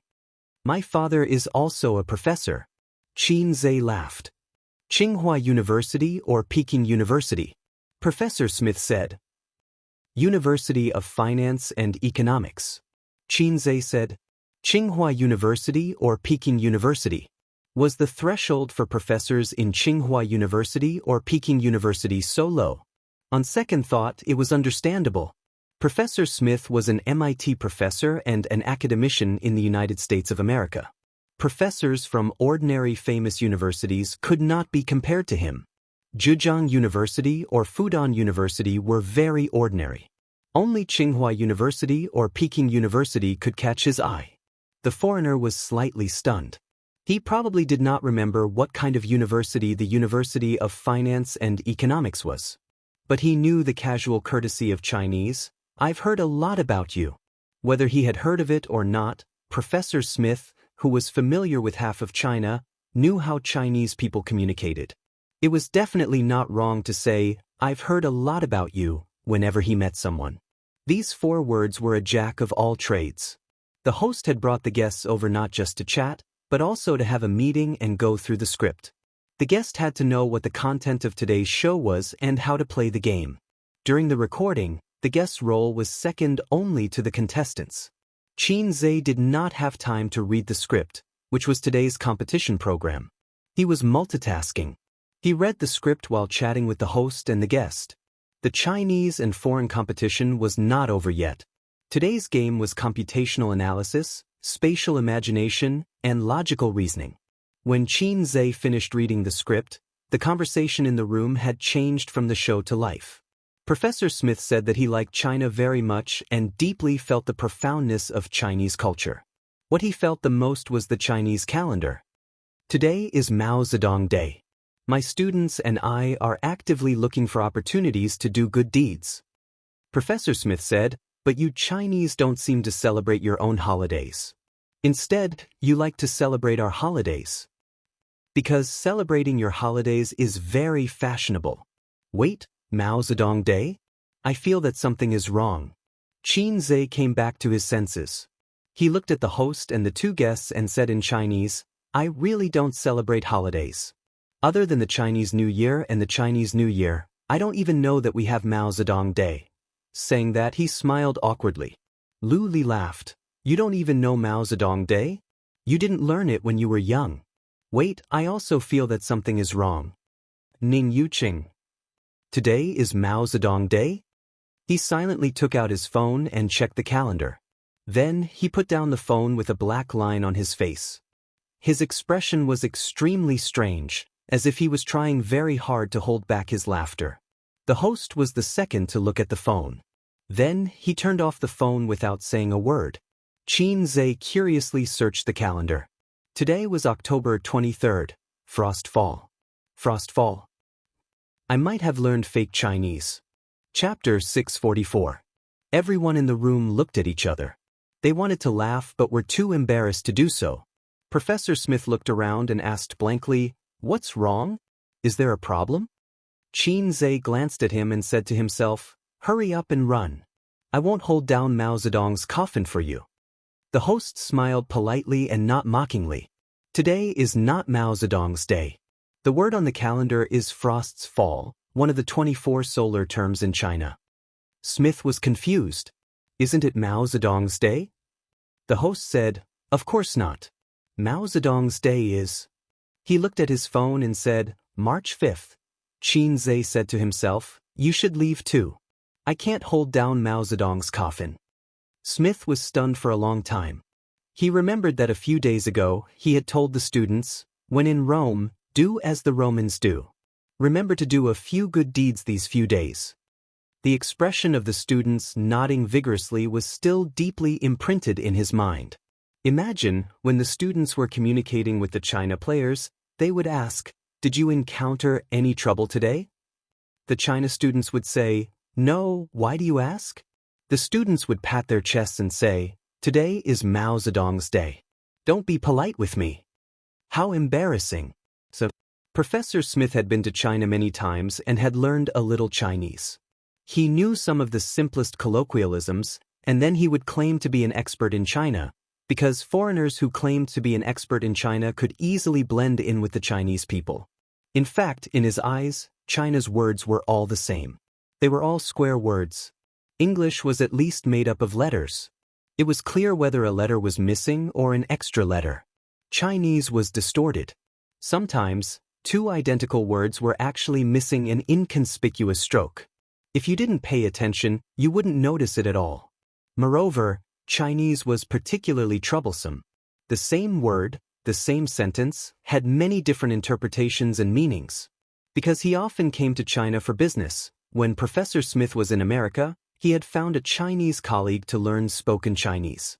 He learned Chinese pronunciation for a few days and felt that it was okay. It wasn't particularly difficult. He just had to memorize it. But when it came to grammar, his colleague said, "Since you're learning spoken Chinese, you must understand the meaning of other people's words when you communicate with them. This is a little complicated in Chinese, so I'll explain it to you slowly."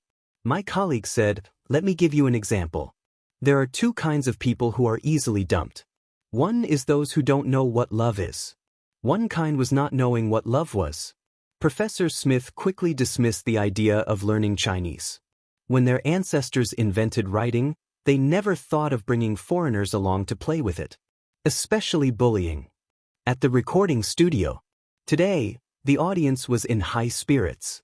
The tickets for this episode were especially popular. Before the recording of the show began, the production team announced that Xianxia would be returning to the show for this episode. The number of people who asked for tickets through their connections was several times more than the previous few episodes, and the demand could not meet the demand. This episode will be Xianxia, right? I really want to see him solve puzzles in person. That's why I'm here after watching the first episode. Then you probably won't be able to see it. If the first episode was an accident, then this episode's production team will definitely not allow it. The moment he appeared, all the limelight was stolen. Not necessarily. The production team might want this effect. Amidst the discussion, the audience took their seats. The lights, cameras, and everything was ready. The host specially introduced Professor Smith and Xianxia from MIT. When Hai Zhe King appeared, the audience was in an uproar and thunderous applause. It was no surprise to see the audience explode. In this showdown between China and China, there were 3 contestants from each side. The audience was already familiar with China's contestants, or at least their faces. However, it was the first time that the other contestants had appeared on this stage under the leadership of Professor Smith. They were handsome and had amazing resumes. For example, this young man named Henry had beautiful platinum hair, a high nose bridge, and deep-set eyes. When he introduced himself, he spoke 5 languages. This was so amazing that the audience exclaimed. Moreover, through his self-description in the short video, this guy was also an excellent pianist, knew how to draw, and knew magic. He was not a beginner, but a master. In contrast, the China contestants' resumes were much more ordinary. Excellent academic performance. Contestant Henry, I like Chinese culture very much. The thing that left the deepest impression on me is Chinese Kung Fu. It should have been a premeditated speech. This was the same as, I've heard a lot about you. It was a jack of all trades. However, he changed the topic and said, actually, I don't want to compete today because today is China's birthday. The host hurriedly interrupted, Professor Smith, is it like MIT and Harvard where many students are actually multi-talented? Henry was stunned for a moment. He was not used to being interrupted so suddenly. On the guest seat, Professor Smith silently breathed a sigh of relief. Yes, because the more fields you touch, the more helpful it is to develop your brain and thinking ability. The host said, amazing. Xianxia coughed and said, actually, it's not just foreign universities. Our country's university students are also becoming more and more versatile, like me. There was a burst of laughter. Lu Li joked, you're still a university student? Xianxia looked at her from the corner of his eyes and said pretentiously, I just graduated a year ago. Do you think it counts? Ning Yuqing laughed. Of course it counts. I agree with President Qin's point of view. Nowadays, not only schools, but even parents have begun to consciously cultivate their children's interests and abilities in all aspects. Xianxia said, when it comes to versatility, if I say I'm second, no one would dare to say they're first. The two of them began to flatter each other. Professor Smith asked curiously, can he sing? The guest laughed. The host said, more than that. He's the best songwriter in the entertainment industry, a famous actor, a famous singer, a film and television editor, and a financial scientist. Professor Smith was stunned. My God. The three foreign students whispered to each other. Lu Li said, actually, you should have heard of his works. I remember that Xianxia's opera too is very famous overseas. Ning Yuqing said, yes, the dolphin voice. Professor Smith said, of course. The foreign students suddenly understood and stared at each other in surprise. The audience laughed nonstop. Everyone's face was full of pride and satisfaction. Obviously, they were very happy to see the shocked expressions of the foreigners. Xianxia thought to himself, actually, I'm just doing the same thing as Xiao Ma. Ma Huadang started by copying ICQ, I started by copying songs. Ma Huadang became one of the richest people in the country by copying songs. I became one of the richest people in the entertainment industry by copying songs. Once again, it was proven that learning was useless and copying was reasonable. The first segment of the competition was to test the spatial imagination ability, a three-dimensional maze. The prop was a rectangular glass cabinet. It was a complete maze from top to bottom. It was the same for the left, right, front, and back. What the contestants had to do was to restore the three mazes to their original state and find the correct route through them. It was a test of spatial imagination, reasoning ability, and memory. The one who took the shortest time won. The Chinese contestant was called Xianxia. He was a student from Fudan University. To be able to participate in this show, he had to be one of the best. Ordinary students like his sister could forget about it. He wondered if his brother, Wu Guang, was participating in the show together or sitting in the audience as a group of relatives and friends. Xianxia was too embarrassed to ask this question. The two contestants observed around the rectangular glass cabinet. They would step into it from time to time and look up and down to think. This process was boring for the live audience, so they needed the guest to mediate. Ning Yuqing asked curiously, Boss Qin, if it were you, how long would it take? Xianxia said, this is more difficult. Restoring three mazes is a test of one's brain power. If it were me, 5 minutes would be enough. Ning Yuqing was speechless. You call this difficult? Lu Li suddenly said in surprise. Chen Xing went back. Our contestant ran back to his seat and began to draw the maze route on the table. But soon, the other contestant also returned to his seat and began to draw the route. Both contestants completed the first maze route and rushed back to the glass cabinet. They were racing against time. But when both contestants were left with only one maze route, the audience's tension was aroused. Whoever wanted to complete it would win. In the end, Chen Xing was the first to complete the maze route. When Henry was also done, the host announced, okay, now that both contestants are done, let's reveal the answer. Please look at the big screen. Both contestants were correct. But Chen Sheng took the shortest time, so he won this round. There was a round of applause. The second round was a test of logic and mental arithmetic. The program team divided the origami of the 3 animals into several pieces. The contestants only needed to piece the pieces together to complete the animals. Whoever took the shortest time would win. Compared to the previous round, the difficulty of this round was lower. However, it was more exciting because it was purely a race against time.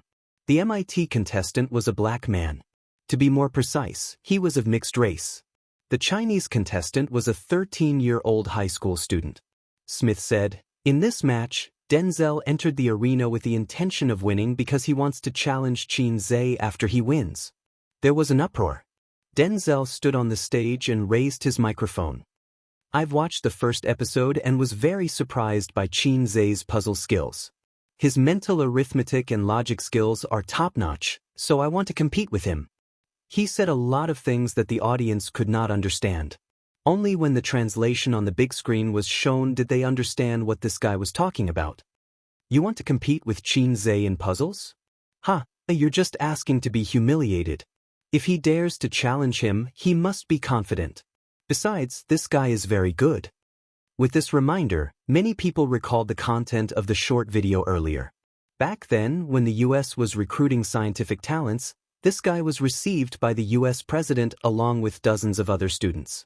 Although the US president was like a mascot that could be scolded by the citizens and met with difficulties in Hollywood, to be received by the US president, he was much more impressive than the geniuses from Tsinghua University, Harvard, and MIT.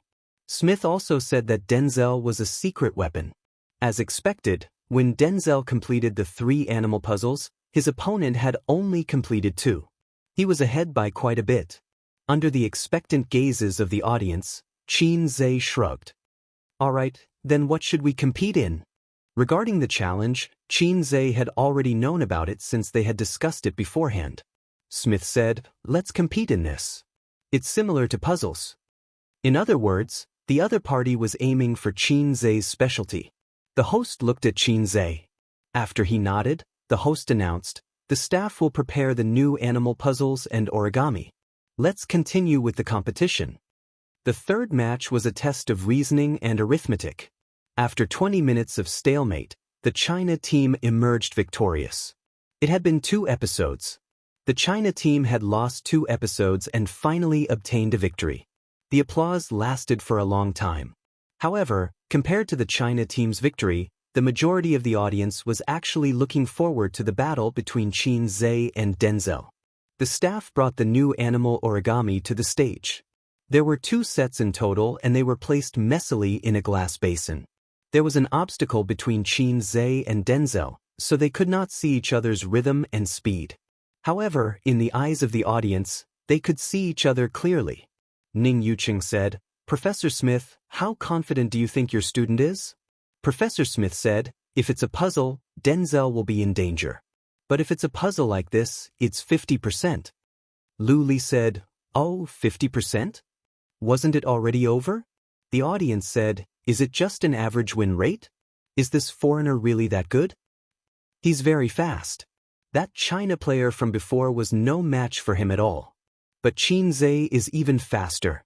After all, he's a fast shooter. Have you seen the video of him doing puzzles? That's a puzzle. It's not quite the same as this one." The host helped to count down the seconds. 3 seconds later, the 2 teams began. Xianxia and Denzel poured the origami pieces on the table at almost the same time. There were 3 animals, an elephant, a monkey, and a tiger. A total of 60 pieces. Due to his recent experience, Denzel was now in a better state. His gaze wandered back and forth between the original drawing and the fragments. The origami fragments were constantly being restored in his hands. In just 5 minutes, he had managed to identify all the fragments of the tiger from the 60 pieces and pieced them back together. Not long ago, he had spent 6 minutes on the same animal. This was even more difficult than a puzzle because other than piecing them together, he still had to identify them. The corners of his mouth curled up. He felt that his condition was getting better and better. His fighting spirit was high. After watching Xianxia's previous puzzle videos, He knew that he was a very good opponent. However, victory, beep. An ear-piercing whistle rang out. Denzel was stunned. This was the signal that the contestant took when he completed the task. Did he press the wrong button? In a daze, he raised his head and looked at the audience. Then, he realized that the audience also had a confused expression. However, unlike him, the audience was also shocked. "I'm done." Qin voice came from the next room. The partition was removed. Denzel saw the scene on Qin table. It had been pieced together. At this moment, the genius contestant who was received by the President of the United States was not only confused and aggrieved, but also suspicious. The host said, "All right, let's watch the replay on the big screen." The big screen played the entire process of Qin identifying and piecing the origami pieces together. His smooth and pleasing hand speed was once again replayed on the stage of Superbrain. As for the identification, it did not exist. After he poured all the pieces out of the glass basin, he glanced at them and pieced them together. He did not stutter or think. His movements were as smooth as a machine. Denzel was dumbfounded. "Is he bullying me?" Professor Smith's eyes widened. That's too fast." He found it hard to believe. Compared to the students who did not believe it at the beginning, he had witnessed the entire process. Moreover, he was a guest on this show. He knew that Qin did not practice in advance. It was all improvisation. As a professor in the field of brain research, Smith was shocked. Lu Li said, "He's most famous for being fast. Do you know his nickname?" After saying that, she turned to look at the audience. "Fast shooter." The audience was also very cooperative. The cheers of the fast shooter grew louder and louder. It was accompanied by clapping. Qin was speechless. "Cheap system, you can have the 10 points." Qin communicated with the system in his mind. "Although this is fake, I feel good about it." The system ignored him. Chapter 645. At 2 o'clock in the afternoon, Qin was lying on the big bed in the hotel, staring at the ceiling in a daze. Wang Zijin was sitting on the edge of the bed, dressed in an office lady's suit. Her hair was wet. She was pulling up her stockings, flesh-colored, covering her white feet, slowly going up, wrapping her bare feet, wrapped her slender calves, and then her round thighs. "I remember there is a kind of stocking that is worn around the waist," Qin said. "In the indescribable anime, you can often see that kind of stocking, but it seems that you have never seen it in reality, so Qin can't name it." "You're talking about the garter." Wang Zijin put the stockings on the bed and carefully flattened the wrinkles on the skirt. Yes, Qin said, "but I don't think I saw you and your sister buy that kind. The little sister with the garter is the most attractive. It's understandable that you know I don't have it, but how do you know your sister doesn't?" Wang Zijin squinted at him. "Didn't I wash your clothes?" Qin rolled his eyes. They had just finished their tryst, and 3 days had passed since the recording of Superbrain. Wang Zijin was never willing to discuss the plan to have a baby with him at home. She always felt that there was a thorn in her heart. She had no choice but to book a room in a hotel near the company, and then Qin held her and rocked the bed together, rocking and rocking until they reached Grandma Bridge. It was as if they were a golden couple. Unlike Su Yu, Wang Zijin asked to wear a work hat because she was not prepared to be frightened. Perhaps it has something to do with her lack of emotional experience. She just got a boyfriend and was in the period of love. Suddenly, she became a mother. She really couldn't adapt. Su Yu is different. Su Yu is 2 years older than her. At this age, it's time to have a baby. Time is not waiting for her. Nowadays, it's the most common idea to get married at 25 and have children the next year. In first-tier cities like Shanghai, it can be 2 or 3 years later. Wang Zijin tidied up her dress, shed her lazy and coquettish, and restored her ability and gentleness. Suddenly, she fell into Qin's arms and said, "I'm so tired, I want to sleep, I don't want to go to work." This combat power was worse than Su Yu. Su Yu could bear it for more than an hour, but Wang Zijin couldn't. She couldn't bear it in half an hour. She had to slow down first. Although they were both exercises, exercising on the bed was different from exercising under the bed. Both would make people pant and their legs go soft. Then I'll call the front desk and ask them to extend the hourly room to 1 day. Let's sleep here for a while. Xianxia stroked her hair. To be able to steal half a day of leisure. Wang Zijin smiled sweetly. She curled up in Xianxia's arms like a cat. Xianxia chuckled and reached out to unbutton her chest. Wang Zijin hurriedly pressed down. If you do this, I will go back to the company. Hei's king, who had yet to enjoy himself, sighed. Wang Zijin looked at him. Xianxia said, should I buy another girlfriend in the future? The inflatable kind. Wang Zijin gave him a coquettish supercilious look. Since she was going to sleep, she took off her clothes after all. Xianxia didn't go crazy. At most, he was just addicted to it. In fact, young people nowadays had a wrong understanding that the longer the time, the happier the woman would be. Nonsense, 10 minutes was enough. After a long time, the girlfriend would feel that the gaming experience was extremely bad. She would be grumpy and even kick you away. However, for the majority of men who only had 5 seconds, 10 minutes was a great challenge. Whether it was Su Yu or Wang Zijin, Xianxia was always in the process of rocking. Intermission. How's the company? Xianxia asked. Oh, you still remember to ask about the company's situation. Wang Zijin was full of resentment. Xianxia could help Tianfeng and Bao Zhe. Only her amethyst technology was ignored by Xianxia, which made Wang Zijin feel like an orphan. I don't understand. It's not the right profession. Xianxia shrugged. But you should ask the programmer to work harder. The first batch of VR equipment will be on the market soon. Soon, which was within half a year. With the blueprint, he could do whatever he wanted and shorten the long research and development process. I want virtual reality games to break through the single-player model. Bragging. There will be such a day. It can't be now, but it doesn't mean it can't be in the future. When the time comes, your amethyst will become a world-famous technology company. Yes, this is a good picture. I'll eat it first as a toast. As they chatted, Wang Zijin's voice gradually lowered. She closed her eyes and fell asleep. Xianxia didn't feel sleepy at all. He lay in bed and thought a lot until he saw the phone screen light up. His sister's call came in.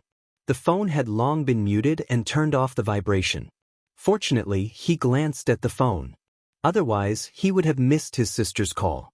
He carefully lifted the quilt and tiptoed into the bathroom. A 5-star hotel. The room was big. If he talked in the bathroom, he wouldn't wake Wang Zijin up. Sister. Xianxia answered the call. Jiang Qing ran away from home. His sister's tone was full of gossip. Got hit by uncle again? Xianxia laughed. Rebellious teenagers were always like this. They thought they had grown up and started to get impatient with their parents nagging. They didn't want to be controlled and thought that if their father hit him again, they would hit him back. They had never experienced the pressure of life, but they felt that life was just like that. They sneered at busy adults and looked down on rich people who drove cars. They liked to sit by the window and pretend to be depressed, as if they were adults with stories and worries. His uncle had a bad temper and would hit him when he was angry. The father and son had often fought. His aunt often lamented that Ace was so obedient, but when it came to her son, he became like this. What a joke! Don't you know how evil your brother is? With the combination of kindness and power, if Xianxia could still be rebellious and run away from home, then he would be the reincarnation of Neza. The last time he ran away from home, he even threatened to cut off all ties with his father. Was he playing the same trick again? Oh, no wonder he asked us to borrow money. He wanted to run away from home a long time ago, Xianxia said. This is even more interesting. Qin Baobao clicked her tongue and said, he didn't borrow money to run away from home. He wanted to abort his girlfriend's child. His sister's tone was quite sad. His cousin, who was almost 9 years younger, almost became a papa. She was still a virgin. Xianxia was stunned. If he received this call a year ago, he would have cried until he fainted in the toilet. He would have cried and howled, what use do I have for this iron rod? Mom told me. Qin Baobao said, Jiang Qing ran away from home yesterday. Until today, his phone was turned off. We asked around at his relatives and friends' houses but couldn't find him. My aunt called Mom, but Mom said she wasn't home. Then Mom called me. Wait, tell me clearly. Qin Zhe rubbed his temples. Jiang Cheng's girlfriend was in the same school as him. They were in the same grade and class. It was said that she was the prettiest girl in the class. The two of them got together in their first year of high school. It was spring. Spring was the season for animals to mate. They had plenty of pocket money on hand, so they found a youth hotel to experience the adult world. They were young. The boy only knew how to bang, and the girl only knew how to moan. The contraceptive measures were not good enough. Some time ago, the girl found that her period did not come. She checked online and found that she was pregnant. She panicked and felt that the sky was falling. If Qin Zhe knew that Su Yu or Wang Zijin were pregnant, he would be surprised and happy. But for a teenager, his girlfriend's pregnancy was definitely the end of the world. In fact, their relationship was classified as a secret relationship, because their parents would not allow it and the school would not allow it. No matter how times changed, the school's attitude in this regard had never changed. Once found, they would be expelled. The girl's pregnancy was not hidden from her parents. Her family exploded at that time. It was such a big matter, and a young lady like her would definitely not be able to keep her mouth shut and reveal everything. The other party's parents were still reasonable and did not make a scene at the school. After all, both parties had to bear the responsibility for this kind of thing. The girl would always be at a disadvantage. They made a scene at Jiang Cheng's house. Then the aunt's house also exploded. So she ran away from home to avoid responsibility? Qin Zhe said. I don't know. That's all I know. Qin Baobao's tone was not much worried. Instead, it was full of interest. In this kind of thing, the girl's family was the most troublesome. If this matter is not handled well, it will be very troublesome, Qin Zhe said. Now that she is missing and can't be found, how do we deal with it? Qin Baobao said, I heard from Mom that the girl's family is going to call the police. Chapter 646. Call the police? Qin Zhe sneered and said, Call the police to arrest Jiang Cheng? The police can't be bothered with this kind of thing. The police had no right to interfere. The other party was not a girl under 14 years old. Although 18 years old was considered an adult, there were many underage expectant mothers. Some were even working as streamers, which led to the trend of underage mothers. Of course, certain streamers were naturally interviewed and criticized.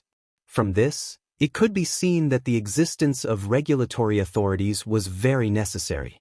The point is not to call the police. It means that the other party is hopping mad and is about to turn hostile, Qin Baobao said.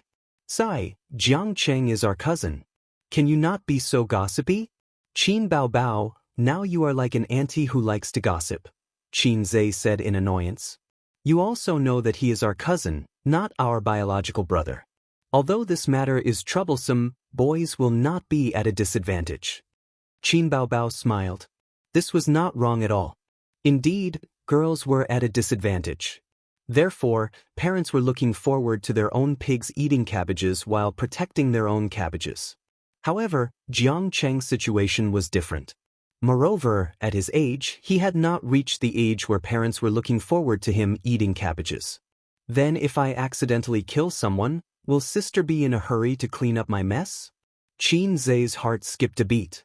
On the other end of the phone, Qin Baobao's tone took a 180-degree turn. She chuckled and said, Try it. I have already tried. Qin Zhe muttered in his heart and said, You called me not just to gossip, right? Yes, Mom asked me to inform you to pay attention and see if you can help, sister said. Qin Zhe chuckled and said, She is letting you do it. Aya, Ace is a man. You are the pillar of the family. Sister relies on you. Sister can't live without you. Qin Baobao kissed him twice on the phone.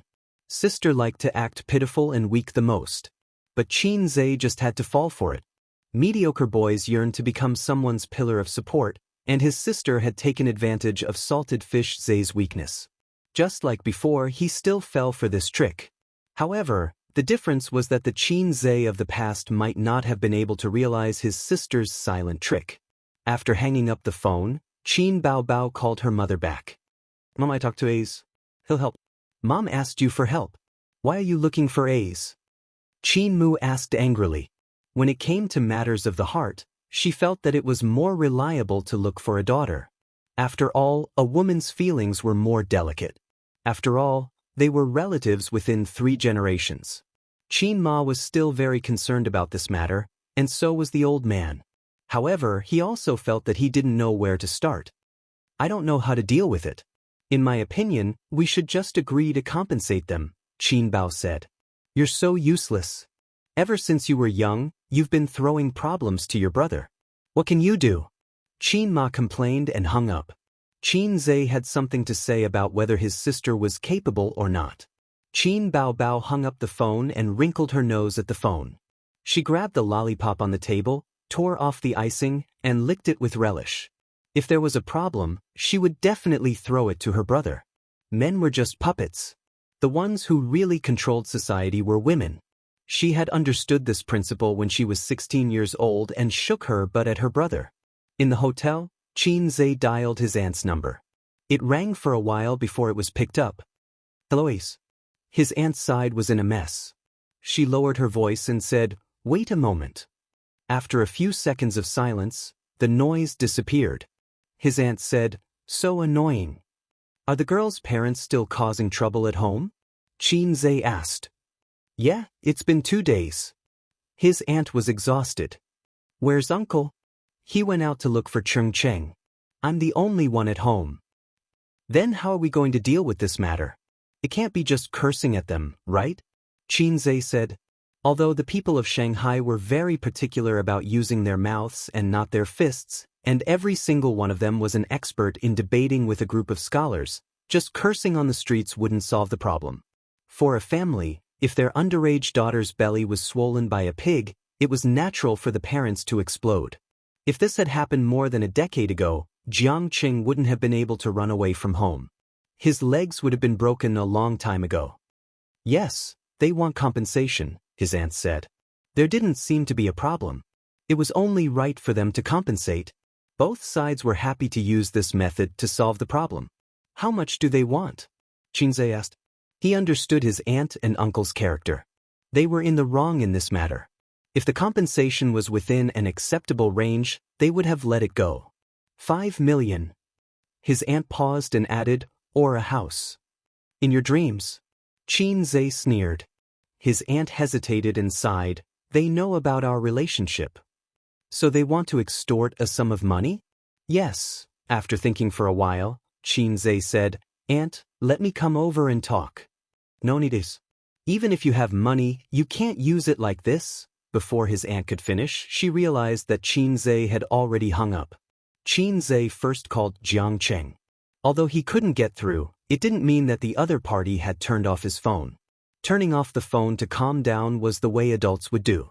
When faced with trouble, adults did need to calm down because they needed to think of a solution. As for little kids, their experience determined that they didn't have this mentality. At this moment, they might be in airplane mode, discussing life, relationships, and troubles with their best friends. "Where are you? If you don't reply in 5 minutes, I'll kill you."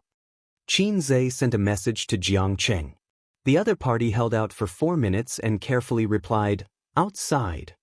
There was no reply. Still 5 minutes. 4 minutes later, Jiang Cheng shared his location. It was the location of a hotel. "Wait for me." Qin Zhe ended the conversation and wanted to say hello to Wang Zijin. The little sister was really tired. She was snoring softly with her mouth slightly open, which was especially attractive. Qin Zhe stared at her for a moment.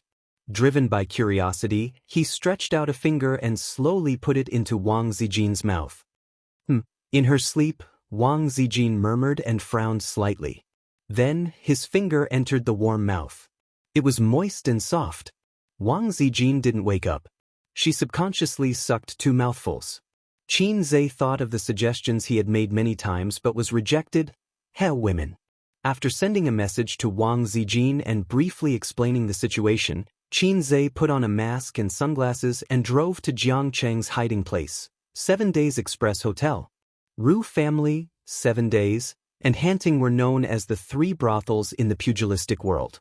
It was loved by a large number of young people. The number of young people who had shaken their beds here was enough to circle the earth 3 times.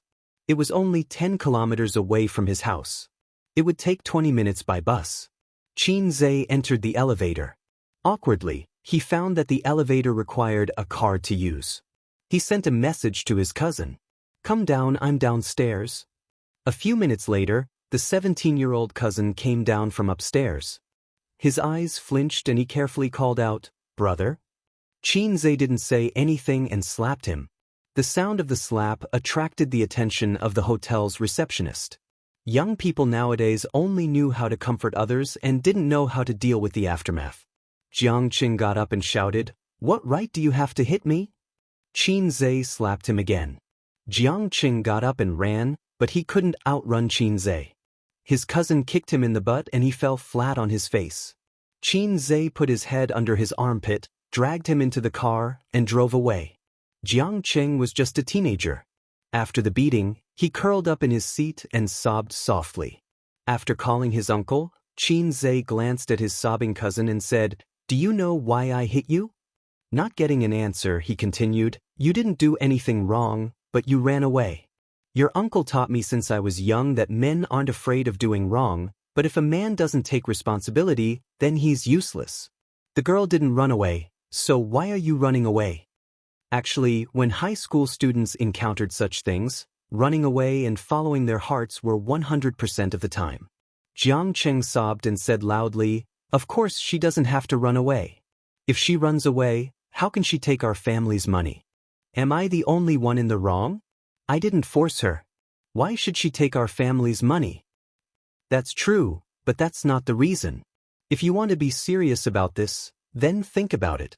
Why does a man have to buy a house and a car, pay a huge betrothal gift, and when they get divorced in the future, the family property has to be divided equally? Isn't marriage a matter between 2 people? Aren't 2 people supposed to live their lives together? Xianxia said. The teenager obviously didn't think about such problems and was speechless. You're a man. Some responsibilities have to be shouldered by you. A woman can be unambitious as long as she marries a good husband. But a man can't. I'm very disappointed with what you've done. Auntie has spoiled you. But my family doesn't have that much money. Not having money is one thing. We can talk about it and discuss it. But if you're afraid to admit your responsibility and run away from home, you'll seem like a failure. Besides, don't you have me? Xianxia suddenly cried. I ran away because I didn't want you to pay. I was the one who told her that my cousin was Xianxia. I was the one who bragged every day. When her parents found out, they asked for 5 million. Xianxia was stunned and scolded. Then all the more we should talk. You should have called me long ago. Is running away useful? You can run away for a while, but you can't run away forever. Your parents are in a terrible fix at home and have to clean up your mess. Are you going to hide in the hotel with a clear conscience? After scolding with sharp words, his tone suddenly became gentle. Don't worry. I'm here. Xianxia was crying. Cousin, I was wrong. It wasn't easy to make a pretentious and rebellious teenager say, I was wrong. Xianxia thought that the old man's tricks were indeed dirty. Chapter 647. Xianxia had been tricked by his father since he was a child, so he was very familiar with the trick of giving a carrot after a stick. For example, when he was in elementary school, Xianxia fought with a female classmate and lost. The teacher called both parents to the school. In the teacher's office, Xianxia, who lost to the female classmate, was beaten by his father again. The scene was so shocking that the other party's parents couldn't help but feel pity. In the end, it was the teacher who saved Xianxia. In fact, the old man was very measured. Although it looked like he was beating him up with great momentum, it would only hurt and not hurt him. Do you know why I beat you? The old man asked the same question at that time. It's not because you fought, but because you fought with a girl. The old man lectured him for 10 minutes. In modern words, men should f*ck other men. Only sissies can f*ck women. He successfully guided little Xianxia to turn the feeling of, Dad only beats me into, Dad beat me because he wants me to be successful and always stands on the same side as me. If Xianxia's childhood was just a feather duster, then he must be a rebellious youth now. The old man perfectly crushed the seed of rebellion in Qinzhe's heart. As the saying goes, the son inherits the father's medicine. Qinzhe perfectly inherited this from the old man. In an instant his rebellious cousin was completely under his control. This time, you acted too hastily. Study hard in the future and don't have a girlfriend before college. Do you understand? When you go home, apologize to mom and dad. Qinzhe saw that he was silent and shouted, "Do you understand?" Jiangcheng was already very obedient. The car turned the traffic light and drove into the neighborhood. Qinzhe dragged his cousin in the direction of his aunt's house and asked curiously, "Your girlfriend? You two fell in love after a long time, right?" Jiangcheng said, "I don't know. Don't know." This was already the answer. Children who fell in love early, as long as their parents interfered, would almost only end up breaking up. Some particularly rebellious children might resist and intensify the family relationship to the freezing point. But the problem now was not that the parents forced them to break up, but that the girl asked for a huge compensation. In other words, even if Jiangcheng's friendship with Guanbao was true love, it should be over by now. When a man recalled the first woman who got pregnant for him but couldn't be with him, he would sigh that he met the right person at the wrong time. If it was Jiangcheng, he would probably sigh and lament that an embryo almost caused him to go bankrupt. She took the elevator upstairs. She was still at the door when she heard the quarrel inside. The corridor was quiet. No one was there to watch the show. This was the good thing about a big city. The indifference between neighbors was actually a good thing at this moment. If this happened in a small county or village, and their dirty linen was aired in public, they would be done for. Your glorious deeds can be passed down for years to come. 5 million, not a cent less. Otherwise, we'll go to school. A man shouted, "Stop pretending. Do you think your family doesn't have money? If you don't have money, then sell the house. My daughter has suffered so much. If you don't get satisfactory compensation, I'm not done with you." Following that, a woman's voice continued to clamor. Jiangcheng's face darkened as he clenched his fists tightly. "Look at the trouble you've caused," Qinzhe scolded. "My parents don't need to pay. I can lend them money myself," Jiangcheng said. "How much money can you borrow?" Qinzhe snorted. "I can borrow tens of thousands." "So much?" Qinzhe didn't believe it. For a child who didn't always have a stack of $100 bills in his wallet, borrowing tens of thousands was as difficult as an adult borrowing hundreds of thousands. "Jack Ma will lend it to me," Jiangcheng said confidently. "I can only apply for spending and borrowing." Qinzhe, "Idiot, you're still half a year away from 18 years old. It would be strange if Jack Ma lent it to you." "No, the key isn't whether Jack Ma will lend it to you or not. The key is that Jack Ma's loan business has become so popular. This isn't good. You have to know that when you stare at Jack Ma is also staring at you. Cut the crap. Open the door." Qinzhe slapped the back of his head. "Aren't you relatives of Qinzhe? Aren't you his aunt?" This little bit of money, accompanied by the sound of the door opening, the voice stopped abruptly. The living room of his aunt's house was facing the door. When Qinzhe saw the people in the house, they also saw Qinzhe and Jiangcheng, who had his head lowered. There were 5 people in the house. His aunt and uncle, a middle-aged couple, and a little girl with red and swollen eyes. The little girl was quite delicate and pretty. She had an oval face, fair and clean, and a slender figure. "Red guy, you dare to come back?" The middle-aged man was furious and glared at Jiangcheng. He looked fierce, but his heart was civilized. Sure enough, there was a fine tradition of Shanghai men arguing with women. Qinzhe was a little disappointed. He was looking forward to the middle-aged man teaching Jiangcheng a lesson. He would conveniently push Jiangcheng out. This way, he could turn the initiative into passivity and even turn the tables. In fact, Shanghai people didn't like to use force to solve problems. It didn't mean that they were weak, but that their methods were different. Many times, blindly attacking would not only ruin a good game of chess, but also make oneself unreasonable. For example, in the current situation, if both sides called their friends to fight, the problem would be easily solved. Qinzhe took off his mask and sunglasses, revealing his face, and said, Why don't we all sit down and talk? Seeing that it was him, the middle-aged couple's eyes lit up. The little girl also looked timidly at Xianxia. There's nothing to talk about. My daughter is only 17 years old. How do you expect her to behave? It's already very rational of us to sit here and talk calmly with your family about what your son has done. The woman said. The man then continued, abortion fees, nutrition fees, mental damage fees. Do you think it'll cost you more than 5 million? Besides, you don't lack money. The last sentence was directed at Xianxia. 5 million is indeed a drop in the bucket for me, Xianxia said. Right. That's right. The sooner we settle this, the easier it will be for both sides. My daughter is being bullied by your son. The couple's eyes lit up. 5 million and a house. Shanghai people valued 3 things the most: a house, social security, and a job. Shanghai people could be said to be one of the most independent groups of people in the country. The importance of reincarnation. The couple had discussed it beforehand. Although they hated each other at this point, there was no need to be angry. In terms of resolving this matter, if both sides' children were already adults and went to university, the best choice would be to get engaged. Xianxia was a thick thigh. Only by doing this would they be able to hold on to him.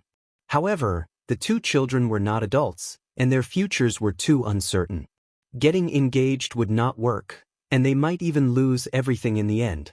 For example, in a few years, their daughter would fall in love with someone else, or Jiangqing would fall in love with someone else. At that time, it would be too late to bring up the old scores. It was better to take this opportunity to ask for a huge sum of compensation. What are you talking about? 5 million. What kind of wife can I buy with 5 million? The little aunt said angrily, don't even think about it. The little uncle's face was ashen. Ace, you go back first. We'll settle this matter ourselves. The woman snorted, fine, it doesn't matter who gives it. Your family can pay for it. The little uncle snorted coldly. He was a small businessman. Of course, he could take out 5 million. However, if he was injured, his business would not be able to continue. How would he survive? The little uncle would definitely not compromise with their method of extortion. At most, everyone would have to work together for a long time. The middle-aged woman said fiercely, then I'll go to your company and school every day to cause trouble. This meant that she wanted to rely on his family. Xianxia snorted, if you cause trouble at school, your daughter won't be able to get away with it. The middle-aged man immediately said, that can't be helped. Who told you to bully people like this? Xianxia pressed his hand, let's really talk this out. First, give me a reason for compensating you with 5 million. The middle-aged woman pulled her daughter in front of her and pointed at her, returning to the posture of a furious mother. My daughter is still underage but pregnant. How do you expect her to face others? Xianxia, you're a big star. Do you want to go back on your word? The middle-aged man glared at Jiangqing and said hatefully, I want to strangle this bastard. Xianxia spread his hands, but your daughter was willing, wasn't she? Everyone threatened her because of puppy love. But there's no reason for my aunt's family to bear the cost of your daughter's puppy love. Or should I say it more clearly, you didn't teach your daughter well and instead let others pay for your mistakes? On what basis? Go to school and cause trouble. Just as you said, I have money. I can find her a better school in minutes. What about your daughter? After she was expelled, do you have the means to let her go to a better school? You see, no matter what, we don't have to compensate you. The little aunt wanted to say something but was stopped by the little uncle's gaze. The middle-aged couple was shocked and angry. Their daughter was the one who suffered. They thought that with Xianxia here, the matter would be resolved quickly. Who would have thought that they would be bullied instead? Don't think that you can do whatever you want just because you're a rich star. Yes, we can't seek help from legal channels, but there's still the media. If this matter is exposed, your cousin will use his relationship with you to get an underage girl pregnant and abandon her.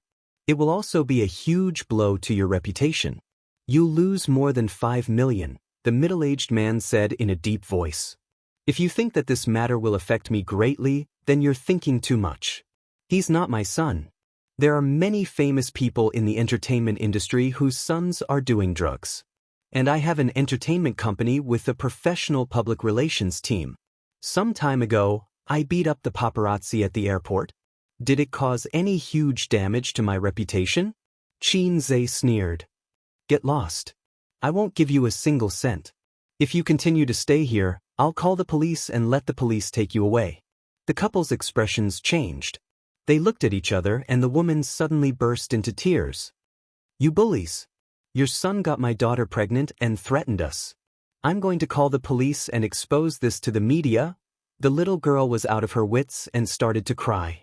The middle-aged man said, I'll contact the media now. Xianxia glanced at them and said to the little ant, call the police. Just say that it's a badger game. The little ant was confused and didn't understand. These two people know about Xianxia's relationship with me, so they colluded with their daughter to seduce an underage boy and extort 5 million. That's all you need to say. I'll take care of the rest, Xianxia said. The little ant widened her eyes and stared at Xianxia. There was such a thing? When did my honest A's become so dirty? The woman suddenly turned off the fire. The man glared at Xianxia, while the little girl looked timid. Xianxia ignored the family and said, I gave you face, but you don't want it. Do you think rich people can be extorted by you? If I didn't have any means or connections, how could I be so rich? It's not difficult for me to have you go to jail for a few years. Moreover, you did extort me. I think it's reasonable to say that you colluded beforehand. Seeing that they were terrified, Xianxia continued, I'll give you 2 options. 1, I'll give you 300,000 and you can scram as far as you can. Your daughter will transfer to another school and you're not allowed to have any contact with Xianxia. 2, I'll call the police now and send you to jail. The couple looked at each other silently. They could rely on the media and their daughter's pregnancy, but they couldn't rely on the law. In such a situation, according to normal logic, it was reasonable for them to ask for compensation. They just asked for a little more. But if Xianxia really wanted to use his power to bully others, then the logic of ordinary people would be useless. 500,000. The woman bargained. Xianxia pretended to take out his phone. 200,000 it is. I'll give it to you now.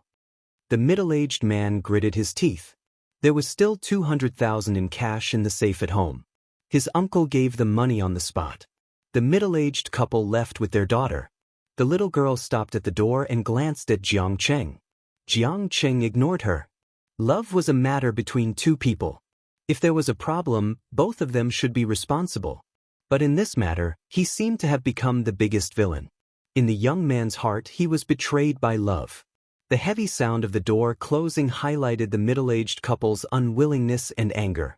Xianxia said loudly, Cousin, why should we give them money? Call the police and put them in jail. He felt that his cousin's previous method was better. Xianxia suddenly felt a surge of anger, and he slapped him to the ground. Ace, his aunt called. Do you know why I hit you? Xianxia said. Xianxia got up and said reluctantly, because of responsibility. Xianxia said, no matter what her parents did, the child in her stomach is yours. You have responsibility. If it's your responsibility, don't run away. Call the police and they'll make you ugly. You'll know. In his uncle's study, Xianxia and his uncle drank a few glasses of wine. Ace, this matter is all thanks to you, his uncle said. 5 million was impossible. It was impossible in this lifetime. But if Xianxia didn't come out to deal with it, their family would have a headache for a while. It's what I should do, Xianxia said. His father only had 2 aunts. When he was in trouble, if he could count on relatives, only relatives within 3 generations would help. He couldn't count on any further. Your aunt spoils him too much, his uncle complained. Xianxia thought to himself, you don't know how to teach your son either. When he was still in primary school, I said that I would throw him to Big Brother to teach, but your aunt didn't agree. His uncle sighed. Xianxia, how could she agree? My nephew's example is right here. He does things as he pleases. He doesn't study hard. He only wants to play and enjoy. He hasn't encountered any setbacks, Xianxia analyzed. Yes, his uncle agreed. He'll be fine in a few years. Society will teach him to work hard, Xianxia said. At Xianxia's age, his personality and thinking were already set. Normal education couldn't change him. But there were two ways to change him: the military and society. The former was hard education. Even a rock could be ground into powder. The latter was soft education. It could make you understand yourself correctly and work hard. Chapter 648. But who knows what kind of trouble he has caused in the past few years. I really want to beat this bastard to death. The uncle gritted his teeth. Well, I think you should teach him more about responsibility. Xianxia suggested. Although this cousin of his gave the elders a headache, he wouldn't cause any big trouble. This was purely an accident. If Jiang Cheng was a teenager with a bad character, Xianxia wouldn't beat him or scold him. He would only draw a clear line. And if there was no embryo, it wouldn't be a big deal. Lu Sun once said, "My biggest wish in life is to sleep with more women." Looking at the thousands of years of China's history, the most miserable were the two generations, 80-90. Let's not talk about the past, they got married early. Let's not talk about the future, they would only become more and more open. Only the 8,090 comrades were the most miserable in the long river of history. According to the information collected on the internet, 80-90's tragic self-narration, the 80s and 90s were the two generations with the most virgins and the last sexual experience. They cried silently in the toilet. The uncle said with emotion, "I really don't know how to do anything other than hit, but I see that big brother has been hitting you since you were young." Xianxia, little uncle's heart was pierced. Everyone in the Qin family circle of relatives knew that Comrade Qin Jianzhong was a son-crazy demon. If he wasn't beating his son, he was on the way to beating his son. Every time the relatives gathered, Xianxia would be teased, "Did you get spanked by dad today?" But that was when he was young. As he grew older, the number of times the old man hit him decreased exponentially. Now, if the old man still dared to hit him, Xianxia dared to say, "If you hit me, I will give your daughter an injection." But when he was a child, he did tremble under his father's crotch and tried his best to grow into a straight white poplar tree according to his father's ideas. Filial sons were born under the rod. This sentence made sense, but the price he paid was a little tragic. Xianxia's interest in chatting was summed up by his uncle's words. He waved goodbye dispiritedly. "Cheng, send your cousin downstairs." Little Aunt ordered. Jiang Cheng replied with an "oh," and silently followed Xianxia out. The two cousins entered the elevator in silence, and Jiang Cheng pressed the button for basement 1. "When did you get together with that little girl?" Xianxia asked. Jiang Cheng turned his head and looked at him carefully. He silently took a step back. "I'm asking you a question. I won't hit you." Xianxia rolled his eyes. "Cousin, it's not sex, it's love. Your words are so vulgar." Young boys and girls were like this. They saw love as a beautiful thing and could not accept explicit words like lover, slut, and cock-tyrant. In the adult world, this was called fun. Her husband laughed lewdly. "Little slut, I'll make you cry and call me daddy tonight." His wife laughed. "Come on, let's be merry. I love chicken crispy." If the young boys and girls heard these words, their mentality would collapse. After being glared at by Xianxia, he shrank his head and continued, "At the end of last semester, we signed up for the class teacher's holiday training class together. During the summer vacation, we started to get familiar with each other. We often took the subway home together. From time to time, I would treat her to food and milk. Her family is not very rich." Xianxia understood and nodded. After a while, a tortoise fell in love with a green bean. "She became your girlfriend and drank your milk." Jiang Cheng argued, "It's not a tortoise falling in love with a green bean. We were in love at that time." Xianxia chuckled and said, "Even after enrolling in the training class, your grades are still trash. Did your uncle report your class teacher?" When Xianxia was in high school, it was basic for teachers to open private classes. If there was a demand, there would be a market. All parents in the world wanted their children to become dragons and phoenixes, even if their children were bad students. In these years, the act of teachers opening private classes was prohibited. It was still the same sentence. If there was a demand, there would be a market. Private classes still existed, but there were fewer of them. They were low-key and hidden. I've improved from 30th place to 25th place. Jiang Cheng was unconvinced. Qin Zhe looked at him from the corner of his eyes. Grade. Jiang Cheng. Fuss. Qin Zhe sighed in exasperation. Trash, at least you have half of my Qin clan's bloodline. How can you be so useless? Your uncle is a university professor, your mother graduated from university, your cousin is a top student at Fudan University, and your cousin. I don't need to emphasize this. Jiang Cheng said weakly, you worked so hard to get into a garbage university? Garbage university? What the F***CK? For a Shanghai local, the difficulty of getting into a university was many times higher than that of students from other provinces. Qin Zhe slapped him against the wall of the car. He couldn't even buckle down. It's fine if your dad stabbed me in the heart, but a little puppy like you also came? Qin Zhe hated little puppies the most. They looked delicate and weak on the surface, but they were harder than anyone else. You said you wouldn't hit me. Jiang Cheng felt wronged. I'm too lazy to talk nonsense with you. Qin Zhe paused and went straight to the point. What I want to know is when you broke in. Jiang Cheng thought about it and understood. His face showed a man's pride. Cousin, in fact, getting a girlfriend is very simple. Take the initiative, spend some money, give some care and love, and it's easy to get a girl. Qin Zhe said angrily, you shut up. I don't know how to fall in love. Do I need you? I had a girlfriend in junior high school, but I'm smarter than you. I didn't cause any trouble. Jiang Cheng was stunned.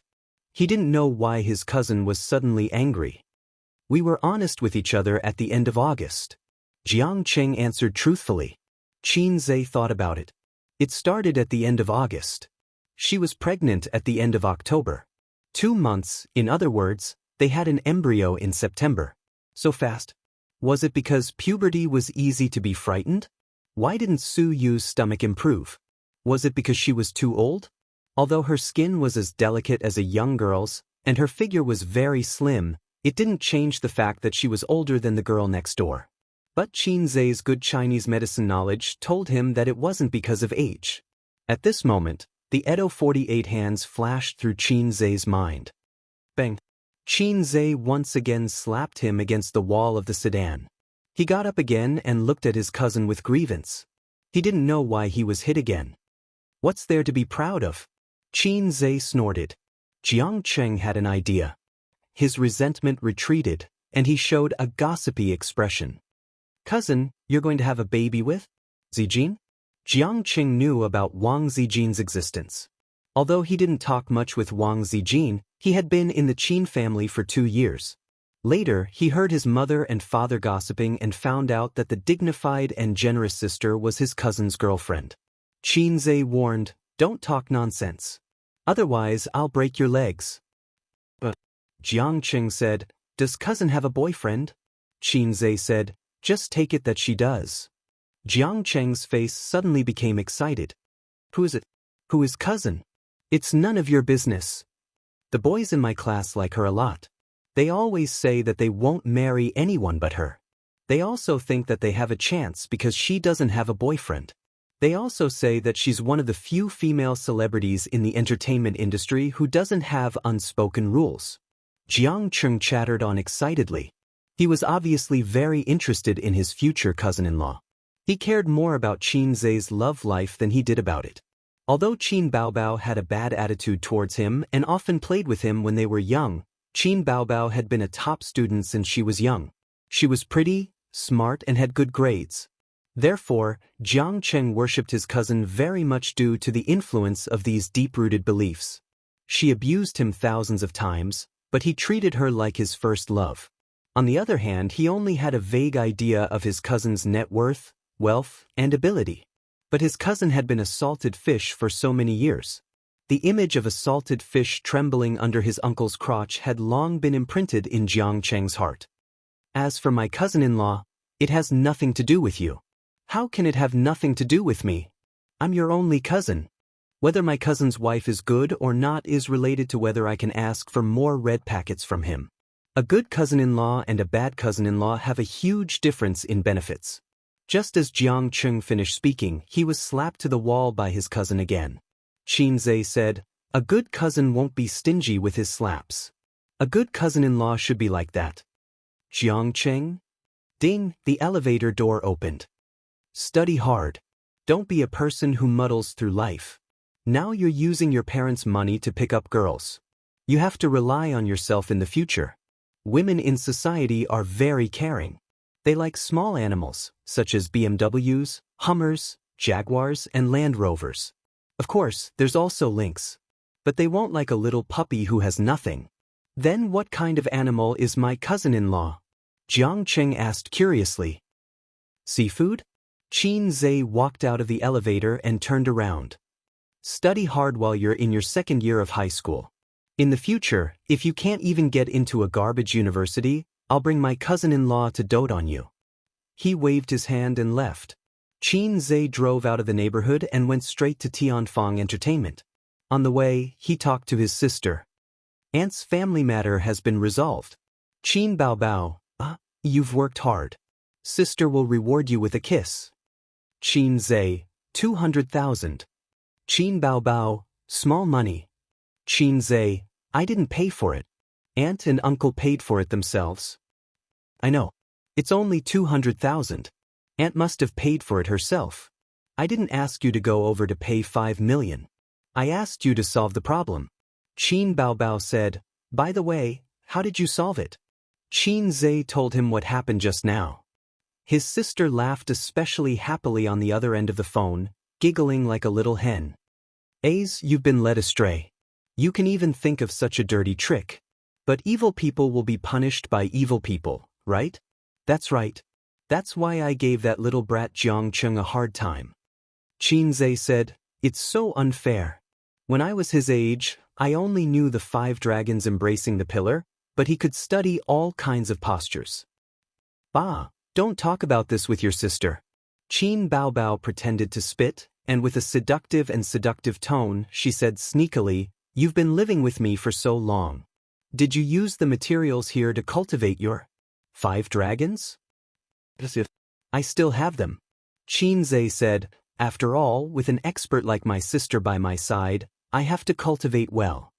Qin Baobao obviously didn't understand the last sentence. After a moment of silence, she asked tentatively, really? Don't worry. I've cleaned you up. There won't be any accidents like the swimming pool. Get lost. His sister roared and hung up the phone. Qin Zhe snorted. She said that he liked to flirt, but she was different.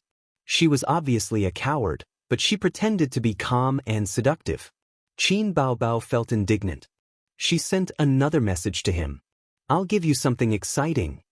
His sister's so-called excitement was at most a kiss on the lips. She probably felt that she was going to die from excitement. Qin Zhe ignored her. After the car stopped and they walked to the elevator, he replied, what kind of excitement? His sister replied instantly. She sent a picture. It was a contract. Qin Zhe swiped his finger across the screen and zoomed in on the picture. He saw the bold words, menswear. Qin Zhe asked, is this the contract from last time? Last year, when his sister had just become popular, this magazine had invited her to be the cover girl.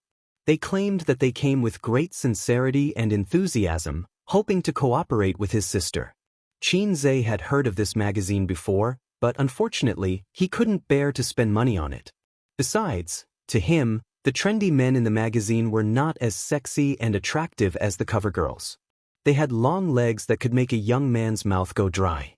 Later on, when he had money, he still didn't look at it because his sisters had helped him pick out his clothes. Not only did they like to shop for themselves, they also liked to help men shop. Qin Baobao replied, smile but don't say anything. Qin Zhe was speechless. Damn it, smile but don't say anything. Qin Zhe put his phone back in his pocket. The elevator happened to stop and he stepped into the office. When he didn't see his sister in the office, he asked the ordinary-looking assistant, where's President Qin? Xianxia's assistant subconsciously straightened his back and said respectfully, in the second conference room. What's the matter? Men's Clothing Magazine. Before Xianxia's assistant could finish, he realized that Qin Zhe had already left. Xianxia's assistant stood at the air vent of the air conditioner and felt the cold wind, feeling extremely miserable. I've really offended him unknowingly. Xianxia rushed to the second conference room and saw his sister, who was dressed in a formal suit, chatting happily with a middle-aged man wearing glasses. Noticing that he had entered, his sister winked at him playfully. The middle-aged man got busy and bent over to hand him a business card without hesitation. "Hello, President Qin." Xianxia nodded slightly and took the business card with both hands. He glanced at it and saw the words, Design Manager. He knew what was going on. "Since I was able to invite you this time, I'll be able to answer to my boss when I go back." The middle-aged man's face was full of smiles, showing his inner joy. "Actually, I've wanted to cooperate with your magazine a long time ago, but I wasn't confident back then." Qin Baobao smiled. Xianxia listened for a while and said, "I don't think it's necessary. Sister, you're going to hold a concert soon. It's more important to practice your new song, isn't it?" Qin Baobao smiled. Before she could say anything, the middle-aged man opposite her hurriedly interjected, "President Qin, it won't take much time. I believe it'll be a pleasant cooperation." Xianxia said calmly, "I'm busy, I don't have time." The middle-aged man was speechless. It was the same excuse again. Last year, when the company invited Qin Baobao, Xianxia simply said, "I'm busy, I don't have time," and sent the person sent by the company away. To hell with busy. Actually, the photo shoot wouldn't take much time at all. After all, many female celebrities were overjoyed to receive the company's invitation. It was a good opportunity to increase their fame. It was like gilding. When a female celebrity appeared on the cover of a magazine, her original diamond-studded cover would be gilded with a layer of gold. "President Qin, we have a mature and professional team and the best photographer. We can guarantee that the shoot will be completed smoothly and definitely won't delay your schedule," the middle-aged man said. It couldn't be helped. Qin Baobao was too popular, and her reputation was rarely high. Last year, the company held the mentality that if they cooperated, it would be a win-win situation.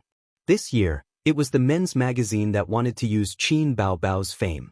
Qin Baobao had never done a photo shoot before. This was a great gimmick. Xianxia thought to himself, "Of course, I know you're professional. So professional that it makes people slightly hard." But it was because of this that he didn't agree with his sister being the cover girl. He didn't want his sister to wear a bikini to show off her long legs, deep cleavage, and cute belly button for others to see. How could he share the benefits of Hei's king with others? "Actually, I don't like this magazine very much and I feel that it's completely meaningless." "Don't misunderstand. I don't have any opinions about your magazine," Xianxia said. The middle-aged man's mouth twitched. "Don't misunderstand? No opinions? Then what do you mean by having opinions about our magazine?" His tone was slightly displeased. "But we've already signed the contract. Boss Qin, why don't you take a look?" Xianxia looked at his sister in shock. He knew that his sister also didn't like wearing revealing clothes in front of outsiders. She signed the contract just to provoke him? Qin Baobao smiled slyly and opened the contract to show him her beautiful handwriting. "Are you surprised? Is it exciting?" Xianxia, "Damn it. I don't care if you've signed the contract or not." Xianxia said with a dark expression. "I have money. What's the big deal about liquidated damages?" He glared at her and got up to leave. Qin Baobao panicked when she saw his terrible expression. She got up and grabbed his right hand. "Take a look at the contract first." Xianxia, "Let go of my ex-girlfriend." "The middle-aged man?" Qin Baobao said in a soft voice. "Sister was just joking. Ace, take a look at the contract." She had to act like an elder sister in front of others. Otherwise, she would have been hung up by now. Xianxia opened the contract in confusion and read 10 lines at a glance. He glared at his sister and said angrily, "Then I won't object." Chapter 649. Xianxia felt that he had overreacted. It was mainly because of the anger from his aunt's family. It made him irritable. Lu Sun said not to be anxious. "Take some medicine and it will not be a big problem. Look, a celebrity is a celebrity. It is worth learning." He spent a few minutes going through the contract and knew why his sister agreed to do the photo shoot. It was because the client had the right to choose the clothing requirements. That meant his sister could choose not to wear a bikini, show her cleavage, or stick out her white butt. Xianxia said, "This is not in line with your magazine's aim of stepping on the line." The cover of the men's magazine was more than enough to be the cover of a movie in Hong Kong in the 90s. But with the cover of art and fashion, everything looked very impressive. If the relevant departments were involved, everyone would say that you are backward and a country bumpkin. And similar behavior of stepping on the line would be suppressed very badly in other industries. For example, the young newspaper seller who would never have a recommendation in his life. He really wanted to curse him. It is already the best that Boss Qin agreed to do the photo shoot. We only ask that the clothes are not so conservative. The middle-aged man said. Sure, Xianxia agreed. He glanced at his sister as he spoke. His sister, who had telepathy with him, immediately understood what he meant and nodded slightly. Xianxia confirmed that there was nothing fishy about the contract and was relieved. He said, "When will the photo shoot start?" The middle-aged man said, "This is what I want to discuss with Boss Qin. Our magazine wants to do it as soon as possible. After all, time and treasure. But it depends on your time." "I understand. Time is money. So, the day after tomorrow?" Xianxia asked his sister. In this era, everything was about speed. Both parties did not want to delay. Make money fast. Eat fast. Write fast. Fast food delivery, fast letter, fast gunman. Even the woman who lost her footing wanted you to do it as soon as possible. His sister nodded. After sending off the middle-aged man, the siblings returned to the office. Xianxia lit a cigarette and said, "Men are quite patient with you." "Because I have the face." Qin Baobao raised her sharp face. She sat on the sofa with her legs together. Her long legs wrapped in silk stockings were tightly pressed together, and her face was tilted upwards to accentuate her full breasts. "They value you because the man behind you is me. If it were any other female celebrity, who would receive such treatment?" Xianxia's gaze swept over his sister's face and figure. He thought to himself, there are also breasts, legs, buttocks, and a small waist. She values you because the man behind you is me. If it were any other female celebrity, who would receive this kind of treatment? Xianxia said. Qin Baobao wiggled her butt. Xianxia blew out a mouthful of smoke at his sister. Seeing her frowning and waving her hands, he snorted, "Are you happy to be mischievous? Why didn't you say so earlier?" Qin Baobao retorted, "That's my own business." "It's none of your business." Xianxia said, "I don't care. I just don't want you to be scolded by Dad." Qin Baobao pursed her lips and moved her butt to his side. "I don't believe you." His sister's gaze seemed to be bewitching and teasing. Under her thick eyelashes, her eyes were sparkling. "It's up to you to believe it or not." "I don't believe it." "All right, it's indeed because of her own displeasure." Xianxia said, "In any case, I'm the one who slapped her until she grew up." Qin Baobao only rolled her eyes at him when he said that he didn't respect his sister, but it was the truth. At first, she was very resistant to being spanked. Later on, she got used to it and even felt quite good. Thus, in the countless times they had sex over the years, she had always been half reluctant. "By the way, there's something you need to deal with." Qin Baobao got up and walked to her desk. Her skirt wrapped around her round buttocks. There was a saying that a person's life was like a beautiful woman's buttocks.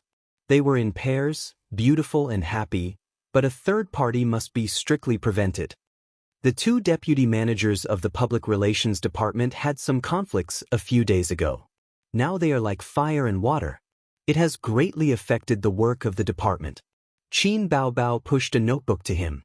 On it was the personnel list of the Public Relations Department. The names of the two deputy managers were circled in bright red. The manager of the Public Relations Department wants to dismiss one of them. The company has a rule that the transfer of the middle and senior management needs to be approved by the general manager, and the resignation and dismissal need to be approved by me. Qin Baobao said, "So I have a headache. Which one of them should I dismiss?" Xianxia held a cigarette between his fingers and tapped on the coffee table. He looked at his sister strangely and asked, "Did he come forward to mediate?" Qin Baobao looked helpless. "The manager of the Public Relations Department has mediated many times. I also came forward to talk to them once.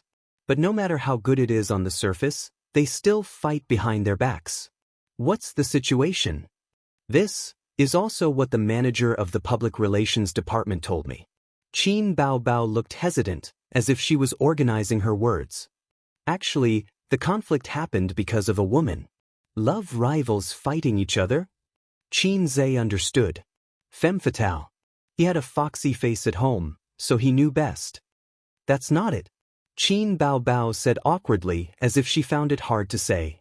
Say it clearly. Qin Zhe frowned. A few minutes later, Qin Zhe learned the general situation from his sister. The two deputy managers of the public relations department had a good relationship. After all, they were colleagues. Because Qin Zhe and Qin Baobao had monopolized power, there was less scheming and factional fighting. This was undoubtedly beneficial to the development of the company. Only a hack like Qin Zhe could build such a huge entertainment company. The two managers did break up because of a woman, and it was not a good woman, but, in ancient words, a goddess. Tianfeng Entertainment's benefits were very generous. Every month, there was a large amount of departmental activity funds for staff dinners, singing, and some indescribable activities. The two managers met a beautiful goddess in one of the activities and happily became kindred spirits. For a long time, when they entered the club, they would order 18, not Android 18. Both of them were very satisfied with 18. Normally, the strongest relationship between men was nothing more than going through windows together, carrying guns together, and protecting each other when they lost their footing together. The bad thing was that one of the guys was selfish. No one knew what he painted for 18, but she was willing to give up her job and become his mistress. The boat of friendship capsized just like that. The two managers began to find trouble with each other at work, scheming against each other. Because of personal grudges, their work was affected. Qin Zhe said in his heart, "This is a bit different from my understanding of femme fatale." "What do you mean?" he asked. "I read their work reports. The two of them are 50-50. They can fire anyone." Qin Baobao said, "But I have a phobia of choice." Qin Zhe didn't answer, but rubbed his chin and thought. As a salesperson, it's good as long as you care about performance. As a middle-level manager, you will inevitably be involved in the office scheming. As a boss, you have to learn to manage talents and mediate conflicts. Therefore, Qin Zhe's first reaction was to ask, is there any mediation, not to fire them. But since both sides chose to feign compliance, then the boss doesn't need to be polite. The boss also wants face. It must be that you, the boss, don't have any dignity. If I negotiate with them, they definitely won't dare to feign compliance. Hai Zhe King took the opportunity to ridicule Yingying Monster. Yingying Monster glanced at him coldly, and Salted Fish Zhe immediately laughed and said, "Not giving you face is not giving me face, so they must be fired." Qin Baobao smiled and hummed. It was indeed because she was not dignified enough. If Qin Zhe talked to them, no one would dare to feign compliance based on the reputation accumulated by the fast gunmen in Jianghu. Qin Baobao couldn't do it. Although she sang well and worked hard, Qin Zhe's light was too dazzling, and she herself was not very serious. It was easy to leave the impression of a vase, who became famous by relying on her younger brother and appearance. "Then I'll leave this matter to you." Qin Baobao took the opportunity to shift the responsibility. In terms of company management, 10 Qin Baobaos were not Su Yu's opponent. She also didn't have the consciousness of working hard. As long as the normal operation was stable, it would be fine. She didn't have to worry about expanding the territory. The most miserable should be Wang Zijin. She started from scratch like Qin Baobao, but she couldn't get help from Qin Zhe in daily management and operation because Qin Zhe himself was also a layman in internet technology. For this reason, she had to ask Su Yu for advice. "Don't be so troublesome. You can call the manager of the public relations department and dismiss the one who keeps a mistress." Qin Zhe said. "Oh." Qin Baobao sat up straight and asked shamelessly, "Why?" The business ability of the two deputy managers